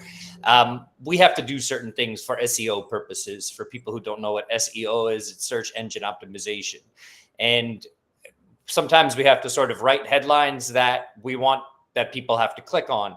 Do I like it? No. The other thing that sucks though is if you write something that you really like and then no one reads it, that sucks too. So it's sort of like a double-edged sword, the game that you have to play. It was not, and this is Kale knows this now, it was not my choice, but someone at the magazine wanted me to include the fact that eCash can also be used on CBDCs in the title. And I was like, please don't do that to my piece. I don't want to write the word CBDC in my title about Kale and blah, blah, blah. And at the same time, we ended up making a change, but at the same time, you know, I think it was fine. And I think it's a matter of like, if you are a content creator and you are looking to build an audience and you really want your voice to be heard, I pushed back. I didn't really want that to be the case. We did end up getting it changed, and I think that was important. No one really got mad at me. I don't really approach anything I do with sometimes the way I write in my Substack or something, but I don't really try to have like an antagonistic attitude. I do the best I can to try to have like an inviting attitude. And if I do something that sort of riles people up, usually I just sort of apologize. I think what's sad in the space is that there's so much internal division. There's so much like, I think this about Bitcoin and I think this. It's like, guys, we're such a small group of people to begin with. Like the internal fighting is really not helping. It just sort of looks, I don't know, ridiculous in a way. So I think with what you write, depending on where you write it, do everything in your power to stand behind it and to write it the way that you want to do it. There will have to be some compromise. If you're getting paid from an organization to write something, for example, I wrote a piece for Forbes. There was certain information in that piece that they were just like, we can't publish this. I'm not going to get into why or anything like that. But my thought was like, okay, well, I have to think what I want this message to still get out there. So I sort of have to play the game of writing for this place. I've never been canceled. I've never had someone try to cancel me. I also do my best to not do that to other people and to not necessarily pile on when someone is getting canceled. I've done plenty of things in my lifetime that I'm ashamed of and that are terrible and everything else, that I just feel like we're all human in a way, unless somebody's doing something that's like flagrant and aggressive and this and that. I just, you know, I don't really think canceling someone is not the route that I want to take. And I think there's a little bit of karma there. So I've never been that way. When I did get people sort of mad at me, like, why did you say CBDC in the title? I was like, look, Kale, he doesn't work on eCash for CBDCs, but he said, look, governments shouldn't have a problem with me creating eCash on Bitcoin because they're creating eCash. The Swiss government right now is creating eCash on their CBDC. So it's not like he's promoting that. It was just something that got brought up. So if you want to try to cancel me for it, like, okay, like it's just a fact. It's something that got brought up. Did it need to be highlighted in a headline? Not necessarily, but it's just part of the game as it is. So I think that I would say try to treat it from a karmic approach. Try do your best to try to not be sort of antagonistic and aggressive and cancel other people and everything else. And also if somebody does come at you and try to cancel you, if you really didn't do anything with sort of negative intentions, if you really aren't trying to sort of like do something, part of my bad language, shitty, just explain to them like, hey, this is why I said what I said, or this is the way I said it. And then maybe admit, you know what, maybe that wasn't the best way to say it. Maybe I could have approached this a little bit differently. Maybe it was a little clickbaity. And you live and you learn. The same way when you're educating people and they give you some feedback, you sort of realize, okay, I'm not going to do that again, or I'm going to keep my mind a little bit more open next time. So I think it's the way you sort of approach it. And again, try to sort of, I know that Twitter becomes sort of like a breeding ground for like snarky comments, and those things can get sort of blown out of proportion. I'm a big fan of Eckhart Tolle, Power of Now, and he does a lot of, before you type something, take 30 seconds to think, is this what I really want to say? Is this really the direction I want to go here? And I think a lot can change in the world if we sort of just like allow some of the adrenaline to subside and just say like, let me be a little bit more sort of like human or whatever in this interaction with this other person. Yeah, that's a great answer, Frank. Thank you. And I want to check in with our wonderful host, DJ Valerie, if we have time for some closing thoughts, or do we need to wrap? I think we got to wrap, guys. We've got 7 amazing panelists who are waiting in the wings, and I know I'm so excited. But Avi, we didn't get to plug your book and your awesome work, so I just want to show everybody to make sure you guys go follow Avi also. And Avi, you did a little game with this book too, right? Isn't there? Is it still going on? Is a treasure hunt happening in the game? The bounty was found. There was 17 million sats, over $10,000 at the time, and it was found. Wow! Oh my God, dude! We're going to come on the podcast and we'll talk about that a whole other time. But you guys make sure you check out Avi at casanostra.inc. and get his book for sure, because he's the bomb diggity doodah. Yeah, maybe how about 30 seconds from everybody if you guys want to do a final wrap, because I want everybody like one tiny piece of wisdom for 30 seconds. Carol, we'll start with you. Okay, my 30 seconds would be start, don't stop as soon as possible, and you don't have to be perfect at the beginning. You will learn to do it through the way, and trust yourself. And don't matter the haters, they just want your attention. Just keep going. Yeah, right on. Frank? I'm just going to say thank you to Val. Val is a true hustler, a wonderful human being. Avi, you did an excellent job doing this. And I just want to say that I'm a massive Reina Chicas fan. I got to meet her at Adopting Bitcoin. She made me cry when she spoke. I just want to also just say, anyone who has read any of my work or watched the podcast or listened or whatever it is, thank you from the bottom of my heart for whatever attention or whatever, attention you've showed. So thank you so much. Reina? Thank you, Val, again. Thank you, awesome group. I learned a ton from you guys too. Super good to share. I think it's always do it for the right reasons. Always stay humble, keep learning, never take for granted that what you know already, it's the truth. Keep learning and keep encouraging others to also find their own ways. Like the don't trust, verify goes along the way. Like people gotta do it what they think. They think it's the most important. We keep empowering people. And thank you, Reina. Mr. Svetsky, 30 seconds.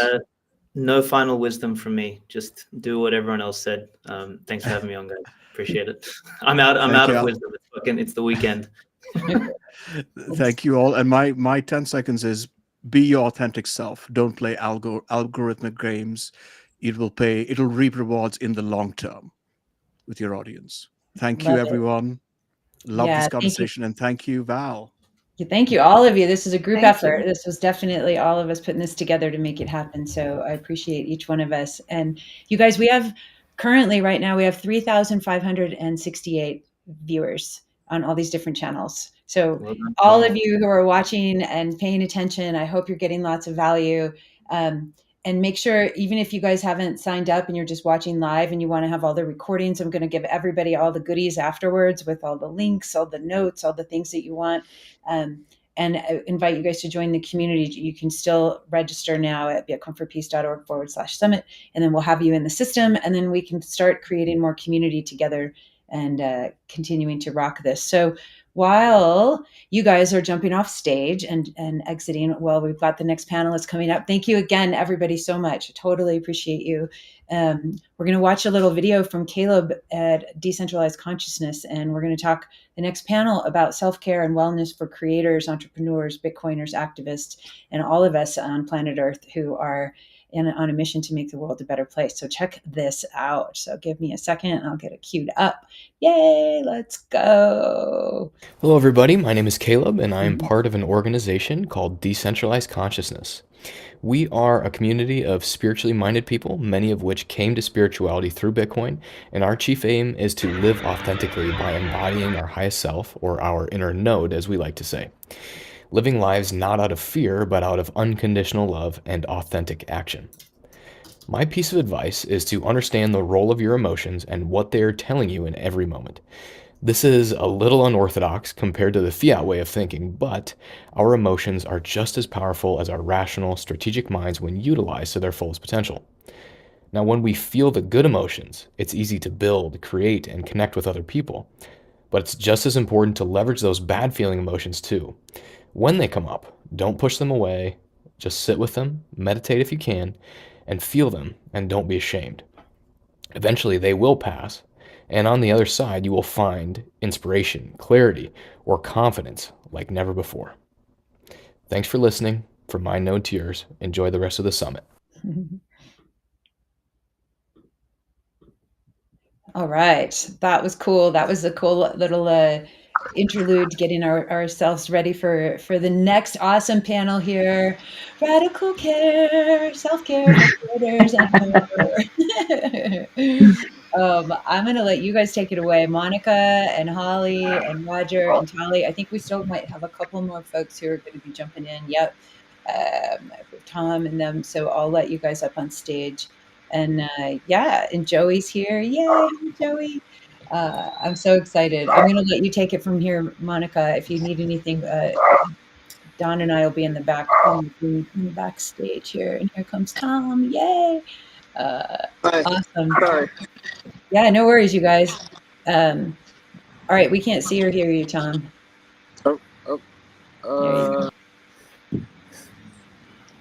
you darn it. go. What do I do? Turn on the video, bro.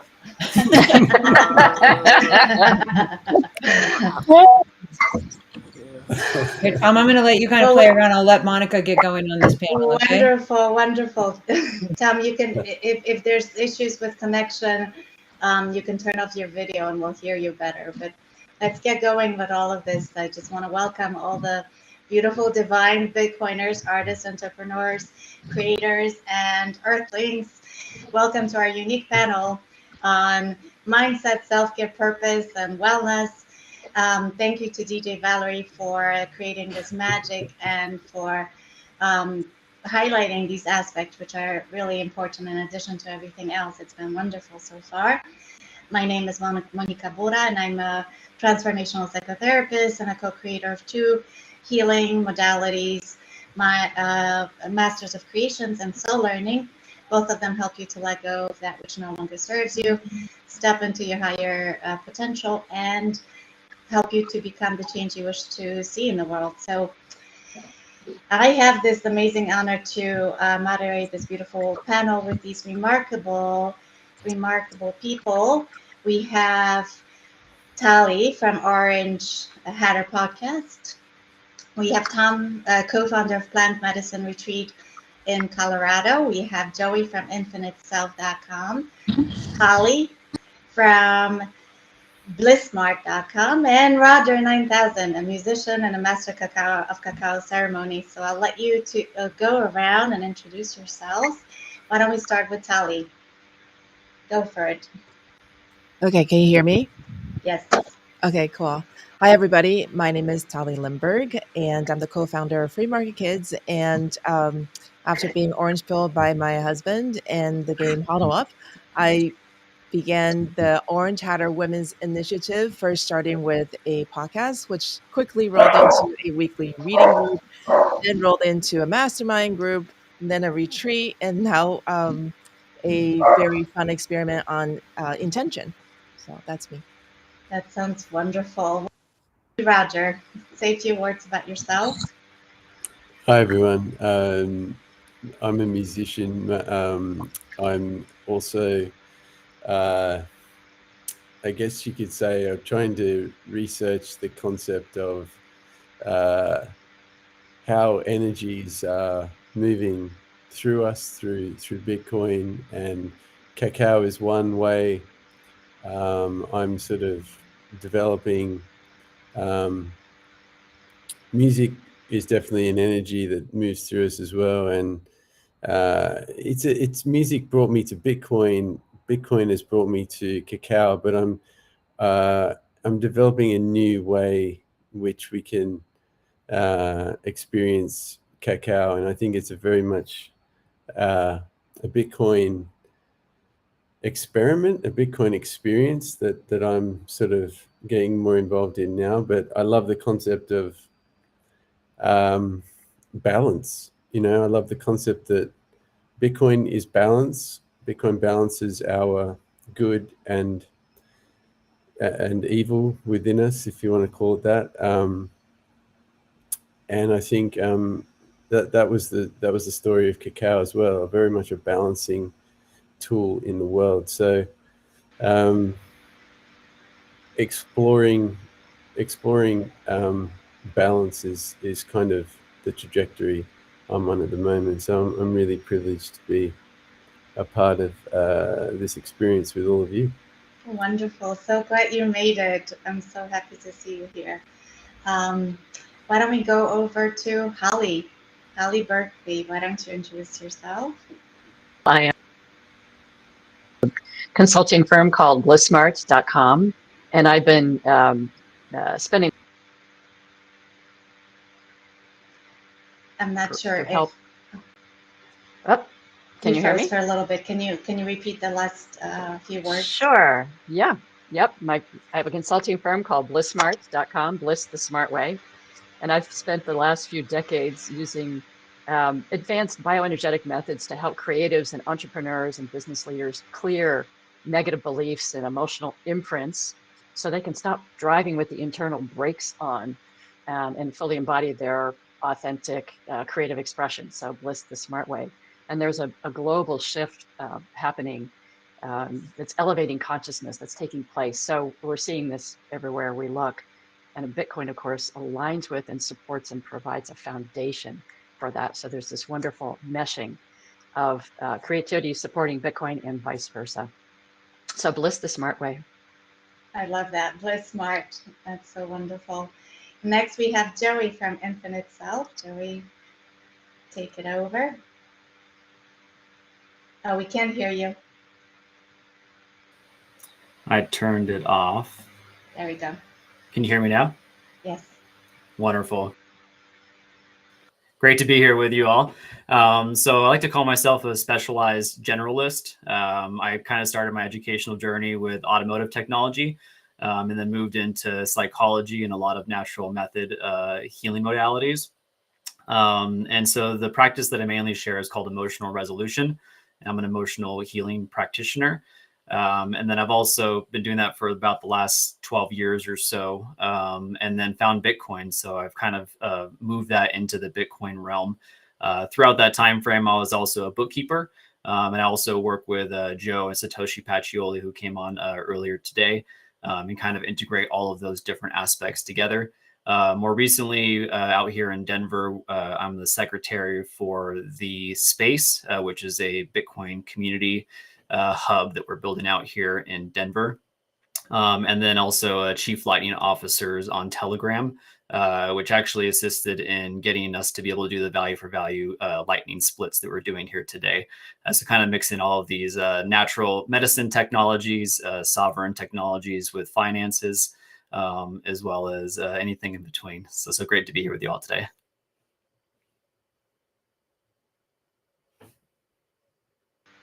Okay, there we go. That sounds like a true polymath to me. Wonderful. I think all of you are. And I think we have Tom as well. I don't see you on the screen, but if you can introduce yourself, that would be wonderful. Hi, Monica. Can you hear me? Is this Tom? Yes, we can hear you. We Okay. can all hear you. My Beautiful. camera's not working. Thank you so much. I'm Tom Tabor. I'm with Montaña Sagrada. We're a retreat center in the mountains of Colorado, and we do ceremonial work. We take groups of people down to Peru to work with curanderos there that do ayahuasca ceremonies, and I'm happy to talk about wellness and plant medicine.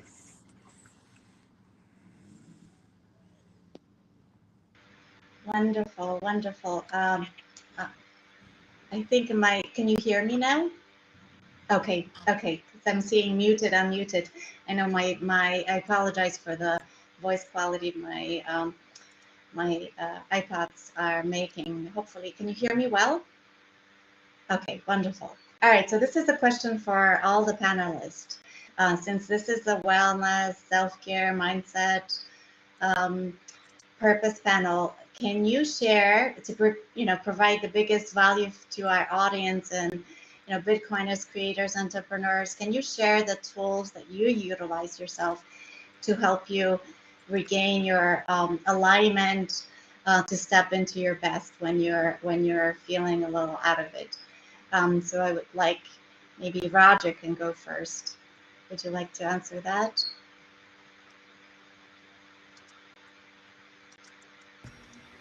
Yeah, sure. Can you hear me okay? Yes. Okay. Yeah, balance.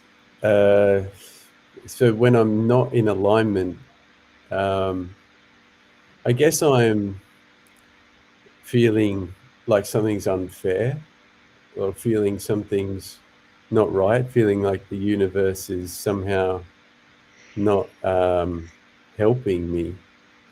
And we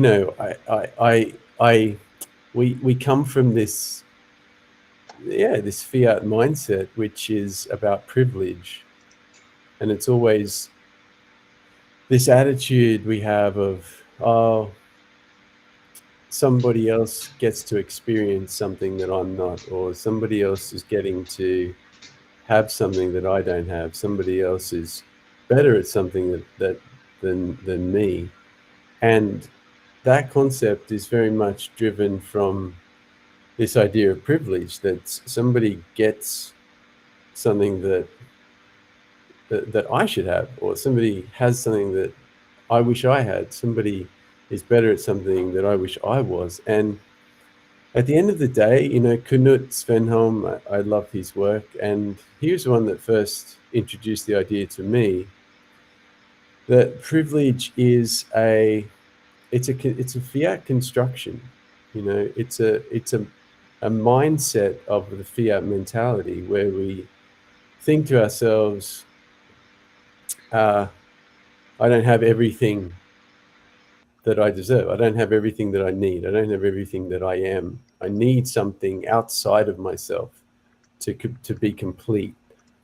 And actually, I think the process of balancing is to come to the realization that you actually already are complete, and that you really do already exist fully, and the path you're on is really the discovery of yourself, and that embodies the feeling that you need to improve in certain areas, or you need to realize certain things, or you need to learn certain things. And that is going to be tough. It's just that process you're going through. It doesn't mean that you actually don't have everything you need right now. It just is going to be difficult swallowing that situation that you're in, but it's just a situation. And whether you're incredibly, whether your situation is full of money, whether it's full of attention, whether it's full of fortune in the way you can do things with your life,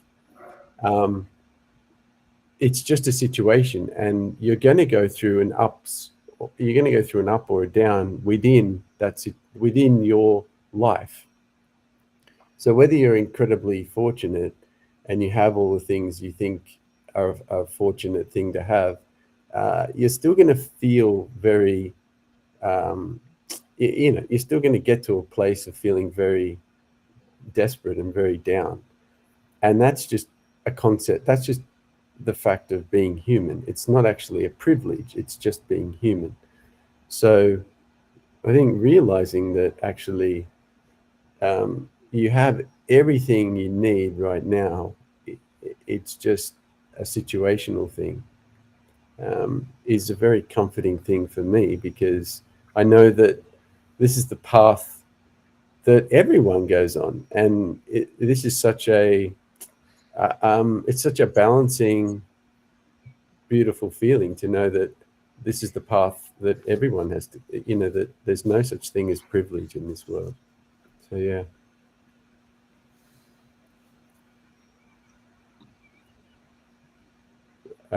We can't hear you, Monica. Okay, there we go. This is, from what I'm hearing, is the mindset, the perspective that you have everything you want, no matter what the external circumstances are. And that's a really wonderful way of looking at life. Thank you for this valuable insight, Roger. I'm noticing that Yoni Appleberg was able to join us as well. He's an author of Abundance Through Scarcity, a psychonaut, a doctor, psychedelics entrepreneur. Why don't you introduce yourself and tell us about who you are, and what are the tips that you would recommend to our audience to realign yourself when you're out of alignment? Well, that's awesome. Thank you so much for having me. This is great. As you can see, I'm not at home. I am traveling, but I managed to find this little beautiful, awesome spot here by that's the ocean. And so, yeah, my name is Yoni Appleberg. I'm a medical doctor. I'm an author. I'm a philosopher. And realignment is it's a it's something that you just it's not something that you can just do. It's something that you work on continuously. And whenever you feel out of alignment, I find that the best way to just is to go back to the routines that you have put in place to continuously work on your alignment, because being on a spiritual journey is about, ultimately the final goal is to find a radical self alignment. And in order to get to that place, which is, it's not really a place, it's more of a process that is ongoing throughout your life, what you have to do is to find the present moment and be true to your primary archetype, and to be able to define your primary archetype and your secondary archetype. And if you find yourself out of alignment with your primary archetype, I find that just tracing your steps back to the present moment, getting back into your spiritual practices, whether that is doing regular ceremonies with psychedelics or meditation, or just going out in nature and being present, whatever works for you. What works for me is to have these practices in place at all times. I meditate daily, I go into nature daily, I have regular psychedelic ceremonies about 2 or 3 times a year. And I find that these practices help me stay on the path towards radical self alignment. Wonderful, Yoni. Thank you so much for these beautiful tips. Tali, what about you? What tools do you have to realign yourself? Yeah, I'm gonna specifically address this question to parents because that's where my heart is. I'm trying to reach through the Bitcoin Homeschoolers podcast, just busy parents who are wanting to be their best versions of themselves so that they can bring out the best version of their children. So when we're talking about self alignment, I think a lot of times I feel so overwhelmed when I hear those words. It's like, oh my gosh, that's so spiritual. And what am I going to do? I only have 2 minutes privacy in the bathroom while my kids are knocking on the door. What can you do? Right. So if you obviously you can't go into meditation, you can't really leave, but you can just count from 1 to 10, maybe 10 times. You're sitting on the toilet, the kids are knocking on the door, you're just like, okay, 1, 2, 3, 4, and to 10, and then count however long you get privacy enough before the kids knock down the door. You can just go outside, take off your shoes, and just ground. That is really healing. And get your kids to take off their shoes, roll around the grass. Um, I think that's something that's really important. And then also just another idea that I have that I try to remind myself, which is um, if you see yourself as a channel, more more as a channel than a giver, from like you are the source giving. If you see yourself as a channel, whether you're channeling from above through or you're grounding below and then up and through, however you want to visualize that, just see yourself as being a channel, and therefore you're not solely responsible for doing everything right, that you trust that you have help, that the energy comes from outside, but it goes inside first and then goes out. So it's just that mindset shift. Another thing is to just realize that if you're feeling really frazzled, you can always, of course, pick up a phone and talk to someone and kind of relate and relive the situation and then ask for people's advice, and in so doing, seeking solution outside yourself from somebody else. Or you can take the same 5 minutes or 10 minutes and just turn your attention inward and ask your inner higher self what you should change about your perception of the situation, maybe your assumptions about the situation, and allow the solution to come out of yourself. Because I think we're really, really quick to go outside looking for other people's advice, maybe finding a book, listen to an expert or something like that. And I think it's more important that we turn inward and get quiet and listen within. Absolutely brilliant advice. Thank you so much, Tali. Tom, would you mind sharing your tips with the audience? What do you use to come back to your alignment, and what would you suggest to all the creators out there? Sure. When I think about this, when I'm feeling out of alignment, it's when I'm frazzled. Life has kind of become overwhelmed in some way, that you've had too much on my plate, or anxiety about the future, or regrets about the past, or some sort of emotional disturbance of sort, and let myself get taken into that. And I think for me, the thing is to remember is that I guess we can often get caught up on our identity of ourselves, that we are this thing, that we are this presentation we give to the world. And getting back to alignment to me is dropping that story about ourselves, dropping the personal offense about actions that are happening around us, and even within us, even our thoughts that can really kind of consume us and put us into a spiral downward. And getting out of that, a lot of times it's quiet time alone. It's actually getting into a calm space and allowing myself to just breathe, relax, and I think step back from it all and go, hey, this is my one life on this planet, and how am I going to spend this time on this planet? Am I going to sit here and worry myself to death? Am I going to sit here and be consumed in thoughts, or am I going to breathe and actually recognize the experience I'm having and really dive deep into that and feel more into this world and the beautiful gift of this life that we all have? So I think in terms of practices, I think there's a wide variety of practices that work for people, and all of them can take you to better places, and some will be more effective than others. So I don't have much advice on that so much as just realizing that this life is a gift, and the way that we choose to live it is our gift back to life. That is so beautiful. Thank you so much for this beautiful wisdom. Holly, what about you? What do you do to realign? What do you suggest to your clients when they come to see you? Well, one of the things that I love sharing with folks is, the true expression of or alignment with our authentic creative nature arises from two crucial components of who we know ourselves to be. 98% of our reactions and our behaviors um, originate in the subconscious, the storehouse of all of our experiences and the beliefs that are imprinted as a result.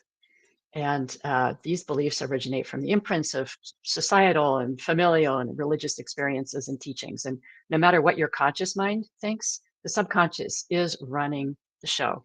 So unless you clear the beliefs that are working against you, like I'm not enough, or manifesting as a struggle, or, this is what success is supposed to look like, they act as brakes on fully embodying your creative nature.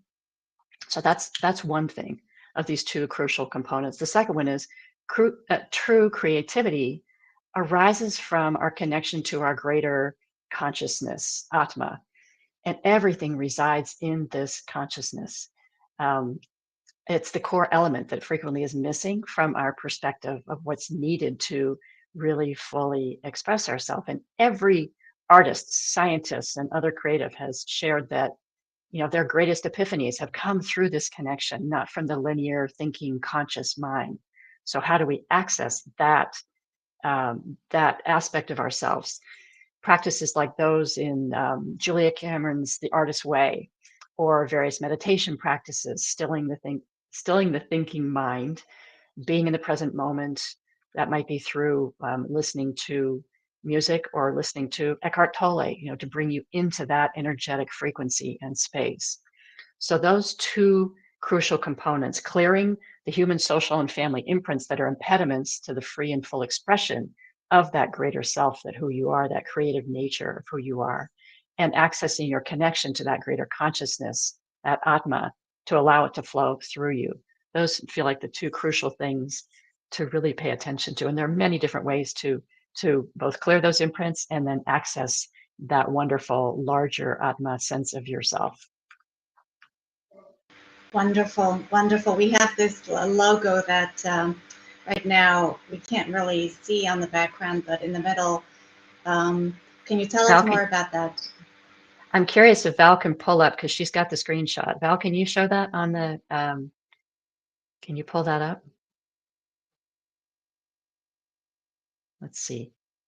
So it's three components. Basically, you're looking at that little top section there, and it's that core element. Atma is pure consciousness. It's the seat of the soul. It's the life force energy that informs, that brings into form and infuses the human experience.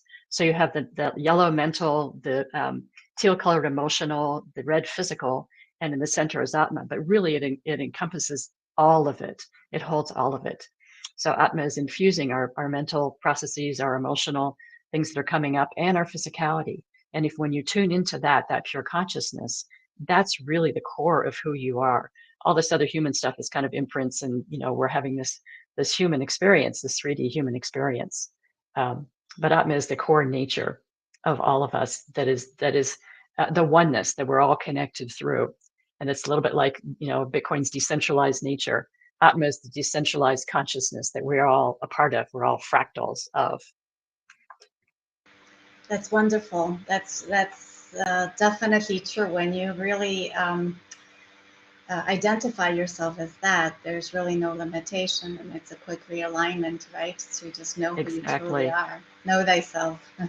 Yeah. Right. So I think we also have Joey here. If you can share your tips, what is the quickest way for you, and what is it that you suggest for our audience? Yeah, definitely. Absolutely love this. I mean, we're kind of seeing right now that wellness itself is naturally decentralized.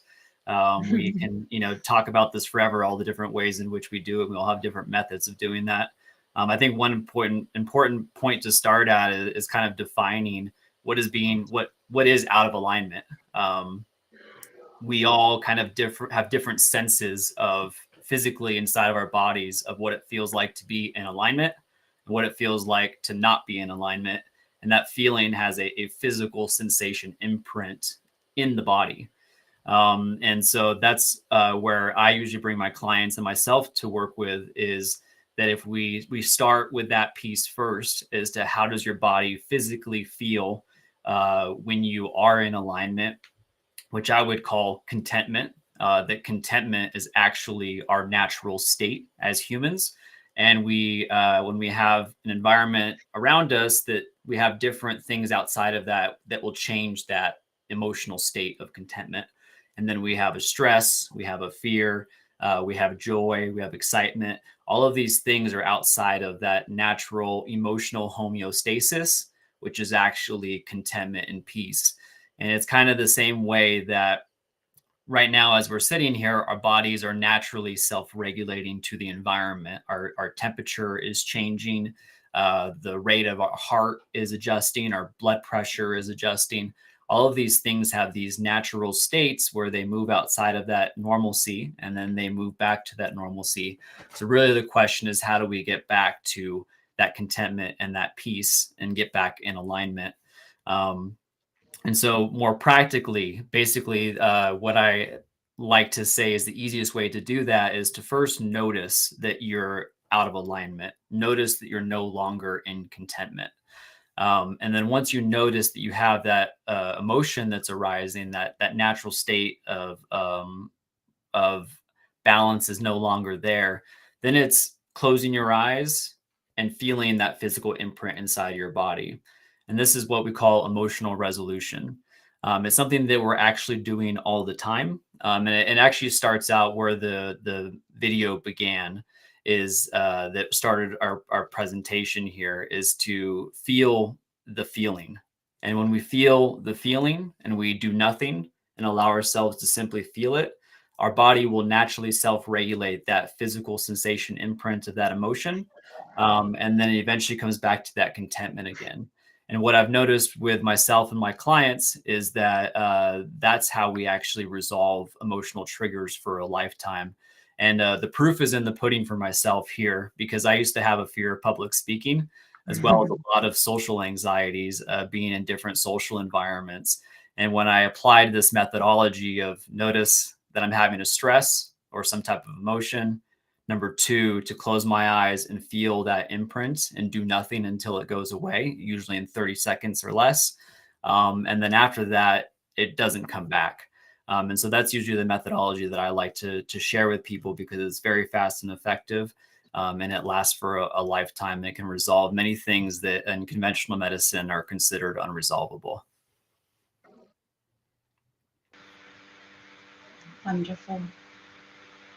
Wonderful. That's remarkable. It's similar to what I utilize with my clients when they are in distress. I ask to locate that feeling in their bodies, and then we move through it with our awareness that we are that peaceful state that we truly are.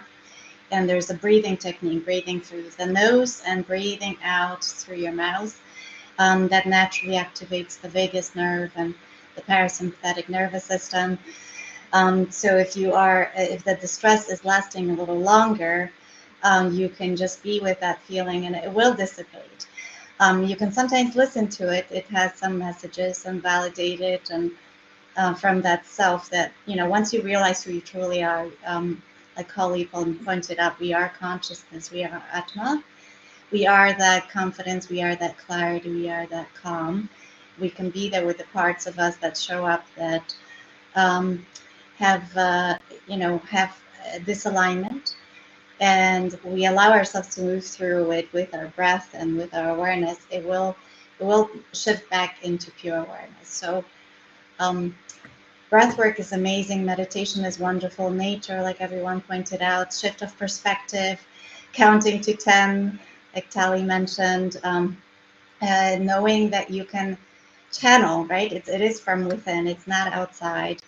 Allowing yourself to tap into your truth so that you can create from that purest potential is really the key, because if we're creating from our parts, from our ego, it will only take us as far. But if we are allowing ourselves to create from our purest essence, it will benefit the whole world.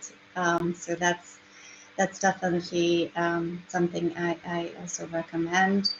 So the second question,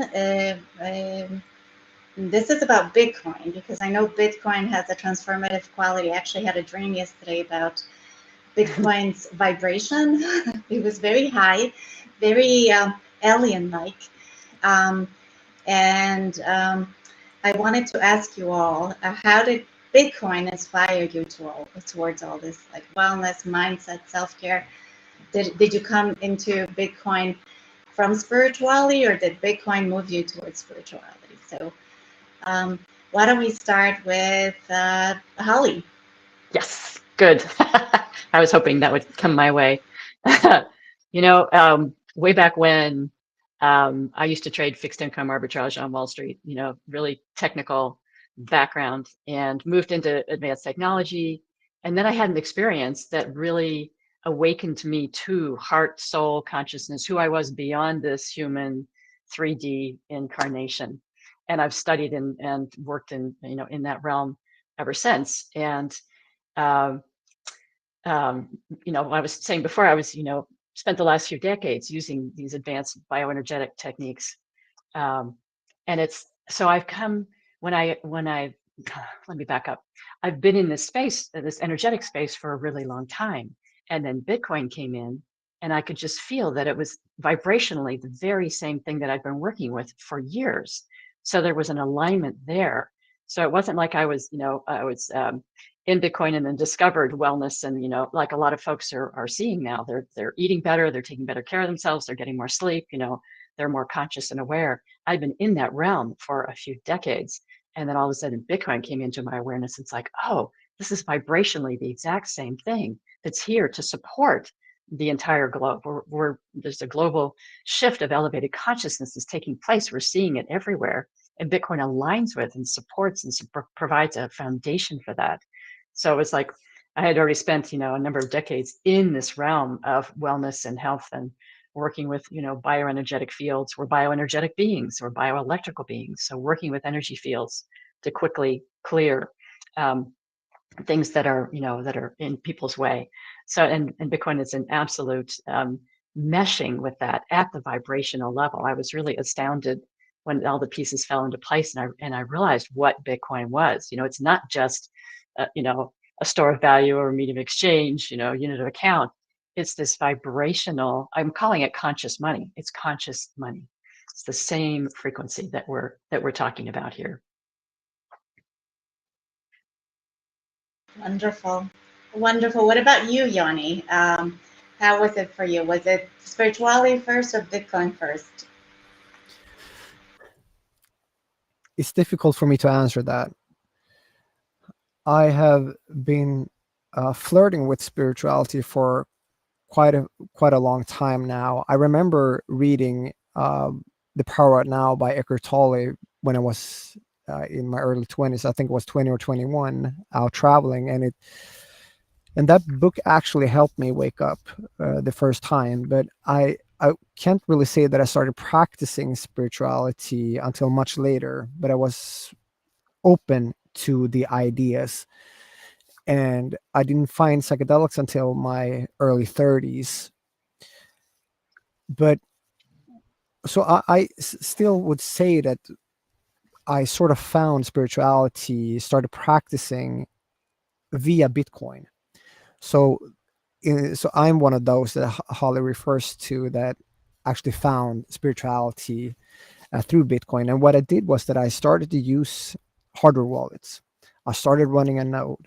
I started going to conferences and meetups, and I expanded my Bitcoin circles. I started to give talks, and these procedures or these practices, they gradually changed how I think, and it made me both socially and financially responsible. It made me a freedom advocate, and more importantly, it lowered my time preference. It taught me to look not just days and weeks and years ahead, but decades, centuries, and millennia into the future, to zoom out on the human project and realize my place in this long arc of humanity. And this led me to make connections with Bitcoin and things like Bitcoin and the Kardashev scale, and how Bitcoin is an engine for our journey up the Kardashev scale. And it helped me to see that Bitcoin has real, not just metaphorical, but actual real psychedelic properties. And then this led me further down the spiritual path of being present, empathetic, and connecting with myself, with nature, and with others, and seeking ego death, and ultimately going on a path of radical self-alignment and defining my primary archetypes, no longer as a medicine man in my tribe, but rather as a writer and philosopher, because I think that I now have discovered that I can. It's very important to keep the kidneys and lungs and hearts happy uh, among our peers. But anybody with a medical license can do that. But only I can offer my unique perspective as a white coat shaman, and help people with ideas and onboard people to Bitcoin. And I think I can have a greater impact in my tribe as a Bitcoin philosopher than as a medical doctor. So it really helped me uh, define my primary archetype in that sense. And that's my way to self alignment, and actually going down that path, and doing, not just thinking, and actually becoming who I want to be and who I see myself as being. Wonderful. What about you, Tali? How did being in Bitcoin impact the wellness and also spirituality aspects of your life? The path wasn't a linear path for me. I spent decades in the Christian church, and I had already started moving out of that to study spirituality in a more general, non religious way. And I had always been very conscious about health and using alternative medicine just because of my Chinese background. And when I came across Bitcoin, I think the biggest wake-up call for me was to question all the assumptions that I had about how the world works. But I was already questioning it from the education perspective. So I homeschool my kids, and from the health perspective, I tended to call my herbalist before I would call a medical doctor if I had any, my acupuncturist. And I would grow my own herbs and things like that. So I was already there. When I entered the Bitcoin space, it just opened my eyes more to, I guess I can say it, the polarity of what we call the fiat method versus the decentralized method. But what I realized really quickly entering the Bitcoin space is that there's this idea that Bitcoin can be a cure-all. Like, it is the answer from the heavens. And if we would just hold on to Bitcoin, then everything is going to be okay. But if we really stand way back and look at the energetic field as a whole, and we look at currency or the concept of money as energy, right? If we look at the energetic field, everything is energy. So Bitcoin's energy, and the US dollar is also energy. So if you think about it from the idea of the law of attraction, energy is going to flow to you the way you attract it. So let's say you enter the Bitcoin space and you're like, yes, Bitcoin is going to be the savior and fiat is terrible. And then you get down that sort of the negative spiral conversations about how bad everything is in the fiat world. Oh my God, the government's printing again. So then the question is, where's your vibrational level then, even if you're holding on to Bitcoin? Let's say you're hodling, you're doing your DCA, and you're just like, yes, I'm going to hold on to Bitcoin because it's going to answer all my questions or be the solution to all my problems. But really, what are you attracting? Because honestly, I feel that you can be poor in US dollars and you can be poor in Bitcoin as well. And so I'm sort of now combining all of the things that I've been really interested in energy and in just really examining my assumptions about what is right and what is wrong, and then also looking at Bitcoin from a energetic point of view, and just trying to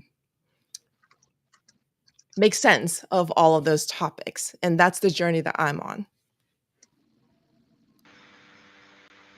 We have some comments. Everyone's really being moved by your statements. MS BTS, I think, is saying they would love to contribute to this conversation. And so wonderful to hear all of that, because it really is vibrational. A lot of it is vibrational. You get what you are, not what you want. So it doesn't matter whether or not you're a Bitcoin or a fiat. And it ultimately, well, Bitcoin does shift your perspective a lot on many things. But the vibrational aspect, thank you so much for pointing that out, because that is so relevant. And I think this is why a lot of Bitcoiners still sometimes struggle, because that mindset still remains focused on the contrast instead of utilizing that contrast and moving it towards expansion.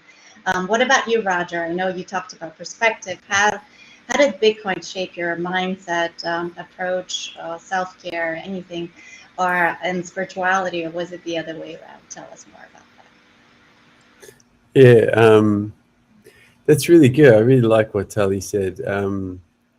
Energy, like so it's really true. Bitcoin, I think there is this very strong belief that Bitcoin fixes everything, or at least fixes most things. But it is true that I think Bitcoin helps you fix yourself. So you have to still pull the weight, and but it gives you something to do it with, and that's the key. That's that little key there that gives you that hope, that gives you that insight into knowing that it can be done. But you still have to pull that weight, and that's what I would call this path into the purification of the self. And that's really the golden stuff of Bitcoin, that it sets you on this I mean, it's a mirror, right? So it holds this mirror up to you, and you start to really examine yourself, because you have to, because in examining the outside world, you're examining your beliefs, you're examining your approach, you're examining your health, you're examining education, and all of the things that make you who you are is what you're looking at very, very clearly with Bitcoin.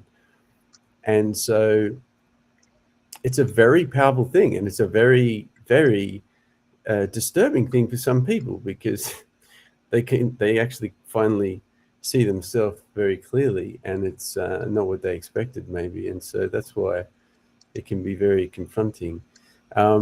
Yeah, for myself though, I was talking about this actually last night with Avi. I had always believed in something different to the world I was being brought up in. And from that point of view, I was always searching for myself. I knew that I was actually always searching for Bitcoin, because when Bitcoin came around, it just made complete sense very quickly.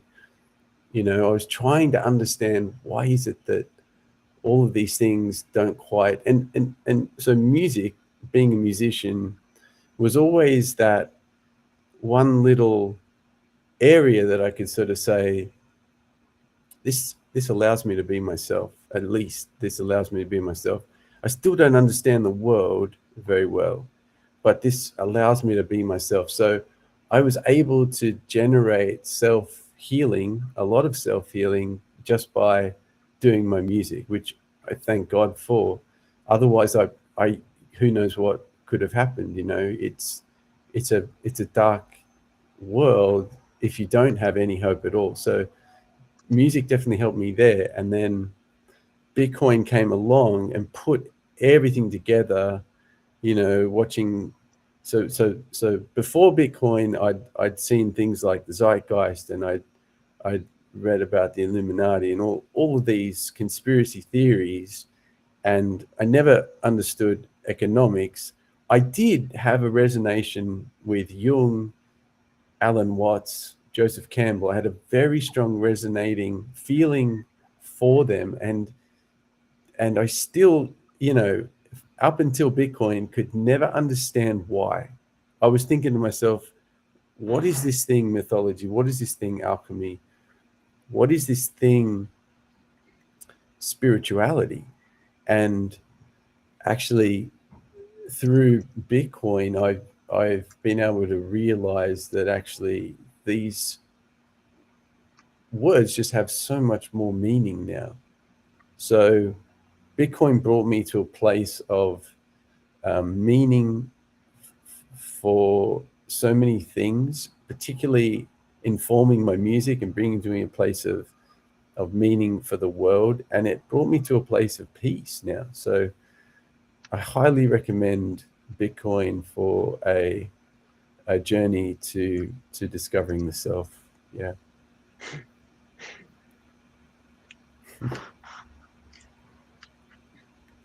My mic. Okay, there we go. We have 5 minutes to go. So Tom, tell us about you, and I want to also hear from Joey what his thoughts are, if we can manage to fit it all in. It's just our time flies when we get together, because it's always so beautiful and insightful. So go for it, Tom. Okay, thanks, Monica. I'll try to be quick. For me, the healing path started about 20 years ago, and for me, it was just I was kind of an odd duck, and I didn't know why that was. I thought it was some problem with me, or maybe a problem with society. I think it's a problem with both, actually. So part of it was discovering more about who I am and how I interact with the world. But then also there was something that wasn't true about the society I'd been taught, that society wasn't exactly what I'd been raised to believe, either by my family or by society in large. And so along the way, I've done lots of different things to try to figure myself out and society out as I've gone along. And then Bitcoin, it actually changed my whole perception of really how society works. That society, we kind of have even though we live in, most of us here are in the Western world and have this somewhat privileged lifestyle compared to the rest of the world. I mean, we really do. And yet we see cracks in our society that things aren't quite going right. And there's a lot of reasons for a lot of blame that can be thrown around, but Bitcoin really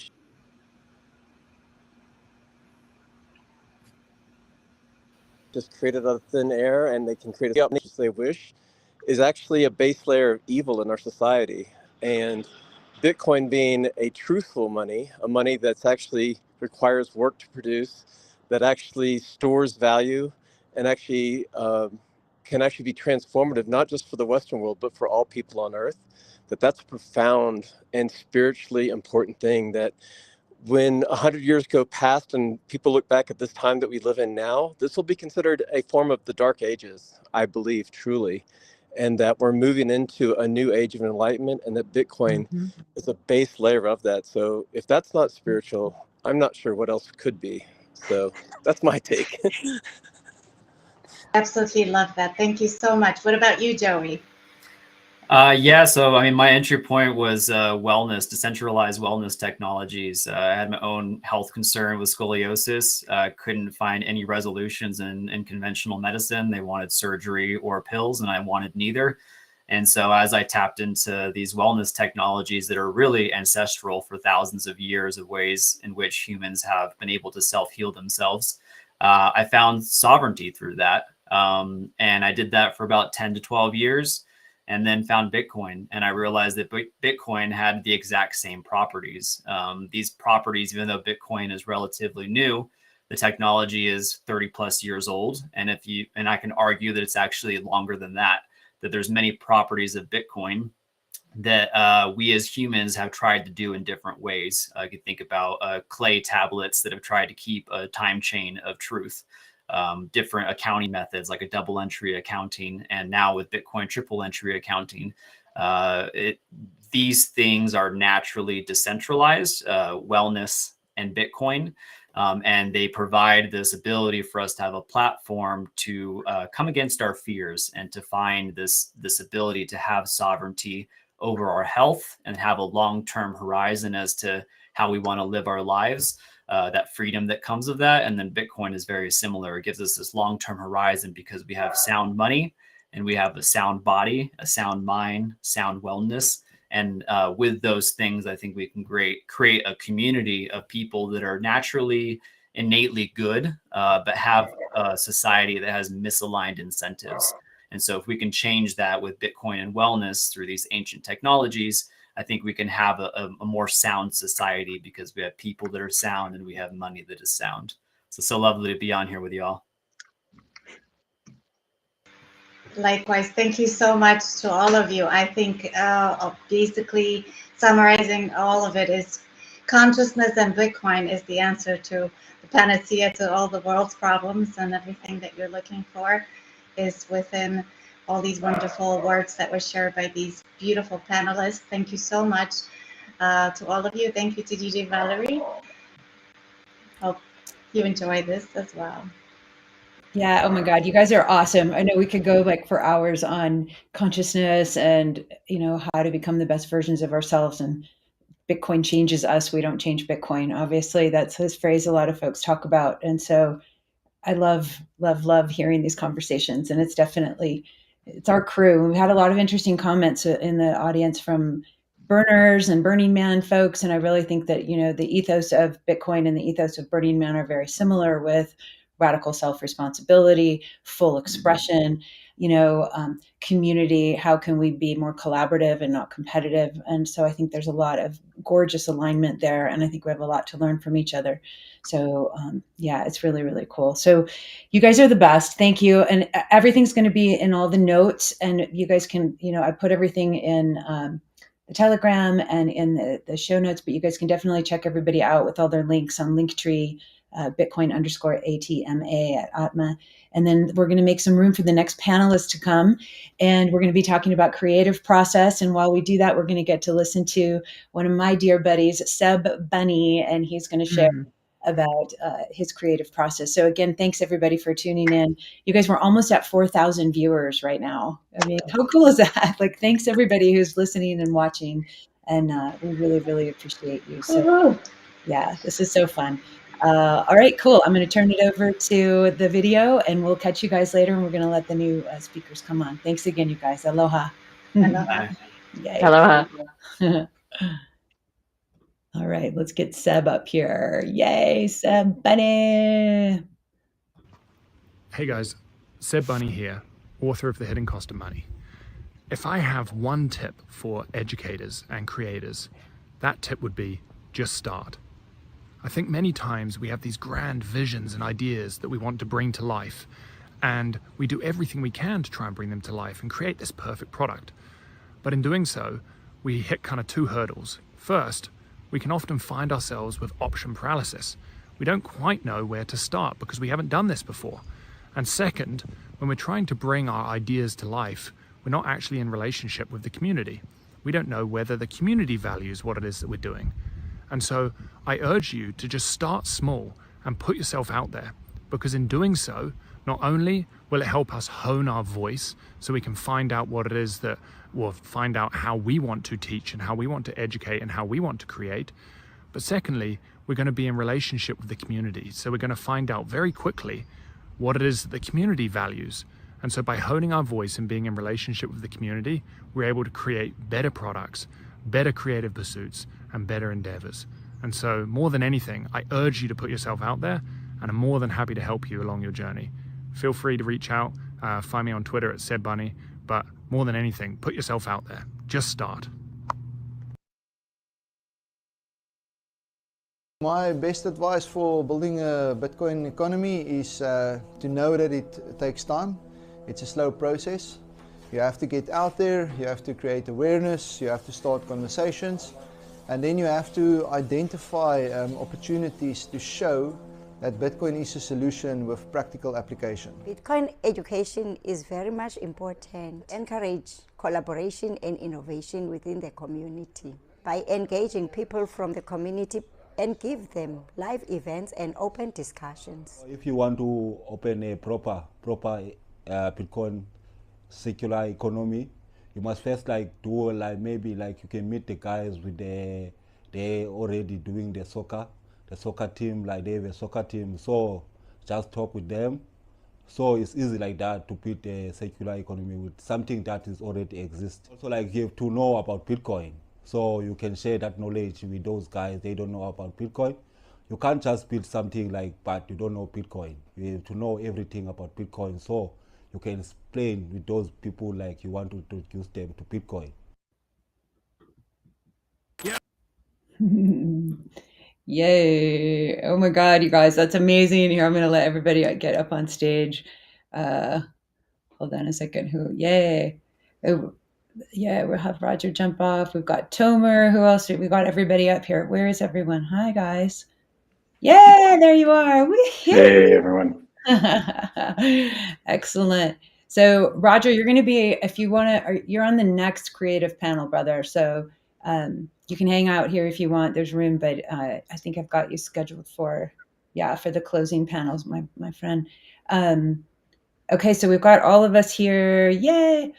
Is there anybody else? Oh, I think Camilla said she had a family issue that came up, so it's just going to be us right now. So, and I'm going to be moderating. So, Sally, in the background, if you don't mind doing all the captions and all that kind of stuff, if you're able to help out, I would love you to do that, and that would be super cool. So this is a creative storytelling panel, and also editing and how to grow an audience with let's see, the coolest art inside little packages that people collect. So you guys are going to be so excited to hear from our guests. I'm just going to let everybody introduce themselves. Again, I'm DJ Valerie B. Love. I'm the host of Bitcoin for Peace podcast, and we're starting Bitcoin for Peace as a decentralized consulting and education network where people can start to get a hold of people if they need help with onboarding onto Bitcoin. And then we're also going to be doing a Bitcoin story, kind of like Chicken Soup for the Soul. So I want to do a whole series of how Bitcoin changed your life, whether it's articles, whether it's stories, whether it's video, etc. And so that's me. And I will be quiet and I'll pass the mic over to Brandon. Hey everybody, I'm Brandon. I'm founder of Green Candle. It's a media company around traditional finance and Bitcoin. I'm trying to create, I guess we'll call it like the Barstool Sports of finance kind of stuff. So it's my way to orange pill people and bring people into Bitcoin is through that way, fun and easy, digestible info around traditional finance and Bitcoin. Awesome. All right, Aladdin, what about you, brother? So I'm Aladdin. I'm the founder of Bitcoin Trading Cards. Making Bitcoin education as fun and simple as possible. This whole thing was meant to just be able to reach as many people as we could and give them bite-sized pieces of Bitcoin, and more importantly, why Bitcoin is so important, without having to have long, deep, detailed conversations that usually don't go as well as we'd hope when we first start talking to people about Bitcoin. Totally. Okay, and Tomer, you and Bevan are buds, but introduce yourself separately on this panel. Sure. So my name's Tomer. I'm an author, writer, philosopher, and part-time movie maker in Bitcoin. I've been writing about Bitcoin pretty intensely for the last few years. I've had a few opportunities to collaborate with film directors on a few films, and Bevan is one of those co-collaborators. So I'll pass it off on to him. Yeah, hey, I'm Bevan. I started a YouTube channel only about 6-7 months ago called Bit Intelligence, and Tomer and I have worked on some videos together, the most notable being the legendary treasure of Satoshi Nakamoto. One of the reasons, or not one of the reasons, but one of the things that inspired me to start the channel too was all these different AI tools coming out for making videos. So I've been a filmmaker for many years, kind of doing brand related documentaries for a variety of brands in various industries. And so it was kind of me jumping into the AI stuff, being like, all right, how do I, use all these tools to make a different style of content? And of course, I've been into Bitcoin for several years. So it just sort of seemed like a good subject to start making some videos from. And a few videos down the line, I was like, maybe I should start a YouTube channel. And here we are. All right. Awesome, you guys. So I don't want it to go to me. Hold on. I want all of us here. Okay, so super quick. So I want to talk about a couple different things because we've got, some things that I think are very important for Bitcoiners to understand, which is the power of collaboration, right? And so with, obviously with Bitcoin trading cards, ultra collaboration, you guys have completely rocked it and knocked it out of the park, Aladdin. And I want to start there. Then we'll come back. We'll get to with Bevan and Tomer, and then Brandon will talk about some more content creation and getting the word out there in different segments of the world. So, Aladdin, I'm going to start with you, brother, and then why don't you give us an overview of, what's going on with BTC trading cards, and why do you think it's such an important tool for building community and educating the world? And it seems like it's in a very fun and cool, creative way. Oh, thank you. No, I'd say first off, a lot of the, if not the majority of the reasons why Bitcoin is so important, why we're all so excited about Bitcoin, is really because of how bad things are in the financial system and the world right now, wars in multiple countries. So when we get together to talk about Bitcoin, or when I try to orange pill people, I've got to tell them why Bitcoin is so important. Because I'm not the most technical guy. So I go into the reasons for the importance of Bitcoin. And a lot of those conversations are, again, they're built around really sad situations for why we're so excited about Bitcoin. So the community aspect and just making Bitcoin fun, I think there's a big need for it, because these topics are so constant on the derogatory things in the world. It's really nice to be able to take a break sometimes and be able to have conversations with fellow Bitcoiners that isn't just all the doom and gloom. So that's a lot of where these cards come in, is it just allows us to talk on these topics without having to focus on all of the bad the whole time. And the community's been incredible. I mean, it's blown up so naturally And I do believe, I've talked to so many of the community members, a big majority of it is around what I was just saying. They love the fact that they can hang out with other Bitcoiners. They can talk about all kinds of things that are going on related to the cards, but they can do it in a really fun way. And that's been probably our biggest success so far, is just bringing another level of fun to the Bitcoin community that I think we need a whole lot more of. Yeah, we definitely need a lot more. And I remember when you were starting this project, Aladdin, and it was right before the first, or no, it was the second Pacific Bitcoin, you know, and you were like, oh my gosh, and you got to be, I think you were, my podcast was the first time you had done a podcast interview talking about BTC trading cards. So tell me about, you know, you're making, all these different artists are involved, and all these different, you know, characters that you're creating on the cards, and you're, you know, celebrating different people's accomplishments. You're celebrating, you know, the different components of Bitcoin, because it's not just here's cryptography or here's number go up or, you know, whatever. So can you talk about like what it's been like to herd the cats of all the creatives and whatnot? I think I've walked into probably the coolest business or job that anyone could have in Bitcoin, for the fact that I've got a perfect excuse to reach out to anybody and everybody in Bitcoin. So it's really exciting for the fact that it's been able to take off the way it has. And I think a lot of it, it's time stamping and encapsulating like our Bitcoin community and the history of Bitcoin and all the things that are going on. And there's some scary nuances to that, because things change all the time and you never know who's going to go south really quick. So there's a lot of sit back and think way beyond just what most people think. You could just go and run with it. But I mean, I got to meet Tomer really early on and get your book right off the bat in series 1, which was absolutely incredible. These are the things that really, not just Bitcoiners, but it excites people outside of Bitcoin, because they're getting to see the whole ecosystem of Bitcoin.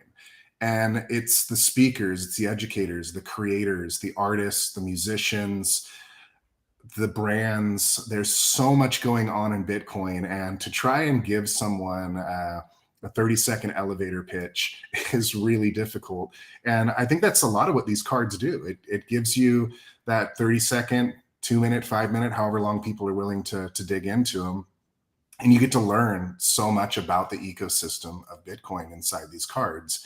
And I think that's another reason why the community is so cool. We get so many people from all over the Bitcoin space to join in, and people getting get their cards signed is like one of the funnest things.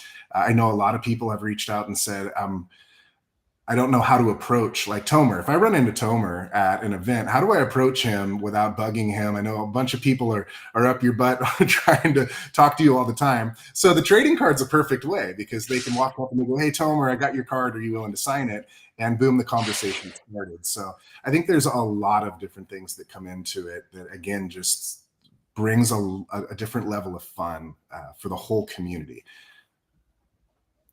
Yeah, it is really interesting too. Well, and I think too, a lot of us were so used to this thing, right? And it's like, okay, everything's digital, digital, digital. And obviously you guys can see behind me, I have, well, maybe you can't, but I have records, and there's so much more fun to touch when I'm DJing. And so even though I love not having to lug them around because they're super heavy and you can only take so many with you, but I think in this digital age, we've lost connection with our tactile sense, you know? And so then having something that we can touch that's small, you know, in bite size too, is very cool and important. And, you know, as a, you know, I don't know, I'm a hippie. Words are my love language. So is art and everything. So I have tons and tons of cool cards that have positive affirmations and different things on them.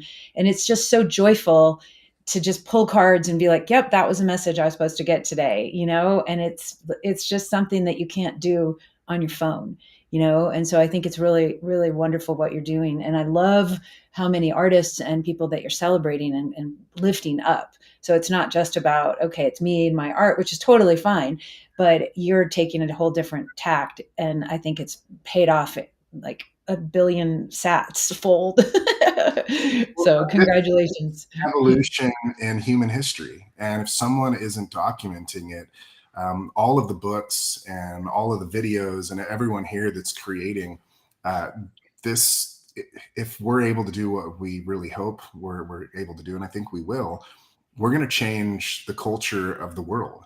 So when we talk about pop culture, I mean, look behind you, Valerie. Everything you have is pop culture, and all of that made such big impacts on the world. So all of us, we are the marketing team for Bitcoin, and that's the most beautiful part of this decentralized ecosystem we're working on. And it gives us all a certain level of responsibility. And if we didn't find ways to timestamp all of these moments that we're in right now, and Bitcoin goes where we all are fighting to make it go, then there's going to be a lot of things to look back and miss. So I think it's really important for every one of us to create as much as we can and constantly timestamp this moment in history, because this is the biggest moves that potentially will ever happen.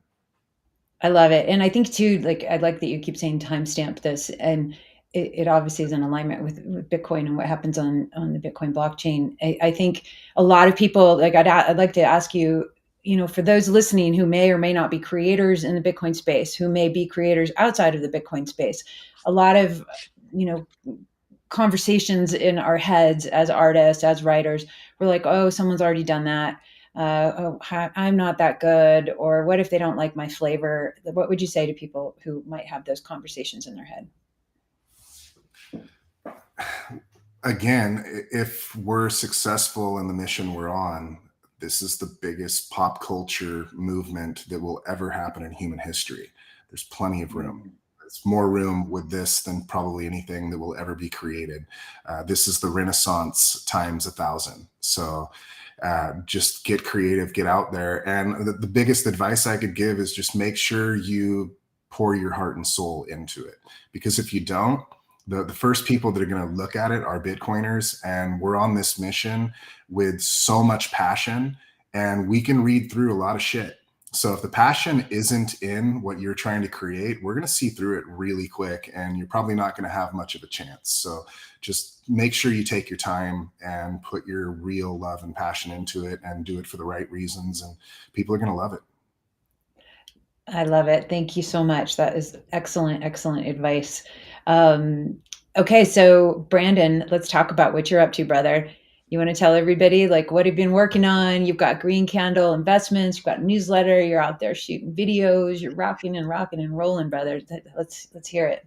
Yeah, for sure. So yeah, I mean, I got Green Candle. I've got a podcast, State of Bitcoin. I've also got a, just a general macro show called Macro Investment or Macro Insights, excuse me.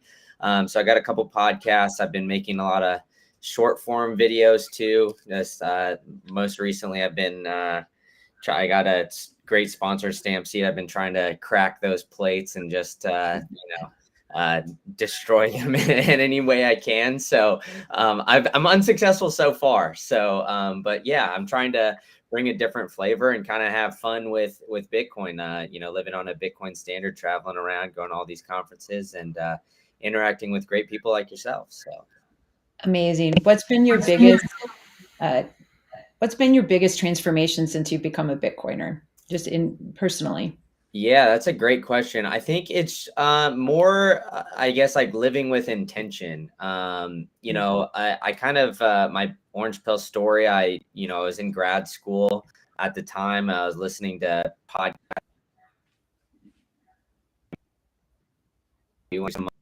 I heard Preston on the We Study Billionaires podcast before he had a Bitcoin only show. Mm-hmm. And I was like, all right, I'm going to start looking into this. And then, when I got my first big boy job, I started just aggressively, buying every single paycheck. So with that, it really, has, I guess, fueled my entrepreneurial spirit. My dad's an entrepreneur, so I think I always kind of had it in me. But I didn't really know what I wanted to do. And so this kind of pulled it out of me. I have like an engineering background. It's not really in the media space or anything like that. But I think I've kind of carved out a little niche for myself here, and hopefully things continue, and we'll be off to the races here soon. And what do you run into? Like, do you have a daily practice as a creator? Are you like, okay, from 8 to 12, nobody talks to me, and I turn off all the alarms and all that? Tell us about your process. Yeah, so I mean, honestly, like I work a lot. So I still have a full-time job, unfortunately. So I usually wake up very early, like 4:30, 5 o'clock in the morning. I go to the gym. That's kind of where how I like to start my day, is just get get a nice little sweat in there, and then and then from there I come back. I kind of think about what kind of content I want to put out for Green Candle, if I've got a podcast dropping or whatever, how I want to like chop up and promote that on various social media platforms. And then I got my job from 9 to 5, and then I come back, and at night I'm usually on Twitter Spaces or something along those lines, trying to interact and just learn. So I think every single day I have an intention to go in and try to learn something that I didn't really know before. Really try to challenge my own beliefs, and I think interacting with a lot of the traditional finance people that I do, they aren't necessarily on board with Bitcoin, but it allows me to kind of deeper, I guess, dig my feet into to what I believe with Bitcoin, and how I think that is the solution to some monetary issues that we have. So that's kind of the main goal that I wake up with. And as of late, I've really gotten into the groove of trying to focus on what I can control today. And because I think I don't know, maybe myself and maybe a lot of other people can relate to this, but I get very stressed out when I start to think about the future, or like things that are very far in advance that I might not necessarily be able to control. So I've really been trying to kind of bring it in, bring the reins in, and kind of focus on what I can control each and every day. And kind of every. I love it. And yeah, thank you so much for that, Brandon. You're breaking up just a tiny bit, so we'll make sure that I don't know if you can adjust, because you're kind of freezing. But Sorry for that. And it's okay. But yeah, I know it's important to understand your audience too. You're just talking about TradFi, and a lot of folks don't understand and they resist. We were talking about this. I don't know, I think it was yesterday, or I forget, and my brain is all one giant soup right now. But just the egos of all of us humans, right? We all have an ego. We all have a worldview, and especially if that ego and worldview got us into a position of being successful and wealthy, or just even successful, it's very difficult to take new chunks of information and say, oh, maybe the way I've been doing things isn't the best or the right way. And so it takes a lot of time sometimes, I think, for TradFi people to understand Bitcoin. James Lavish and I talked about this at length, and he was just like, they are so not into wanting to hear about this, because they're just like, why would you want to learn about something else that's going to rug pull what you've already, been working for you? So it really does challenge your worldview. It challenges your integrity too, I think, big time. And I think once you start understanding that Bitcoin isn't just a number go up technology, it's a peace, revolution, love, freedom go up technology. And if you're on that mission in life, it's like, wow, where have you been all my life? Bitcoin, yay. So I think it's really, really fun to just see how people blossom. And so let's segue to some other blossomers over here with Tomer and Bevan. You two, how did you two jump into a collaboration? I'd love to hear your stories, please. Well, Tomer, you can go ahead. Sure. We met at Pacific Bitcoin. I've met in person every single person on this call at various conferences, and so I'd certainly recommend getting out there. I highly recommend getting your work out there. Many people may be coming from a different discipline. I certainly wasn't a writer when I decided to become a Bitcoin writer, but you put yourself out there. You put out the best that you can. You surrender into what it is that you feel is calling you into Bitcoin, and then you get out there with Bitcoiners and see what gives. There's been hundreds of projects I've started on, some of which I finished, some of which I worked on solo, but the most the most fulfilling ones have been the ones where there's been collaboration. And so Bevan and I had the opportunity to meet at Pacific Bitcoin. He was just getting started. He said he was going to work on some videos. I think I may have given him my business card or some, or some kind of contact, and we shook hands. And then he started working on videos. I gave him permission to work on essays of mine. And when I saw the first few, I was like, I don't know if this is adult only audience, but I was like, holy fuck, this is good shit. And I was blown away. And so we talked back and forth.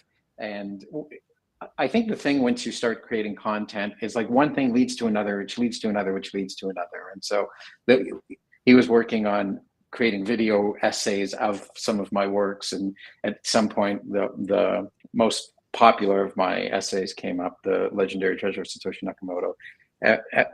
Bevan really hit it out of the park on that one. We collaborated back and forth, but like when you watch the video, it's my voice reading my words, but it's his visuals and his music and all that stuff. So it really came together in a lovely way. I really encourage people to watch that video if they haven't yet. And how about we watch a tiny bit of it right now? Yeah, all right. If you is that okay? It up. We'll just I got it queued up. Well, hopefully they don't put any ads on while it's going. So give it a sec here. We'll just our very eyes. Oh wait, you're in the middle of it. Hold on here. It might give me some thing. Hold on. Number one, bro. There's an ad. Yeah, I know. You guys talk for a second. I'll let it run through the ad. Right. Okay, hold on, Bevan. You chat. You talk about this, and then I'll pull this up. It goofed up. Yeah. Yeah. Like Tomer said, we met at Pacific Bitcoin. I think I had been thinking about getting in or making Bitcoin videos for a while. I felt really passionate at that time, and I felt like there's a lot of content out there, and it's really great content. There's a lot of really good conversations that you can learn a lot with, but I struggled like sending those to friends and family, because a lot of them were like big commitment kind of pieces, like, oh, here, listen to this podcast that's 2 hours about methane mitigation, or this other podcast about, whatever. And so it got me thinking, and I was like, well, what if like, what I do as a filmmaker is I interview people and then I condense their interviews into a bite-sizable chunk of information that is interesting to watch and listen to. And so I was like, what if I like take some of these podcasts and just cut them down so that they're a little bit easier to send to people and to watch and digest. And then on top of that, I was at the time I was like really into the Swan rabbit holes. I don't know if you've gone through any of those. If you haven't, you should definitely check them out. The Swan Canon. They're cool, and that's where I learned about Tomer and found some of his writing. And I was like, wow, all of these articles are like, they're great pieces as well. So like, what if we turn those into a different media format? Because, some people will gravitate toward reading an article, and other people will gravitate toward watching a YouTube video or some other way of ingesting content. And personally, like me, I'm a very visual person. I'm a very creative person. And so I learn a lot from watching videos. And in fact, I don't even have a background in film. I just decided that was what I wanted to do. And after studying something else entirely, I was just like, hey, I'll go watch a bunch of YouTube videos about how to use a camera and how to, make a story and do this. And a couple of years down the line, then I started a film company, and which took a little bit to get off the ground. And once it got off the ground, it became a pretty stable thing. And it's all just because I watched YouTube videos. So I feel like there's a lot of educating that can be done in various different ways. And for me, like, I really want to make edutainment. So it's basically educational entertainment, something that's like really like emotionally engaging and visual and interesting to watch. I think Tomer and I had talked about at one point, like, some of these videos are they're going over pretty basic concepts about Bitcoin, but they're interesting because you kind of, you break it down in an interesting way. So people who have been in Bitcoin since 2012 or whatever can still watch The Legendary Treasure of Satoshi Nakamoto and get something out of it. Whereas newbie as well can watch it and be maybe intrigued and curious to watch more about Bitcoin or look into it more. So yeah, hopefully just kind of bring a different flair into the educational space. Yeah, I think it's so important, Bevan. And we were talking earlier, I mean, everybody's got a different learning style, right? Some people learn by touching things, some people learn by hearing, some learn by video, some learn by repetition, however we do it. But like, know thyself, of course. And then as creators, it's like, okay, well, what form do you enjoy creating in? Like, that's super important too. Natalie created a little video for the opening. And, if you're not enjoying what you're doing, you're not going to create high quality work. You're going to get burned out. You're going to feel, like not great. And thinking in terms of, finding your zone is so important, and do not try to go be the next Tomer or the next Val or the next Bevan. Like, go be the next you. There's only one of you. And even if you have, they were talking earlier about Kevin Kelly and the 1,000 true fans.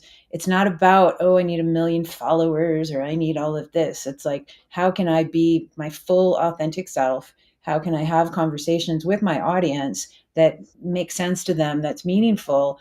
And then there's a reciprocity that comes from that too, and I know Tomer, you and I've spent a lot of time at the different, Pacific Bitcoin and in Madeira, and you have so much fun when people are coming up and they're excited and you get this dance. So you get to have a dance with your audience, and it's gorgeous. And I feel that way as a DJ, and I get it in real time, and obviously I do all this other stuff too, but it's very, very important that like we're presenting the most authentic version of ourselves when we are being creatives. If I could jump in on that, Val, I think people go into content creation in other industries because they're looking to get famous or rich, make a lot of money, build up their ego. And I don't think that's a good motivation or a likely outcome for content creators in Bitcoin. I think for many of us, and you've heard it from everybody here, and I'd stress that it was true of me, you have some connection with Bitcoin that you feel is a calling to create. And if you surrender into that calling and you create what it is that you've been called to create from wherever that comes, you end up having this wonderful experience, which isn't a financial experience. For many of us, we may be able to make a living being a content creator, or we may be supplementing our living, or we may be doing it for the sake of fulfilling a hole that we need to fill in our soul. But if you start with that genuine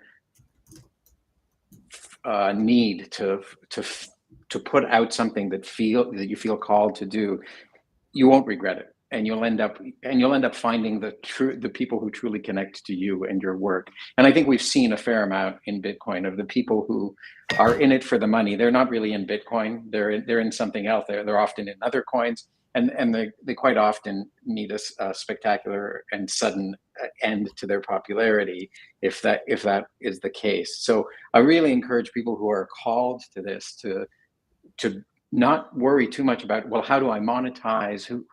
How am I going to make money out of this? How rich will I become? How famous will I become? But to say, like, what is the calling that Bitcoin has to you, and talk about that. It may be that it's all about money for you, and you may have a wonderful message to give about that, but it more likely is something else. And I know that is what has been the amazing connection in my life, where I used to be a business person. Everything was about making money.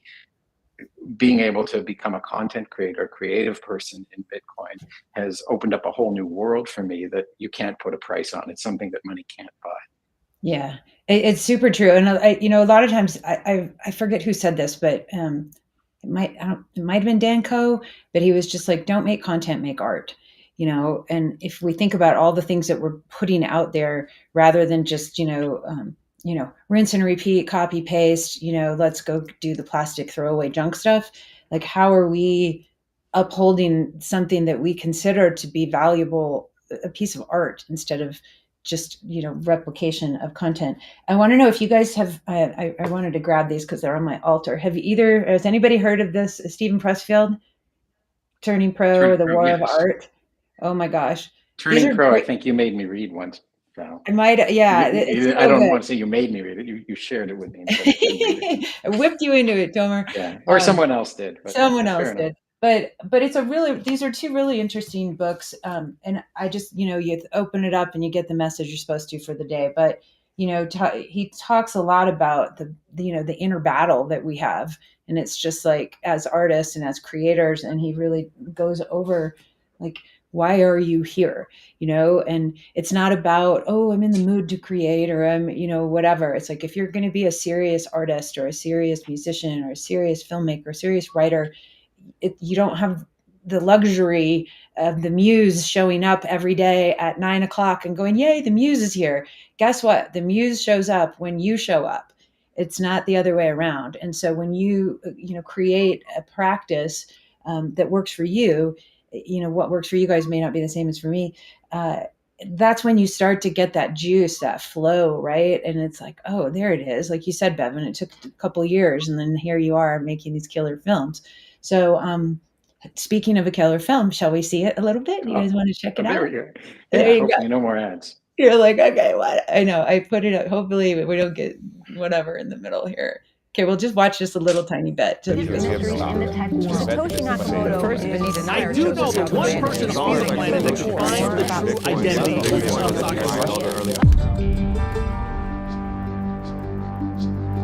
Satoshi opened a portal into cyberspace. Once your eyes are opened, you see it all differently.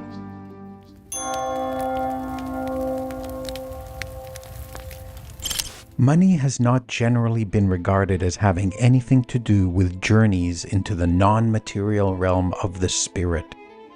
It is generally believed to belong to the material world.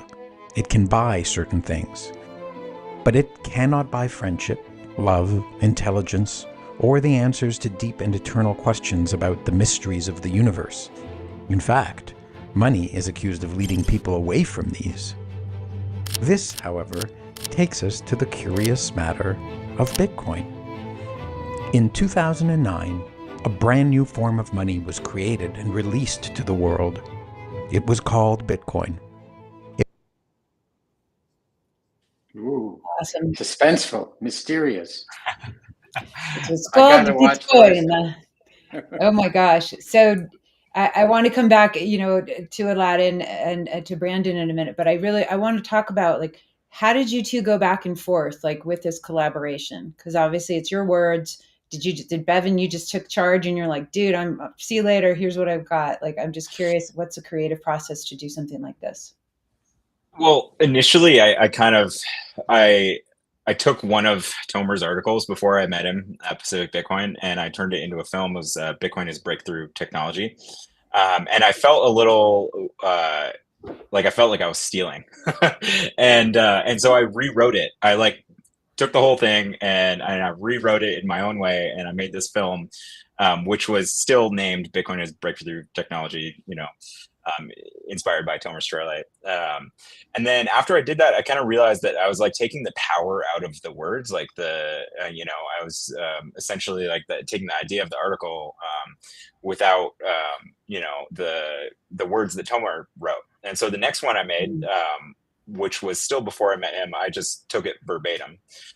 Which definitely felt a little risque. I was like, okay, I'm going to go meet this guy, and then I'm going to show him this stuff, and it's either going to produce a positive or a negative result. But we'll find out. And luckily, he liked them, and then we started kind of chatting about what are some other articles that I could break down into films like this, and I was still very much in the process of kind of testing out my AI style, I guess, per se. There's lots of different little programs that you can kind of play around with, and I hadn't been making AI videos like that for a while, so it was very much in development. And so we did a few smaller articles that were about 10 minutes long, and as I did those articles, I kind of developed the style, and once I got to a point where I was like, okay, this seems like it's working. We had already been talking about the legendary treasure, or at least Tomer had floated the idea of doing that to me, or with me, and so I decided to cut it into 3 episodes. I was like, okay, this is a big article. This is, it's a 40-minute read. I got to produce a film once a week for YouTube, and doing a 40-minute film in a week is almost impossible, at least at the quality that we wanted to release it at. And so I broke it into 3 episodes, and I kind of spaced them out. And as I think the episodes came out, we started to realize that how much power the film could have, and then started to involve some other people like Swan to essentially get it out to more eyeballs. You know, I still have a very small channel, so. But it's growing, and I mean, how cool is that? Let me ask you this, like, so obviously doing, you know, taking someone else's work and doing something with it. You remixed it, right? You made it into this new, something new. Do you guys know who Noah Kagan is? He's got like OK Dork and the tacos, and he's super hard, just ultra successful marketer guy. But he said, you know, how he hired like a 17-year-old starting salary at 150K. And I was like, well, that's a cool article. Let's read about this. And so, you know, he was taking some applications for whatever XYZ job. And rather than just going, here's my resume, the 17-year-old showed him a whole analysis of one of his channels and what was going on with it, what was right, what was wrong here, you know. So he basically showed him some proof of work, you know, and he showed up instead of just hire me and look at a couple of things. It's just like, no, this is what I'm going to do to change, you know, your business and why I'm so valuable. So it takes courage to do that, but I think that's the way to go. You know, you think about different creatives out there, in the space, and all the musicians who do remixing, you know, and you know, you're ripping samples from someone else, and now we've got AI, so God knows what's going to be happening here with all of this. You know, so I think it's really, really cool that that was your tact. I mean, were you, you know, once it came through as like, this is a good idea, do you feel like, what would you say to new people out there who were like, I want to go take one of Tomer's writings or one of Val's things or whatever. I want to go take a BTC trading card and turn it into a video series. Like, what would you say to them? Well, I would say do it. I like what you said about proof of work. Yeah. I think it's like proving your work, you know, in whatever form of, you know, life that you're in, I think is a good philosophy in general. I think it's when you do something rather than wait for someone to, I don't know, hire you to do something, or wait to be in the right role to do something.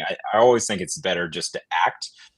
Whether or not that produces positive or negative results, you're still going to get information based off what you did and acted upon, which will then influence further behavior in life and further work or whatever. So I think like that carries through. Like, you know, we have miners proving their work to find the nonce to, you know, make the block, right? But in life, you can do that too, in whatever way. Well, and you know, I think about Bitcoin. Oh, sorry, hold on a second, Tomer. Just I think about the permissionless nature of Bitcoin. You know, exactly. I know we're good. We're doing this, brother. Here, so you go. Parse that out there. The culture of Bitcoin is decentralized and permissionless, and it's proof of work. And you know, I find you do the job to get the job, right? It's not the other way. You don't apply. You don't have to apply to do a job in Bitcoin. You don't have to apply to be a miner. You don't have to apply to be a writer or a filmmaker or anything else. Many of us consider our work open source because of the culture of Bitcoin. So just as a message to all the listeners, if there's something that you see of mine, you don't have to ask my permission to adapt it. I appreciate if you let me know that you're adapting it, but I have people translating my work all the time, reading it on podcasts in other languages, and I'm delighted. I'm not the least bit made nervous about it. I don't want to have this tight control over this thing. I think the inspiration of Bitcoin, the inspiration of what Satoshi did was to say, do something that's your very best and then let it go and let the world do what it can with it. And so for me, I'm not nearly as prolific today as I was when I first started going, because I then had like 8 years of knowledge that I had to get out of me, and I was still learning from all the writing. And so the best work the best stuff that's coming out of the work that I do is not all the newest work, but all the adaptations that keep being made of the work that I've done. And I'm thrilled with it because it feels like my work is alive, and not because of the work that I now have to put into it, but the work that other people are inspired to put into it. This example with Bevan is incredible. We actually communicated with each other, but like I said, and then I'll pass it over, is that I frequently am told, hey, I just translated your work and read it on a podcast in Norway for this piece. I hope you're okay with that. And of course, yes, I'm more than okay with it. Just, and I think that's the attitude of many writers in the Bitcoin space and many original content creators. It's like, take it and run with it, please. And I think, Tomer, when we were in Madeira and we were talking about, because I think a lot of times as creators, right, it's one thing to create a song or a piece of work that people are going to repeat and listen to again and again and again and again, right? But as messengers, right, like we are the Bitcoin marketing department, like you said, Aladdin, and it's like, do we need to keep producing all this new content, or do we finally just get this message? And when I remember we were having this conversation, and you're like, I just need to hold on to the message that I've been given and spread it further, instead of trying to sit and think I need to keep making new. It's like, take what you've already got and let that scale, let that exponentially grow into other people's hearts and minds all over the world. You want to speak to that really quick, and then I'm going to turn it over to Sure. Brandon. Very quick. I went through this whole arc of deciding to become a writer, starting to write about the things I knew a lot about in Bitcoin, published a book, and then I let myself go and went down the deep rabbit holes of writing everything that I could. And finally, it turned out to be my most popular piece, and the piece that I loved the most as well, this legendary treasure of Satoshi Nakamoto, which has this ending, which is this big, profound idea, to me at least, that I hadn't heard anywhere else before in the Bitcoin space. And I published it. I originally wrote it. I wished that it would be a movie, but I wrote it at a time when we were headed into a bear market, and I couldn't find the right collaborator or the right resources. And I thought it would never be a movie, but thanks to this collaboration, it did become one. And as it started to come together, I really began to realize this is the best thing that I have to give, rather than keep trying to invent my next greatest hit. I need another hit song. I need another hit article. It's like, no, I need to spread the message of this particular article and remix it, deploy it, share it with others as much as possible, because it's a beautiful idea and only so many people have gotten to see it. So that's a big part of my passion. I've heard you repeat portions of it already. So, but I don't want to spoil it for people who haven't seen it. So watch The Legendary Treasure of Satoshi Nakamoto on YouTube, or read the article if you're more inclined to reading the article. And it's a really deep philosophical piece, but that is accessible to everybody, including, and this is the most amazing thing I think about the movie, because only Bitcoiners read the article, but I've had complete no coiners, normies, see the movie and tell me that it inspired them to do further research about Bitcoin, to share the movie with other people. So I think that to me is what's so exciting about the collaboration. It's like, here I had this idea and I wanted to get it out in this format, and I couldn't do it on my own. And then Bevan shows up. And so it's like, there's all this synchronicity that happens when the time is right, where the right person walks into your life and helps you achieve the next thing. And all you have to do is let them. Yeah, it's super powerful. I'm so happy what you guys created. I know we started the Satoshi, the cyber opera, as your story as a basis, and then it turned into a whole nother separate thing, which is super cool. And it's on the shelf. Who knows what's going to happen with it? But that's just an example of like, maybe we'll do this with this piece of work. So it's magnificent. Brandon, you're somebody who is obviously more of the news and what's current, and you do have to stay on things. So it's a different lens of how you're creating, work to get out there into the world. And so what's it like for you, because you're not just taking one piece and going, cool, I'm going to go scale this. Like, you're constantly on the clock to keep making new stuff and keep us current with what's happening. Yeah, I mean, for me, I think it's just, trying to learn out in public, not being afraid to be wrong, or like change the thought process or something like that, question things.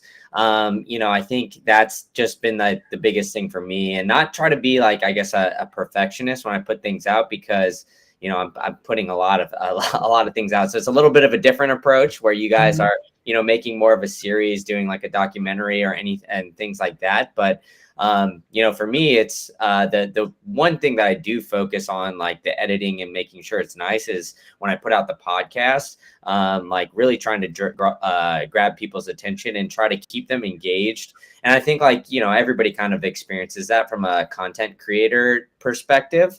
And I take a lot of the ideas that I see, like outside of the Bitcoin space. For example, like I consume, I brought up Barstool already. I consume a lot of like various content, and kind of that's how I wanted to get into the game. And I think, success leaves clues and leaves trails, especially in the content creation game. So you can see what's working in other industries, what's working in other places, and really just kind of bring your own flavor to it. And Aladdin's a perfect example here, right? I mean, trading cards, who didn't love that and have like some nostalgia factor on that? Growing up as a kid, I mean, I know I have back in this other room, I have like a full binder of like baseball cards, and I've got Aladdin's cards. I've got some packs unopened here. I got one signed by the Bitcoin racing guys when I was hanging out with them. So I like to see what everybody else is doing, and especially like other places, and kind of bring that into my own flavor. So yeah, I mean, I guess maybe I'm just perpetually online. I don't know, but I kind of like to bring everything that I'm seeing kind of into my own mix, if that makes sense. And what AI tools are you using? And are you seeing like any ways that, AI is going to kind of cannibalize us creators? Obviously it's a great tool, but then there's also going to be so much just, noise and static and bullshit out there. How are we going to be able to, identify what's real, what's true? What are you using any tools that you can share with everybody? Yeah, I actually do. I use this. So I have a friend who's creating it's called Cascader. It's a tool that has like basically it's my favorite feature of it is he calls it the Chad bot, but it essentially, you can sign up or pick a YouTube channel. So anytime they put out a video or something like that, you could either watch it outside of YouTube or something like that. But really what this does is it sends a TLDR of a video. So like I have it signed up for Bloomberg, for example. So every time Bloomberg posts a video, I get a nice summary where I can read it, kind of decide whether or not I want to watch the video and kind of consume that content. And I've also played around with some AI to help like chop up and make shorts of mine. Like what we're using. It was, I can't even, I'll have to get back to you on that. I have the email there, but I was using it for a bit, and I found that, there's a lot of like imperfections still in it, where like, it'll chop up and it'll make like 40 or 50 clips of a podcast episode, but it'll be like, it'll cut it right before and whatnot. So I still think that there's like some refining that needs to be done for like AI with the video purposes. But I think like, as far as like using AI to like, I don't know, summarize a book or summarize something, I use that bit, where before I had Jeff Booth's book, The Price of Tomorrow, but you get a nice a 5-minute summary of, the price of tomorrow. And it does a good, like kind of a little bit better than a Cliff Notes, I would say, version of a lot of writing. And then also summarizing the videos too, I think is outstanding. So it really helps me save time. So that's how I'm able to put out a lot of content and kind of stay more up to date, I guess, is circling it back to the original question was utilizing AI to. Yeah, it's pretty cool. I know I play around. I love knobs and buttons and things, obviously. And I think it's so fun, all the things that we can do and play. Like I play with Opus and video.ai and different tools to chop stuff up. And you're right. It's not meant to replace us as editors, and it's not meant to replace our taste of what we think is going to, hit. And even though it gives you these scores of like, oh, this is like an 88 and we think it's going to, your audience and what your message is and what you meant. And so I think for those of us who are excited about it, it's not like, cool, it's going to do all the work for me. It's going to be my buddy and help me get some different work done, hopefully a little bit more efficiently so that I can focus on other things too. So I love it. And it's so fast what's going on with AI right now. So we've got about 4 more minutes. Aladdin, are you guys using a lot of AI? Is everybody still using, just what's the mix and match kind of ratio that you guys have with your whole giant super creative team? So we got Murphy on the team, Murdoch Media. Yeah, go Murph. Yeah, he's definitely the man. I know he uses a little bit of it. When it comes to the art, once in a while, if I'm really stuck in a conceptual design I'm trying to come up with, I'll throw some different prompts in there and kind of get some ideas. But other than the Spirit of Satoshi that we just did the collaboration with, there were a few cards that were AI generated because, I mean, it's Spirit of Satoshi, so it only made sense. And then I sent it back to the artist and we dialed it in from there. I think art is a little bit different when it comes to like what you guys did with Tomer's writing. That makes total sense. But I think like if it's online and it's digital, then there's some place for the AI art, the AI creation. I think there's quite a bit of space for it, honestly. But when it comes to something physical that you're going to put up on your wall, like what Tomer has in the background, that's a beautiful piece of art.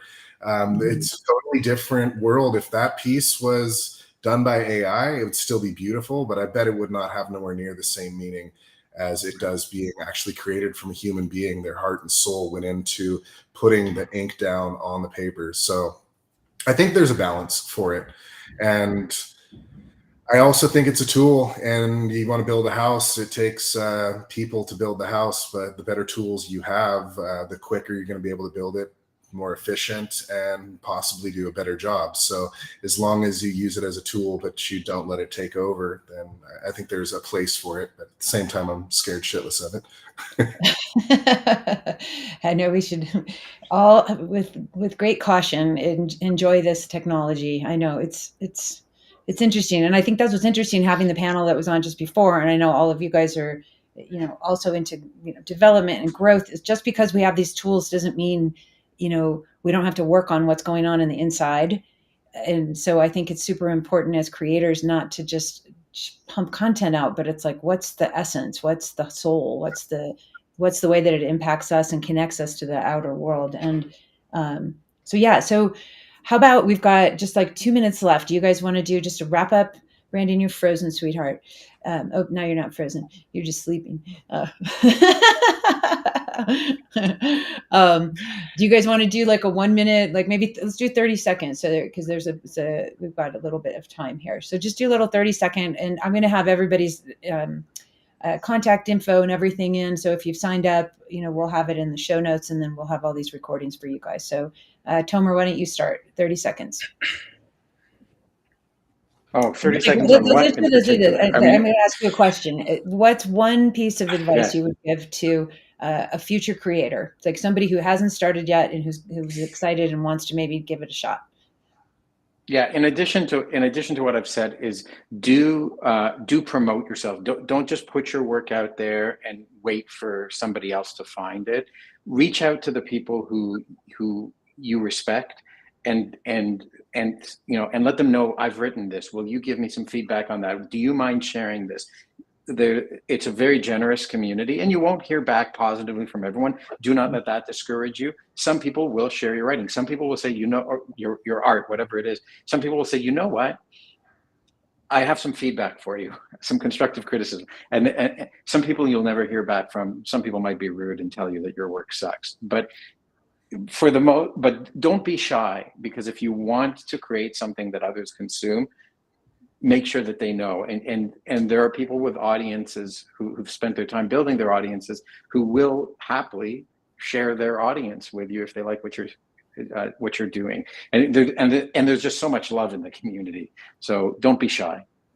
Love it. Don't be shy. Go for it. All right, Brandon, 30 seconds. Yeah, I'll echo that. Go for it. Don't limit yourself on anything, right? I mean, don't be afraid to just put it out there and see what sticks, and reach out to people. I think that's where I've kind of found that the Bitcoin community is just very open to be helpful and everything like that. So don't be afraid to ask. And everybody's a human at the end of the day. So don't be afraid to approach people and ask for help or ask for advice or anything like that. Amazing. All right, Bevan. Yeah, I'm just going to touch on the AI stuff again. I think at least the way that I've experienced it, like AI is kind of it's just another tool to help you be creative, and so don't be too afraid of it. Sure, like will probably change our world in 10, 15, 20 years. Mhm. But right now it's not changing that much, except for just the process of how you do things. And so if you can incorporate that into your process, you're going to be able to do things quicker. You might be able to generate ideas that you haven't been able to generate before, but the execution of those ideas is still all on you. And then I'm going to plug my next series, which is 21 Voices, coming out on Swan's channel in June. So be on the lookout for that. All right. I've heard amazing things about that. I haven't seen it yet, but I've heard amazing things. Oh, so exciting. Congratulations, brother. I can't wait. Always tag all of us and we'll repost things and share together. So that's super cool. Okay, Aladdin, you're the last one, my brother. All right, I'm going to leave you guys off with some advice that my dad gave me my whole life growing up. And this was advice that was so hard for me to take. And if I would have stuck with it a lot better, I would have done way, way better in life. So for any creator, anyone out there with a business trying to create a brand, you name it, less means more. Do one thing and do it incredibly well. And that one thing will carry you to all the next things you're going to do. You're better off with one thing that is absolutely phenomenal than thousands of things that are just okay. Excellent wisdom. I love it. Well, thank you, gentlemen, so much. I love you guys, and I'm so grateful to get to be doing this wonderful journey together. And thanks for taking time on your Saturday and your fun weekend. Hopefully it's going to be really fun. And we've got one more panel coming up here, another creative panel. We're going to talk about a creative process. We're going to get to see inside the mind of Tip and Z. Okay, you guys, tune in for this. Do not leave. It's your head's going to explode. So Love Tip. It's so cool. So thanks a lot, you guys. And we're going to have a little video here from Simply Bitcoin and while we're switching out the panelists. So thanks again. And we will see the next panel in a minute. Yay. Everybody. Thank you. Thanks, everyone.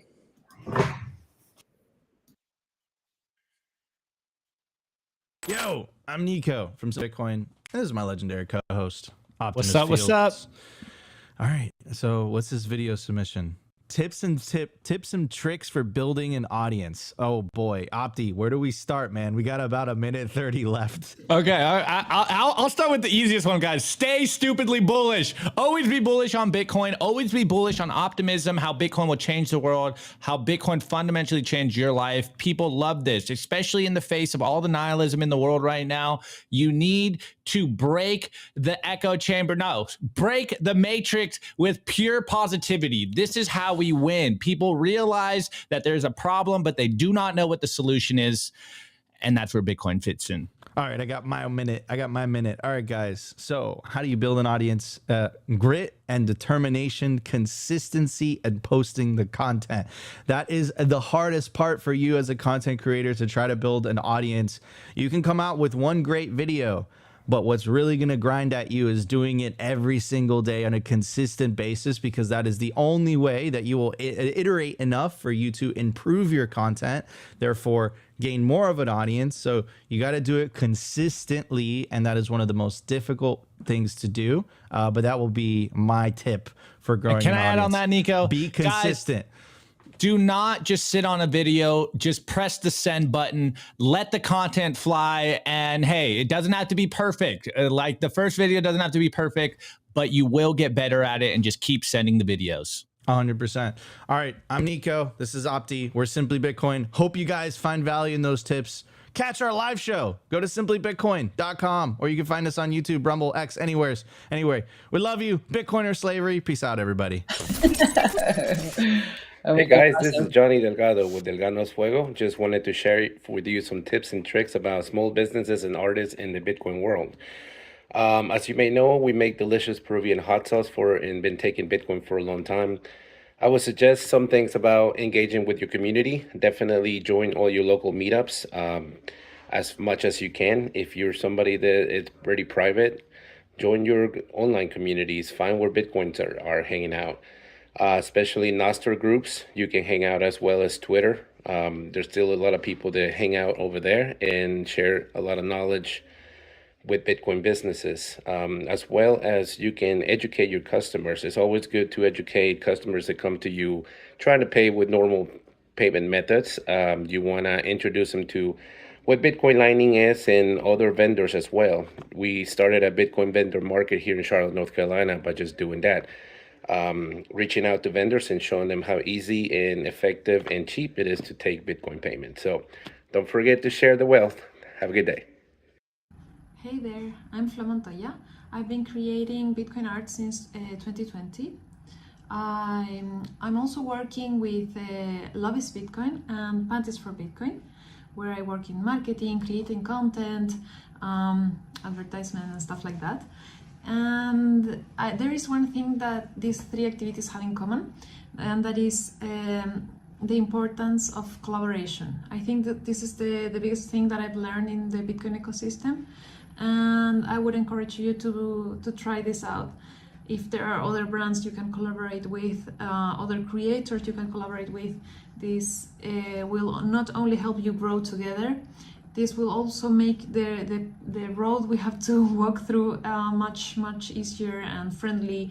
You can learn from others' mistakes and not feel lonely, because it can be a bit of a lonely road sometimes. I wish you all the best. Yo, what is up? It's Julian here, 1/3 of the Get Base team. You might have seen my weird little TikToks at some point. I want to share some stuff with you guys that I wish I learned when I was starting my creator career here in the world of Bitcoin and sound money.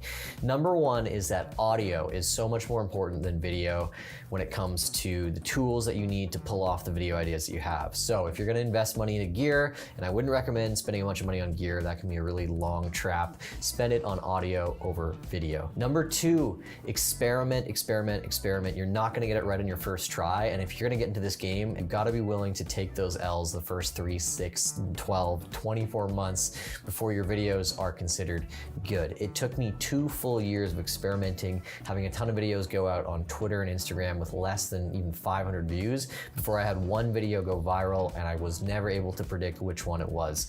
So keep making and keep taking those risks. And number 3 tip, please have fun when you're making videos. If it becomes a chore for you, if you're covering topics because you want to seem like someone else, if you're not being yourself on camera, people can pick it up instantly. Not everyone is going to act it up and be a crazy TikToker like me, or likes pushing themselves outside of their comfort zone. Find what you love to do and what you love to talk about, what really gets you passionate, and put your full self into it. You don't have to be like everyone else out there. In fact, the world will probably reward you more if you don't try to be like anyone else and you just play to yourself. That doesn't mean that you don't need to learn anything or change or have the same video every single time. Expand what you know, but always stay true to yourself, your values, and who you are and who you like to present yourself as. All right, that's it. I hope you got something out of that, and I hope you enjoy the rest of this virtual creator summit. Awesome. Yay. Woohoo. That was so cool. Oh my gosh. I'm so grateful. Hi, you guys. Hi, Tip.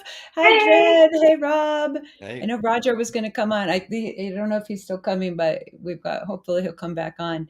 Oh my gosh, you guys. Thanks so much for being here. Welcome to Hour 7 of the Bitcoin Creator Summit. You guys are the home run bookend team of awesomeness. So I'm going to be quiet because everybody's already heard me talk. I'm going to let you guys introduce yourselves so that the audience can understand who you are, what you do, what's your big mission. So Tip, why don't you go first? Oh, you're frozen, Tip. All right, Dred, you go first while Tip gets defrosted. Yeah. No problem. Yeah. Dred from Jamaica. First, I have to say, praise be to the Most High, Jah Rastafari. Ever living, ever faithful. It's nothing but love. That's what we preach. I am Dred. I am a Bitcoiner first, technologist. I was co-founder of Plebnet, one of the biggest Lightning communities on the internet. Also host of One Love Bitcoin, which is a podcast that tries to interview Bitcoiners from around the world, letting them tell their stories, which I'll talk about today. Also CEO of Flash, which is a Bitcoin company that's bringing Bitcoin to the Caribbean, to all the islands of the Caribbean. And then finally, a board member of OpenSats, which we are hoping to have a 100% pass through that funds open source development for Bitcoin, Lightning, Nostr, and education, which is most important to me. So I'm glad to be here. I love it. Welcome. Thank you so much. All right, Rob. Oh, wait, we'll have Tip because she's on the big screen somehow. So you go, Tip. Okay, cool. Sorry, my internet's not that great. Okay. Yeah, I'm Tip. I like to share what I've learned about the parallel world that is being built on top of Bitcoin right now. It is so crazy. There's so many awesome stuff. And I like to share that in the most creative way possible. So yeah, I pull together different elements like visuals and music and analysis and storytelling, poetry. And recently dabbled in kind of performing these creations live, which adds like another dimension to my creations as well. So yeah, that's me. Amazing. Welcome. All right, Rob, you're next, brother. Cheers. Hello. Thank you for having me. I'm Yeah. Rob. I'm the co-founder of Bitcoin News. I've had a decade-long career plus in video production. Started out in Shanghai, China, where I lived for 4 years. Did events there, as well as started with a YouTube series called Donnie Does China. Eventually came back to America, worked in New York City doing advertising PR. Last job before Bitcoin News was Barstool Sports, where I worked as a producer for a travel show across the country, which is really fun. But got bitten by the hard money bug back in 2009, discovered Bitcoin around 2016, but didn't get too much into it until 2020 when they started printing all that money. And now I decided that I needed to take my talents and bring it to Bitcoin in 2023. And so joined on with Bitcoin News. And as of the end of last year, took it over. And yeah, now we're running Bitcoin News and trying to build it into a media company that can take on the likes of Financial Times, New York Times, and be a world-leading publication. Amazing. Oh my gosh. It's so good. Roger, can you hear us? I know you're giving me like a little ears thing. I can't hear you. So, no? All right, keep playing around with it, and then we'll come back to you when you're ready. So, let's see. Somebody, yay, tip. I know, hour 7, let's go. We are insane over here. So, the purpose of this particular panel was, we wanted to talk about a couple different things. So, what's our creative process? Say something, Roger. Yo. Woohoo! You're here. Okay, go ahead and introduce yourself. I'm Roger. I love music. I love being creative with loads of different other kinds of platforms, and I do it for the love of Bitcoin. So I write Bitcoin love songs. That's what I'm about now. Oh, Bitcoin love. Oh gosh, I can't wait to dive into this, Roger. I love it.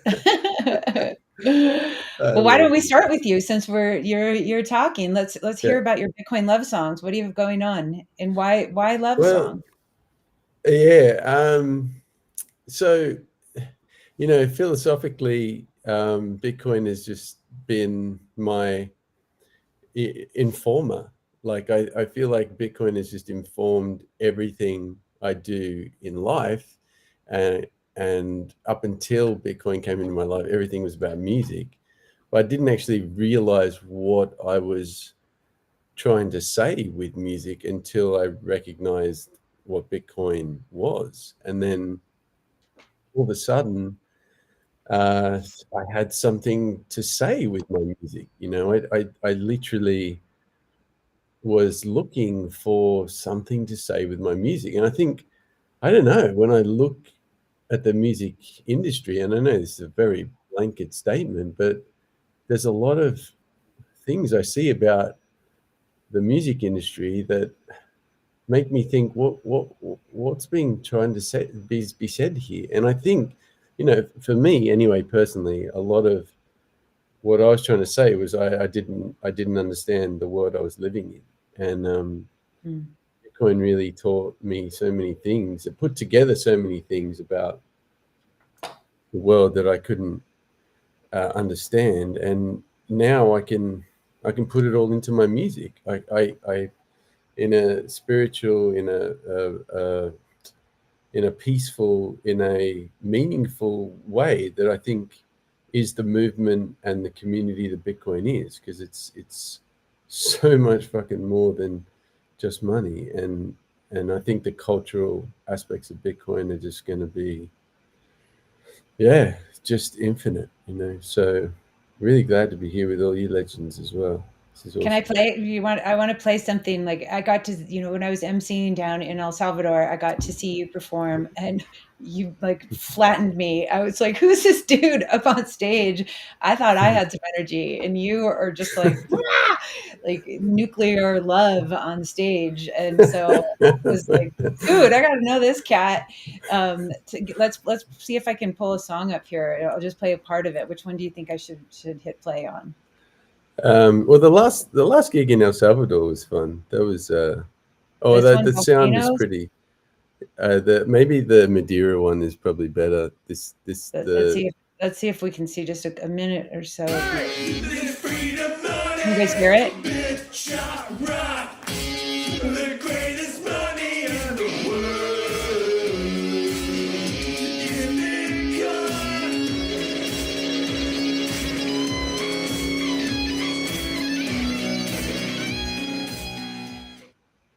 Wow, you are definitely shredding, brother. That is so seriously. So you bring all of your gear, and we'll talk about performing in a minute because we're going to talk about Tip and her wonderful performances as well. That's a lot to schlep around, to do your solo show and perform live. I mean, have you always done that as a performer, or did you play one instrument? Oh. Now you've got like a whole ensemble of everything. You're like the one-man band. So I was playing in bands for years in London, and that taught me a lot about just how much people have to go through to get a live band happening. And it was kind of a curse at the time because COVID came along, and it just became really obvious that I just couldn't, keep performing in a band. And then I just thought, I'm going to do this on my own. I'd kind of been trying to realize that already, but COVID really, and Bitcoin made me realize, okay, my band members don't get me. London doesn't get me. I'm just going to have to fucking do this completely solo, completely on my own. And it was with the strength of Bitcoin that I realized, shit, man, I've got to be completely self-sufficient, completely, self motivated, just self supporting, Self-sovereign.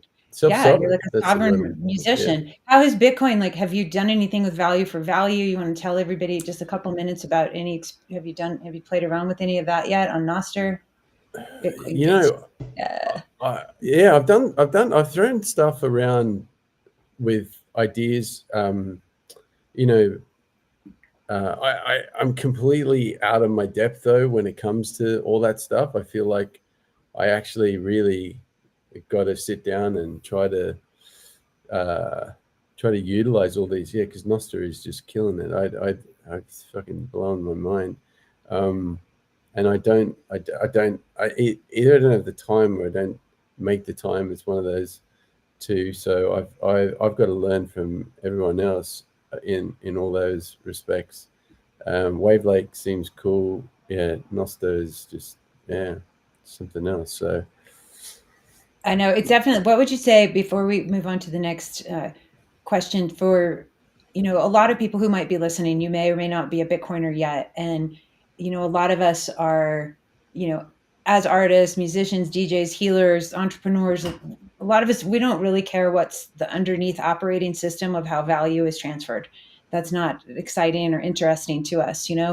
We just want to know that, like, cool, I can go get my, kid some food, or I can go buy a guitar, or whatever it is. Like, how would you tell folks who might be listening that are new to get comfortable not being overwhelmed with the technology of Bitcoin, as to be a tool for their art and to help monetize and to grow their audience?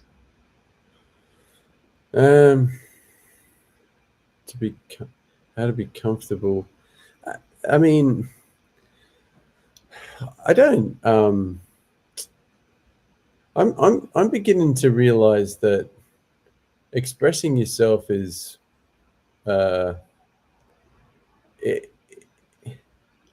it can push you through pretty much anything you need to overcome in terms of technical stuff.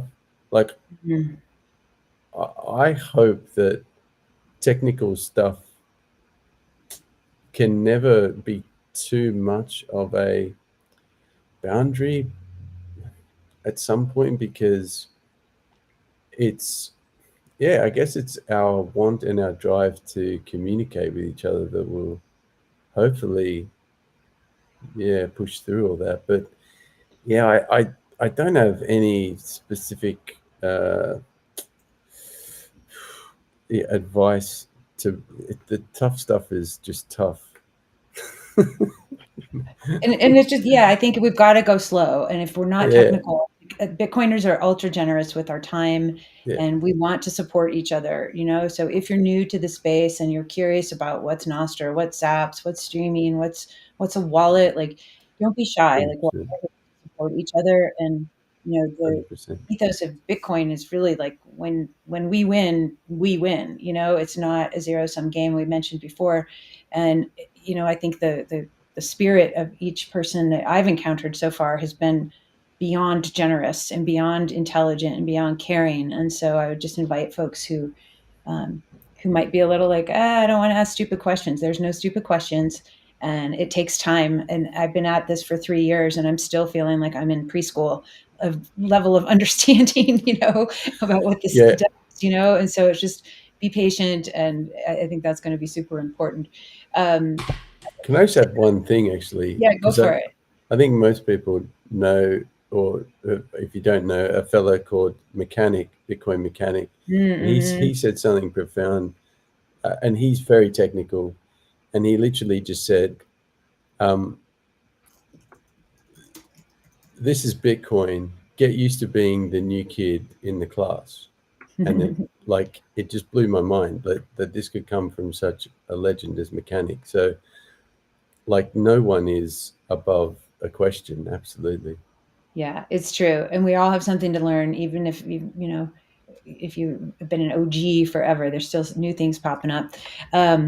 So thank you so much, Roger. I really, really appreciate what you're doing, and your energy is so vital to the community. So yay.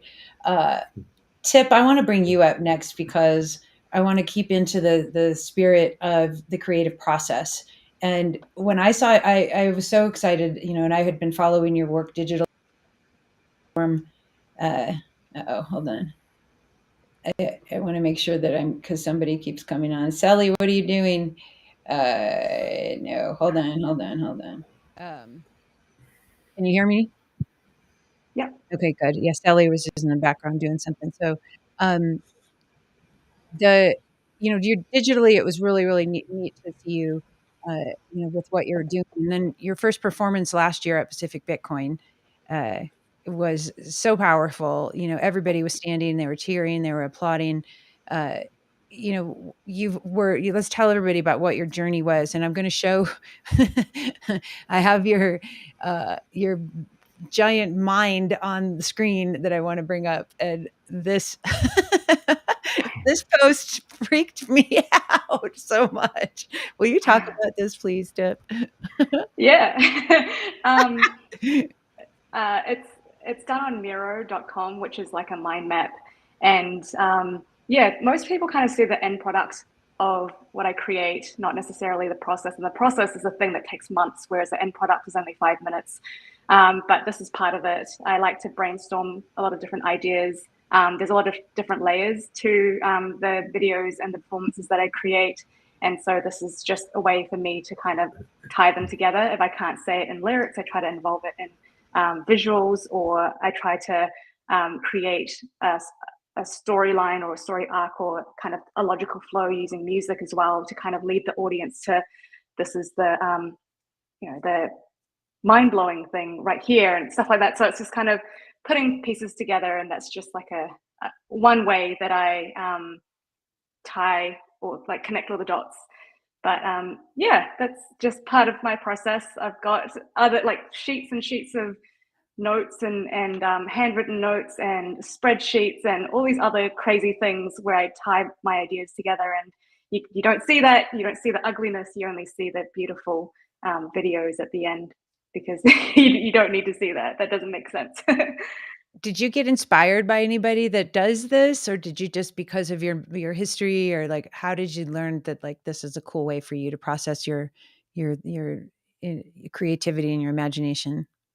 Yeah, I come from a finance background, so my background is in equities research. So I do a lot of the stuff trying to connect the dots between companies and industries, and I have to write reports and pitch to my team and things like that. So all of the stuff, I guess I've learned along the way, and it's just something that I've picked up on, and it's useful, so I've kept it. And Bitcoin's very similar, where there's so much going on. There's so many different angles you can go into. And if you're trying to create something for someone else, you really have to flesh out your ideas to make sure that you have clarity of thought, because otherwise people are just going to be like, what's this brain dump? So if I shared that with you and said, this is my final product, no one's going to look at it, no one's going to appreciate it. And I think as a role of us, artists or communicators, we have to be very succinct and respect people's time, and do the work, the proof of work of iterating before you actually put out the final product. Yeah, it's amazing. Do you have any ever like you haven't like you don't have a history of like you've been an onstage rapper performer for 10 years. Like what was it like for you? And you obviously nailed it in Madeira again. Um, and I'm imagining you're starting to get more opportunities to perform. Like how has it changed your life being able to be on stage versus just being, doing these things digitally?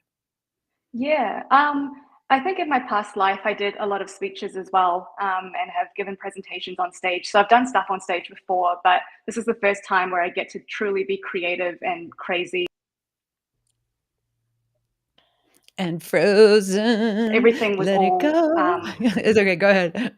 Sorry.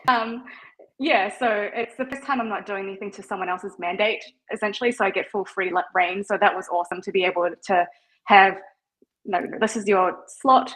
You can do whatever you want with it. And that was kind of my first, when I did it at Pacific Bitcoin, they had no constraints on what I could do.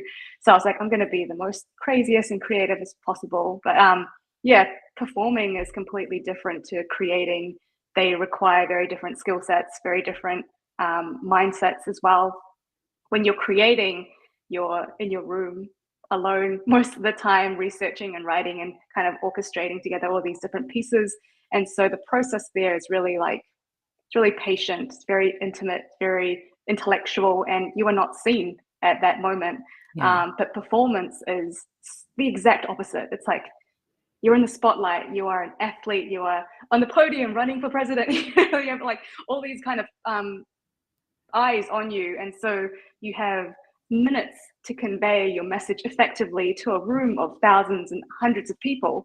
So how I prepare for that is kind of more physical than mental. So you have to be fit, go to the gym, eat well, practice your breath work, visualize the stadium, visualize the people.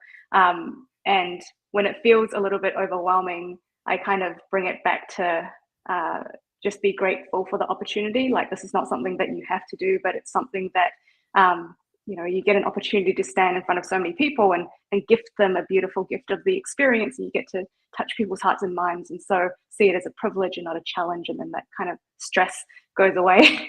But yeah, and also have DJ Val in the backstage helping you do breath work before you go on stage helps. I love doing that with you. It's nice. It feels like, you're not alone, and it just takes a minute, not even. You can do breathing and get grounded in 3 or 4 breaths, right? And so I think that's really, really important. And I think, dealing with audiences and stages and everything, we can get, obviously it's terrifying. And like you said, especially for you, you're doing a short experience. Like for me, if I'm DJing, I'm there for an hour, 2 hours, 3 hours, however long I get to play. So if my first, couple mixes are a shit show, then at least I get a redo, hopefully, if the audience doesn't run away.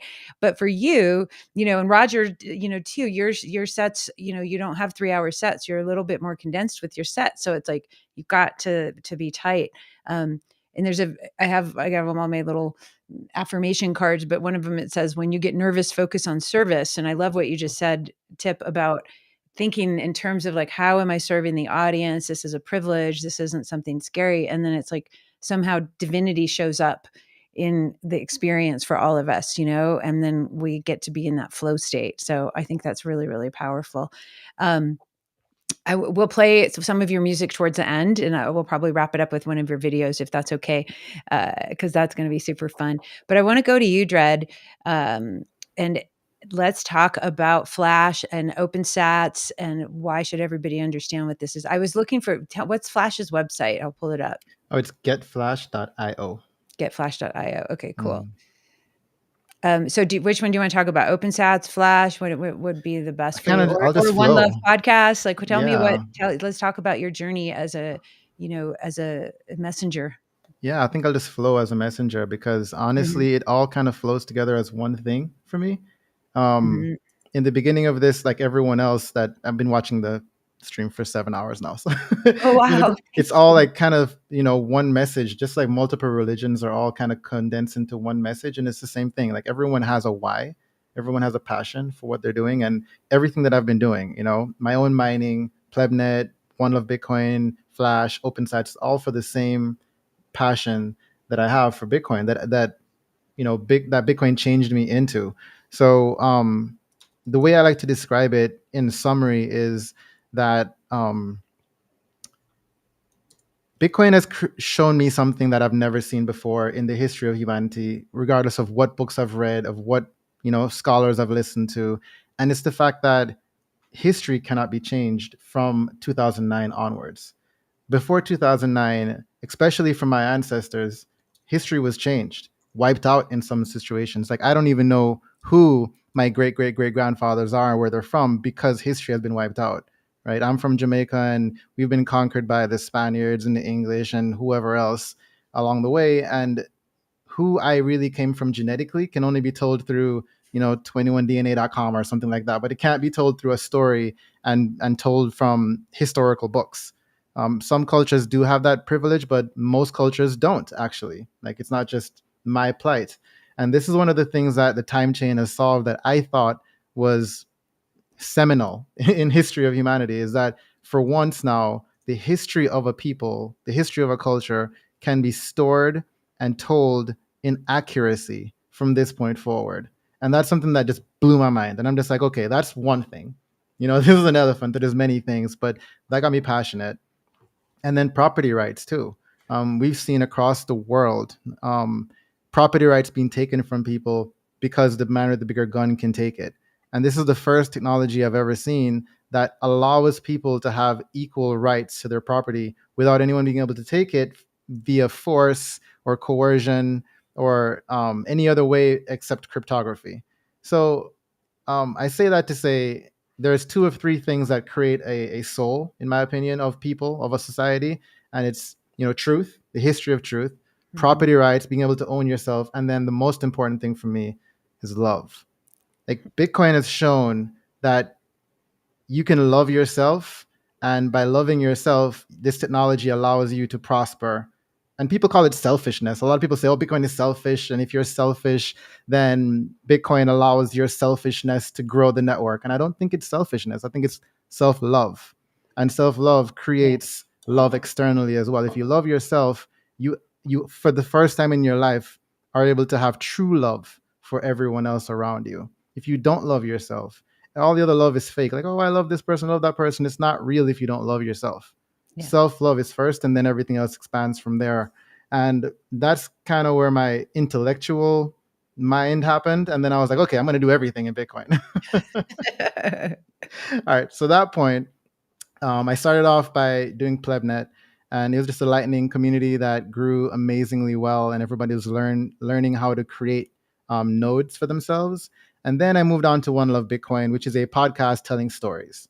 And it's telling stories about every different country in the world and how a Bitcoiner perceives their country and how they love their country and how Bitcoin can change it. And I still tell those stories, but I tell them on my own time because it's a passion. And then I became CEO of Flash because I wanted to take this same love and bring it to the Caribbean community because I didn't see that happening there. I saw it happening in Europe. I saw it happening in America. Latin America is like exploding with it. And I'm saying exploding with love. but I don't see it happening in the Caribbean yet. So I'm bringing all that love to the Caribbean. That's my whole mission right now. And then finally, I was privileged enough to be a board member of OpenSats, which I'm able to spread, open source grants and Bitcoin grants and Lightning grants and Nostr grants. And now as head of education for OpenSats, I can spread education grants specifically around the world, so I can allow people to get that love in a different way in open source grants. So Can you, like, what kind of stuff are you guys working on? Like what has like come through for OpenSats? Mhm. Oh man, everything. Everything. It's been a lot of Nostr recently, mainly because Nostr has been this huge hub for edutainment. I think somebody said earlier. Free information being spread across the board. Technology is being shared more freely that way. And then Zap.stream has shown me that you can have um, almost anything you want to be streamed online and get instant revenue for it, or instant feedback from your. I think it's more feedback. People giving you feedback in terms of sats is much more important, in my opinion, than feedback in terms of likes or views or subscribes. Like sats is really what the signal is. So nothing else does that except Nostr so far. And a lot of projects are coming through doing that. But I think also one of the most important things we're doing right now is Bitcoin core dev stability. We've been able to have a lot of long-term support, like multi-year support grants being given out to core devs that have typically been just working for free, like maintaining Bitcoin core that we all use, that billions of dollars Michael Saylor is depending on. And these core devs are the ones that are maintaining the libraries, are maintaining the projects. And now we're able to give them stability, safety, love, So I'm really proud of that, to be honest. Yeah, it's a stellar project. And I think a lot of people take it for granted that everything just runs in the background smoothly and okay, cool. And so I think for all of us, to get up to speed on how things really work and how we can help keep things moving forward. It's like some people are like, oh, Bitcoin's inevitable. Nothing is inevitable. I think love hopefully will live inevitably on planet Earth, but who knows? I know, right? But I think it's important that we keep sharing like why this matters. And obviously with what's been going on recently with some of the devs getting arrested and with the platforms having to, leave the United States, a lot of people, the devs are putting their lives at risk. Some of them, and I think it matters that we know what's going on. And so everybody who's listening to this, we have over 5,000 people watching right now, you guys. So yay to all of you who are here watching, but make sure you go check out OpenSats and learn about how you can participate and whether it's donating sats, whether it's donating time, whether it's reposting things. I think it's super important that we, practice responsibility here together as a community. So thank you so much, Dred. And you are rocking it, my friend. I'm so just like, wow, you're doing a lot. And you're going to be at Oslo Freedom Forum soon. I will be at Oslo. Yep. I'll be spectating, seeing all you legends. Like I said, I am a dev first. So I think of all of you as professionals in the space compared to me, whether it's news or media or entertainment. So I'm really honored to be on the stage with everyone here. And I'm really here to learn as well. Like I've done my pleb work, being able to create a podcast on my own, but I'm always willing to learn more from experts like you. Do you want to talk just really super quick about what's Oslo Freedom Forum and why it matters for Bitcoiners? Yes. Oslo Freedom Forum, hosted by the Human Rights Foundation, is a yearly forum that shows and almost highlights the need for freedom, democracy, and more important, in my opinion, truth and property rights for the individual around the world. They highlight the plights of people from many different places in the dystopic world that is not the free West. I would say, like, places with tyranny, places with oppression. A lot of places in Africa that I know personally have financial and physical oppression, and they bring people to Oslo Freedom Forum to tell you personally what's happening, and then it's really up to you if you want to help, if you want to just listen and share the stories. But for more than anything else, to me, it's an awareness campaign. And it's a beautiful awareness campaign because it shows that there are humans behind all of these stories. It's not just a news report, an anchor at 6 p.m. There is an actual human being in front of you telling you what's happening to them. And that is so much more powerful than anything else you can tell as a story. So I really appreciate what they do. They have a financial, I think it's called a freedom, I forgot what the track is called. The financial freedom track, I think, right? Thank you. Financial freedom track, where they actually teach these activists and others how to use freedom technologies like Bitcoin, like Noster, like other things that Citizen Lab helps to build to help them along their journey, to help them to fight for their own freedom. And I would highly encourage anyone that is interested to either check out it personally, or if they have a live stream, check it out as well. They have it every year. And I think it's one of the most important things that you can see if you really want to understand what's happening, not just in your part of your little corner of the world, but globally to the human race. Yeah, it so matters. Like I met you at Oslo Freedom Forum, Dread, outside when it was in Miami during COVID, and that was my first Bitcoin conference. And I was, because that's why I became a Bitcoiner, because I heard Alex Gladstein talk at Bitcoin Miami. I think it was in 2021. And I was like, okay, these are my people. This is the thing. This is what I've been searching for. Finally, like people who, it's not just airy fairy, let's go, meditate and take some acid and change the world, which is totally important. And I highly recommend it. But, it's so important that we combine, the technology of money. And I didn't even understand that money was something that was a limiting thing that couldn't get us further on Earth because of the centralization and the toxicity of the fiat system. So it was so cool to get to meet you there. And, I've been a fan of your work and I just love you. So I'm so glad for what you're doing. And thanks so much, Dread. You the man. I wish I could go to, I was dreaming as like next year, I want to go to Oslo. That'll maybe I'll get to DJ. That'll be fun. Hey, so Rob, you're talking about all the hot topics of Bitcoin news right now. So what do you think? What should we be paying attention to with Bitcoin and Bitcoin news? And how do people who are paying attention know what's the difference between Bitcoin and crypto? What's the difference between, hype and, actual facts? How's Bitcoin news helping out? Yeah, I mean, first and foremost, education is so necessary, right? What every single one of us do here, even though it's creative, it's a form of education. Whether it's music or a video or a podcast, you want to get a specific idea out there to the rest of the world because we think that this is probably the most valuable information that one can glean at this moment. Personally, I think it might be good just to go a little bit into my background and how I wound up in this position. I originally went to Tufts University to study international relations. I've always loved history and economics and geopolitics. And I thought that maybe I wanted to be a diplomat, and work for the US government, something like that. But then the financial crisis happened and I realized, wow, a lot of the stuff I've learned is not necessarily true, and went down the rabbit hole, you could say. And so found out about Ron Paul and hard money and really opened up my eyes to the fiat system and the Federal Reserve, and realizing that the way the world's set up right now is quite corrupt in many ways.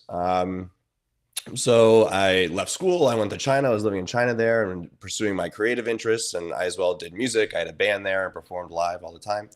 But it was mainly following a lot of, I guess you could say, hedonistic pursuits, right? And just trying to get the most out of life on a pleasurable substance, because everything that I was learning about the world was, oh my God, it's all going to come to a terrible end sometime soon, because we're going to have hyperinflation and they're going to print all the money and things are going to end badly.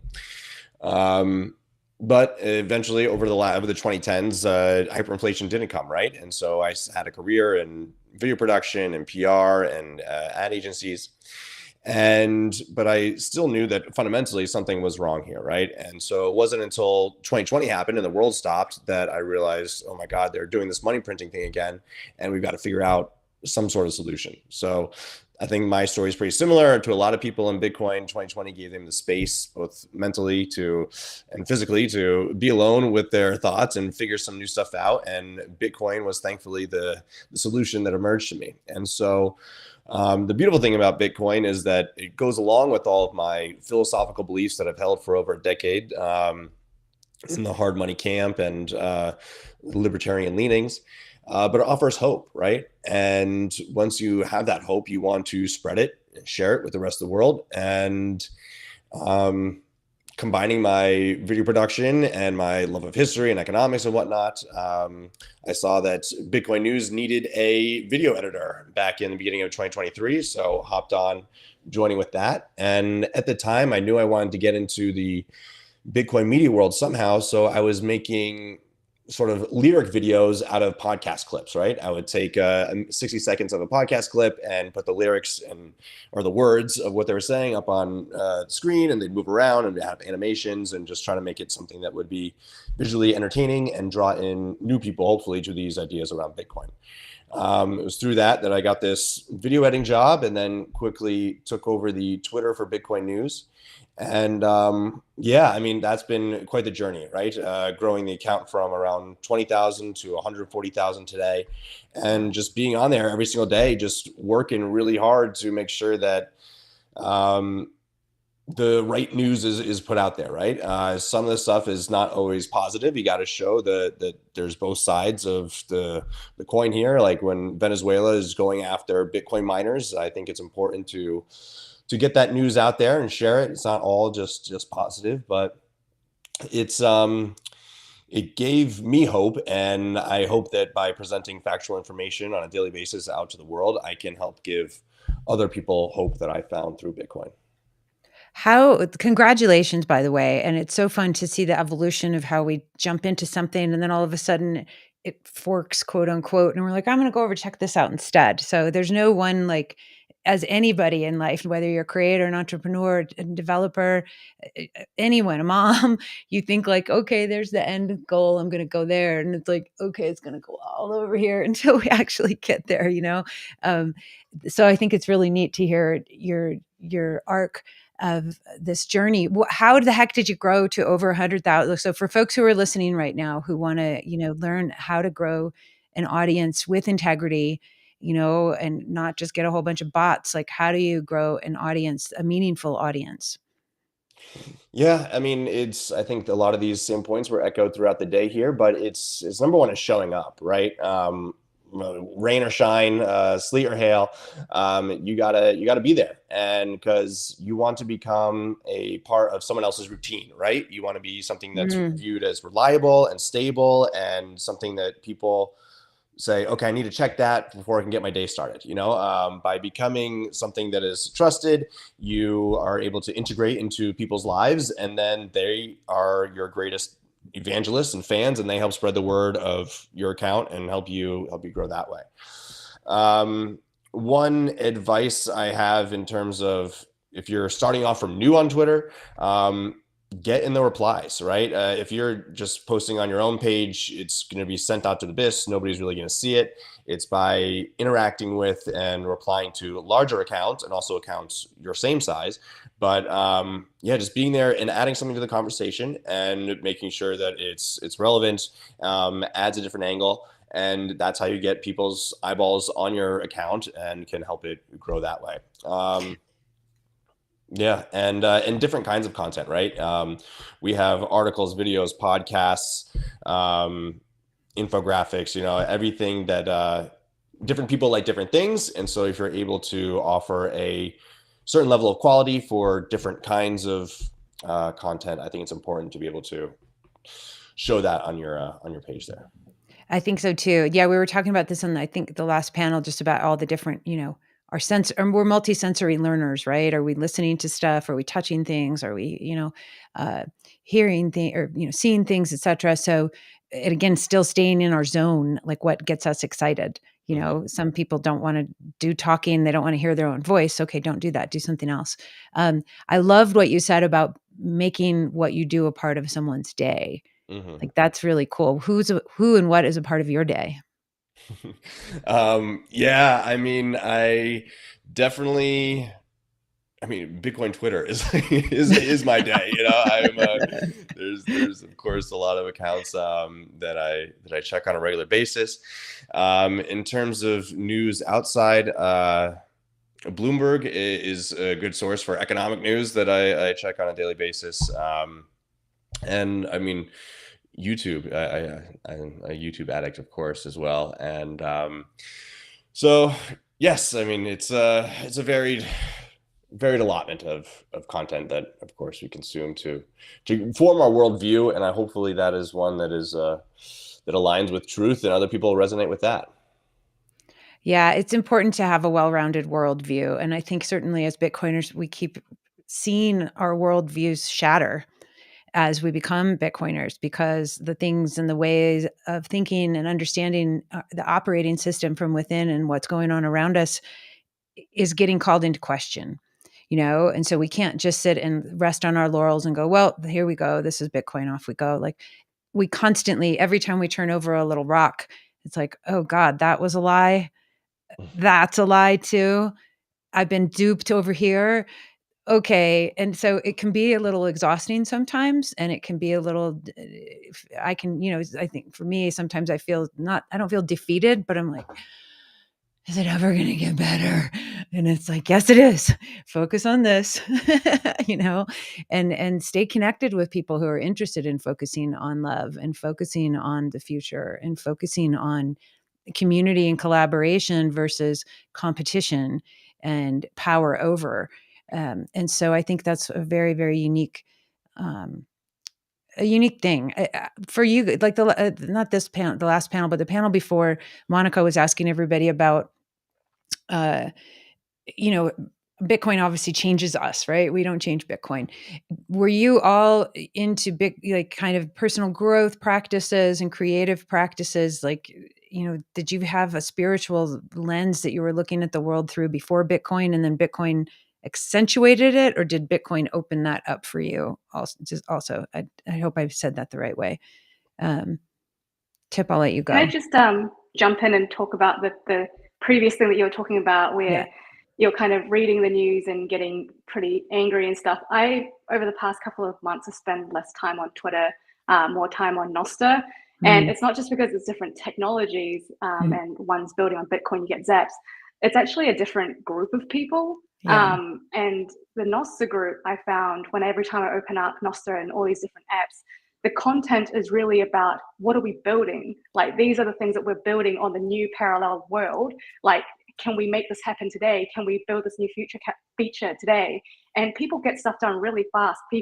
The founder of LIVESTREAM is like live streaming himself, build out the platform while he's looking for feedback and people giving him live feedback. Whereas people on Nostr are complaining about politics and shouting about how fiat is broken. Like, we know fiat is broken. It is so boring. Like, get over it and start shining the light on the things that are actually being built with our devs and supporting them. Like, if we're in the role of marketing Bitcoin and marketing this whole new parallel economy, we need to shine the light on the things that matter to us, instead of focusing our energy on the things that are dying and we don't want to give them energy, and we want to move our attention towards the new world. So I think we need to live the life that we're preaching to others too. If we're talking about Bitcoin, let's use Bitcoin, let's use Nostr, let's support the people that are building the world we want to live in. That's the only way we can shape our reality, instead of complaining or focusing our energy on the things that we don't want to exist.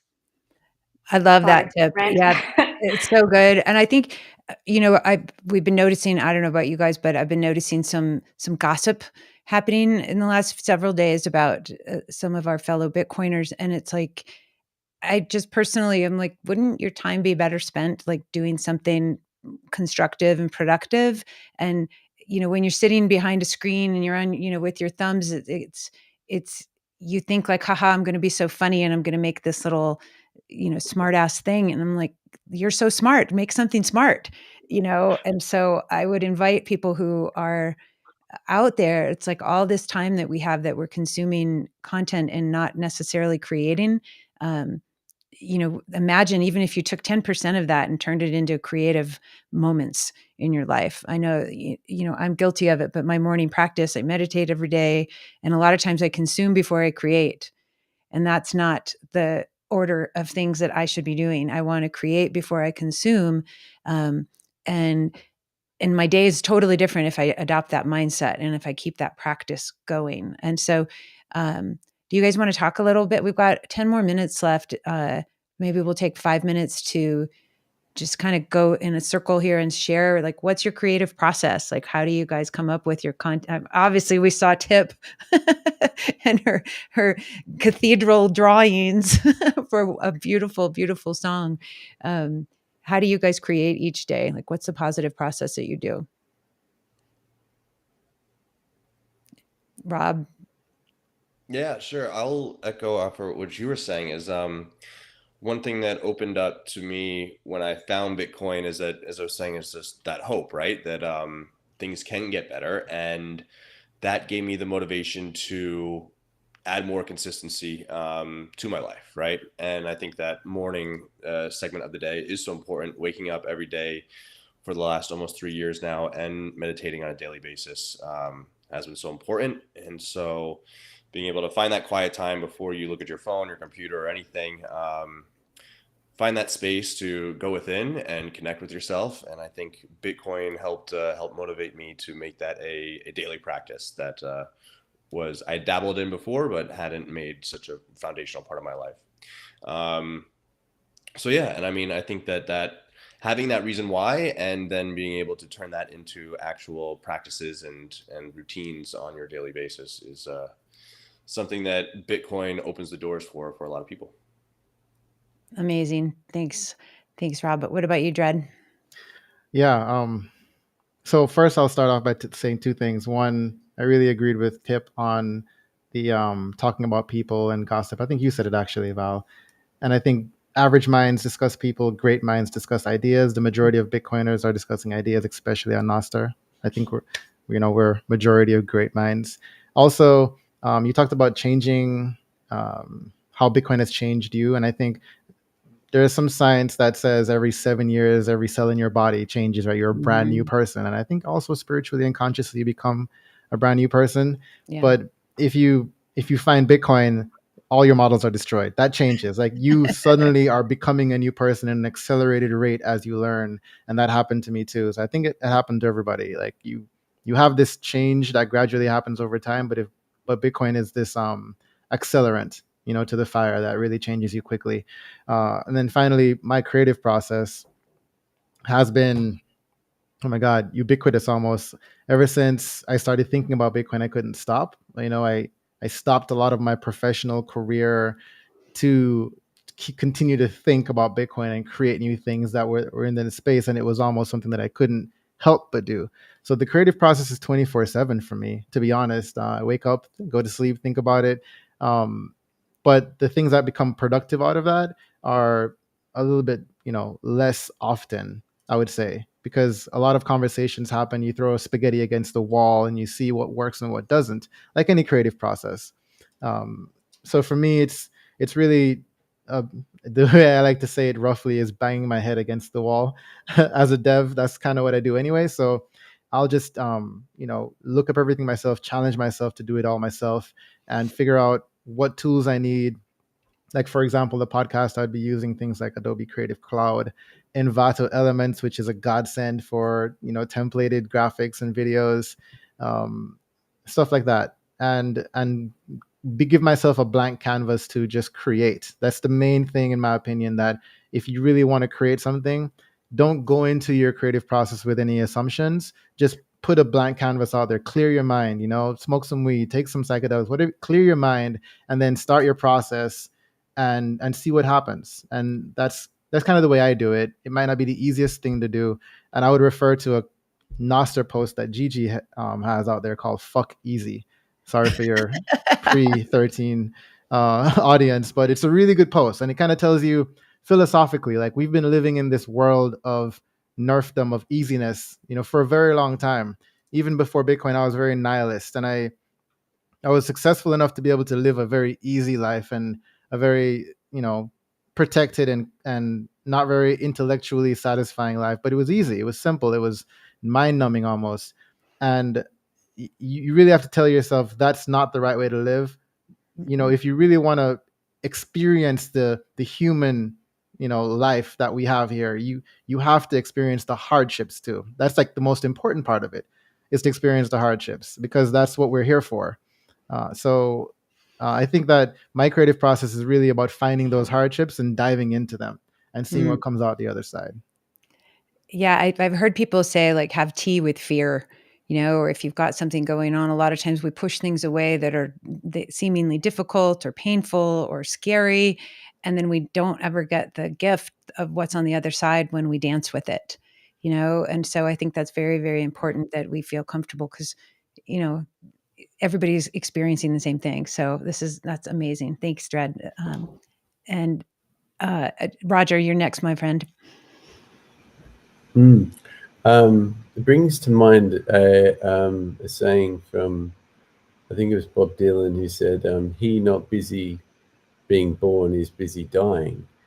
And I think we forget that actually everything we do is creative, whether it's, you know, making breakfast, making a bed, you know, we are all creators actually. And people, I think, I know I get into this bracket of thinking, well, there's a difference between an artist and a creator. And I guess an artist would say, well, no, I've given my life to just living from what I create. I don't know. Like, I think I think we are all creators, and it's really something beautiful to see very simple things as being a creative process. So yeah, trying to incorporate it into everything I do. And Bitcoin has brought me to this whole world of creativity I could never have dreamed of. Like I've always loved film, but I never would have enjoyed doing editing, for example. I never would have enjoyed, you know, just writing. I want to start writing books. I want to start being more philosophical. I want to start, you know, this whole cacao thing has just been an explosion for me of spiritual, meaningful stuff that's connected me in a way that I just couldn't have dreamed of. So that's the following the path thing, I think, that Bitcoin brings you onto as well. It's an incredibly spiritual opening of the self. And yeah, as Dred was saying, you know, it's just recognizing it's love and not fear, and it's just going with that heart opening thing that I think is the basis of what Bitcoin is trying to teach us, really. Yeah. Awesome. Thanks so much, Roger. I'm going to bring up Sully right now, who has been ferociously helping out in the background. Thanks, Sully. I'm so grateful for you, brother. Like, you have been so awesome. And I know we just kind of started working together this week, and I'm like, here you go. We're doing a summit. Let's have some fun. Thanks for having me. Yeah, thanks it's for having me. amazing. Happy to help out any way I can, Val. You're awesome. Today's been so cool. Like so many amazing people, you know, help put this together. Val has been at it 24/7. So anything that I could take off your hands there, I think it was well deserved. But I mean, what a success today was. So let's keep it going. Yeah, we're definitely going to keep this going. I think this was a pretty cool success for the very first Bitcoin Creator Virtual Summit. This has been so amazing. We have 5,415 people watching right now, you guys. Like, how cool is that? And think about, like, we love obviously being able to hug each other in person, but sometimes we can't. And so we might as well, you know, jam out on these great technologies that bring us together too. Right? And we're going to jam out on Tip's song here in just a minute. But before we do that, of course, I want to thank everybody who participated in the panels today. You guys have been so incredible. I'm so excited and grateful that we got to do this together. And again, everybody is generously donating their time, and we're, taking donations. And then we're going to cut everything up to all of the presenters after we just pull out a little bit for production costs. So we're going to play around with how to do the splits, and get it so that we're having fun for everybody. But something else that I want to share with you guys as creators, because I think we're all creators. I got to find it. Where did my little thing go? Story. Come on. Here we go. It's somewhere, guys. There it is. Peaceful money, peaceful world. Everybody has something to contribute, like you said, Dread, and putting truth out there that is incorruptible, that you can't take away and delete just because somebody decides they don't like the way that history was written. I think it's so interesting that Bitcoin offers the ability for us to, lock the truth in for the future. And so, do you remember Chicken Soup for the Soul? Has anybody ever? So I got inspired. I love Jack Canfield and Mark Victor Hansen. They're wonderful, wonderful authors and entrepreneurs, but they created this great series. Initially, it was one book, and it was just, a bunch of great stories that made you feel better and you don't feel alone. And, oh, look, you got through a troubled time, and so did I'm going through this too. So maybe I'm not all alone on planet Earth. And it became wildly, wildly successful. And what they ended up doing was, okay, we've got so many submissions. Let's do Chicken Soup for the firefighter soul, or Chicken Soup for the teen soul, or Chicken Soup for the mom soul, or whatever. And so when you're listening to stories or reading stories that are relatable to you, who you are, where you came from in the world, and how you identify, you start to feel less scared, less fearful. You feel more powerful, and you feel more confident and hopeful. And so I was hoping, for every Bitcoiner on planet Earth, hopefully there'll be 8 billion of us, or 9 billion by the time we get done with this, that we all contribute to this project, the Peaceful Money, Peaceful World series. And what I want to have people do is, whether it's a song, if it's a poem, if it's a short video, if it's an article, anything that you have, we're going to start taking some submissions. And then what's going to be fun, instead of just getting $250, which is what Chicken Soup for the Soul gives all of their writers, which is great, you're awesome, but they sell millions of copies. And so imagine if we have millions of copies of all the stories of Bitcoin, like this big anthology, and then we can do lightning splits in perpetuity to all the contributors. Let's go Bitcoin. So that's what we're going to be working on. And I would invite everybody who's got a story of how Bitcoin has touched you, and your before and after story, so that other people can resonate and relate to all of us from where we've come from and how Bitcoin matters. So you guys can go to bitcoinforpeace.org/story, and please make a submission. And once we get enough for the first volume, we'll start getting it out there and figuring out how all the splits go. So yeah. So I love you guys so much, and I'm so grateful, and I'm going to cry, but I love you. And thanks for being Bitcoiners and like inviting me into the world and welcoming me. And you all have changed my life so much.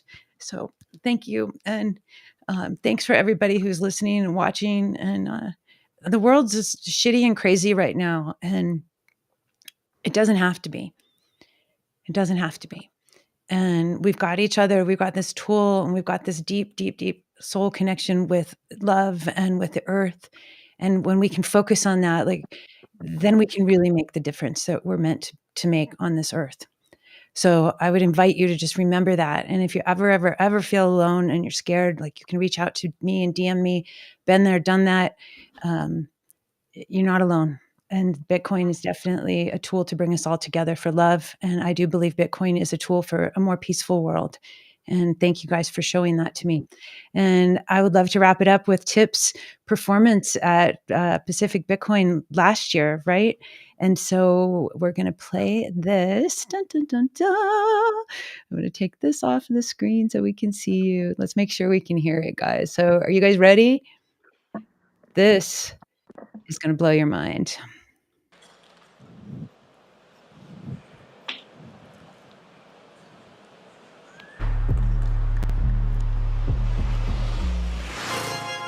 With time, a seed becomes a tree, sheltering us. With time, a skill becomes a talent, empowering us. With time, a technology becomes a tool, enhancing us. By nature, time gives value to almost everything, yet the very thing our society gives value to, our money, loses value over time. This paradox warps our reality by defying the laws of nature, and it stems from the belief that $1 today is worth more than $1 tomorrow, meaning money must always lose value. We built our reality off of this model. Time value of money, we call it, but in reality, this is just dogma. Since we can keep making more of it, we end up destroying our own purchasing power. So we put it in stocks, put it in bonds, put it in land, put it in funds, put it in crypto, put it in gold. But we are not oracles, so what do we know? We know that it's hard to get by. We know some people may never retire. Is time value of money a lie since it discounts the monetary value of our time? If time is money, how are they moving in different directions? We're working longer for less. We end up just giving away our freedom.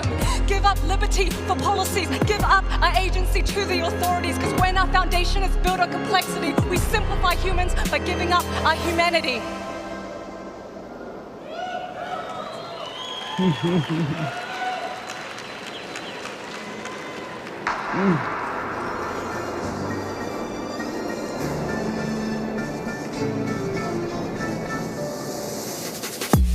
Reality check, we're straight too far from the truth. The world economy's a wreck when 1 + 1 no longer equals to 2.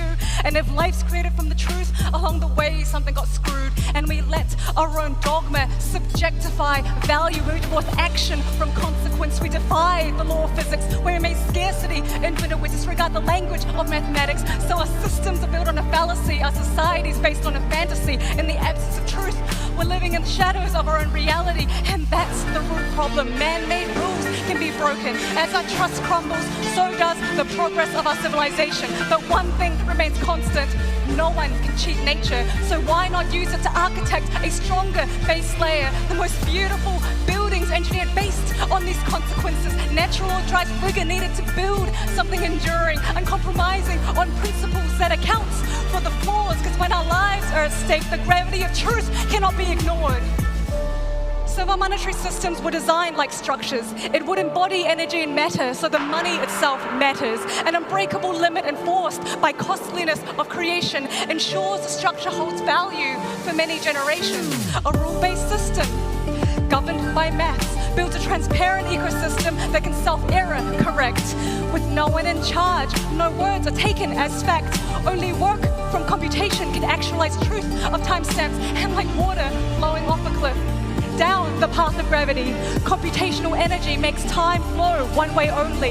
It is this irreversibility which gives value to our money by upholding consensus and scarcity to create one shared reality. Now the map is the territory. Now we're working with high fidelity. Now money is truthfully time and energy bound by finality.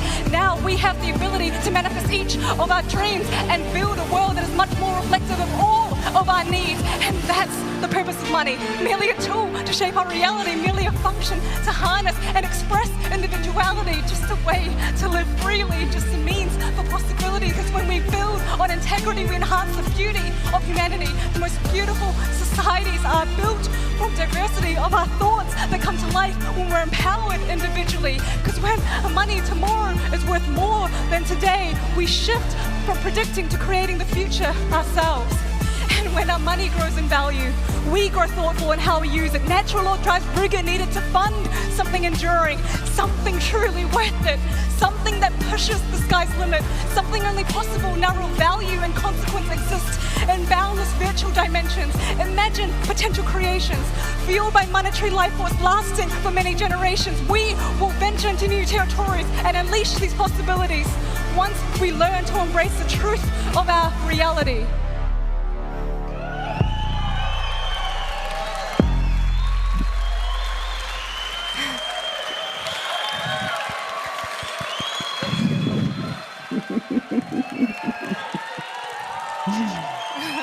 Thank you so much. Wow, dude. What a great way to end. Tip, thank you so much. You and Roger are such rock stars. Oh my gosh. So Thank you guys, everybody who's tuned in. This has been a magical Saturday afternoon, my favorite Saturday in forever. So thank you guys so much. Any final words that you guys want to share, or how are we good? What do you think? Thank you to you. I just want to give Val another round of applause here for putting this together. Such a good job. I want to thank all the viewers. Over 5,000 of you tuned in, and you made this possible to keep us going. So we'll keep on bringing you the content, value for value. I want to thank all the panelists and everybody as well. We're building this together. Bitcoin is only a tool. It's us who make it work. Rock and roll. That's right. All right, guys. Are we good? Dred, you look like you're going to say something. Go for I it. was just going to say one love. That's all. Thank it. you for everything you do, Val. You're Thank you for everyone on the panel. I love you all. Love you guys too. Love you guys. All right, cool. Thanks, guys. All right. Hopefully we'll see you guys in meat suit person some days, but until then we'll be digitally connected with our hearts and with Bitcoin and with the time chain. Yay. All right, everybody. Peace, love, and warm aloha. Until next time, this is DJ Valerie B. Love with Bitcoin for Peace. And thanks again for tuning in. All right, cool. Woohoo.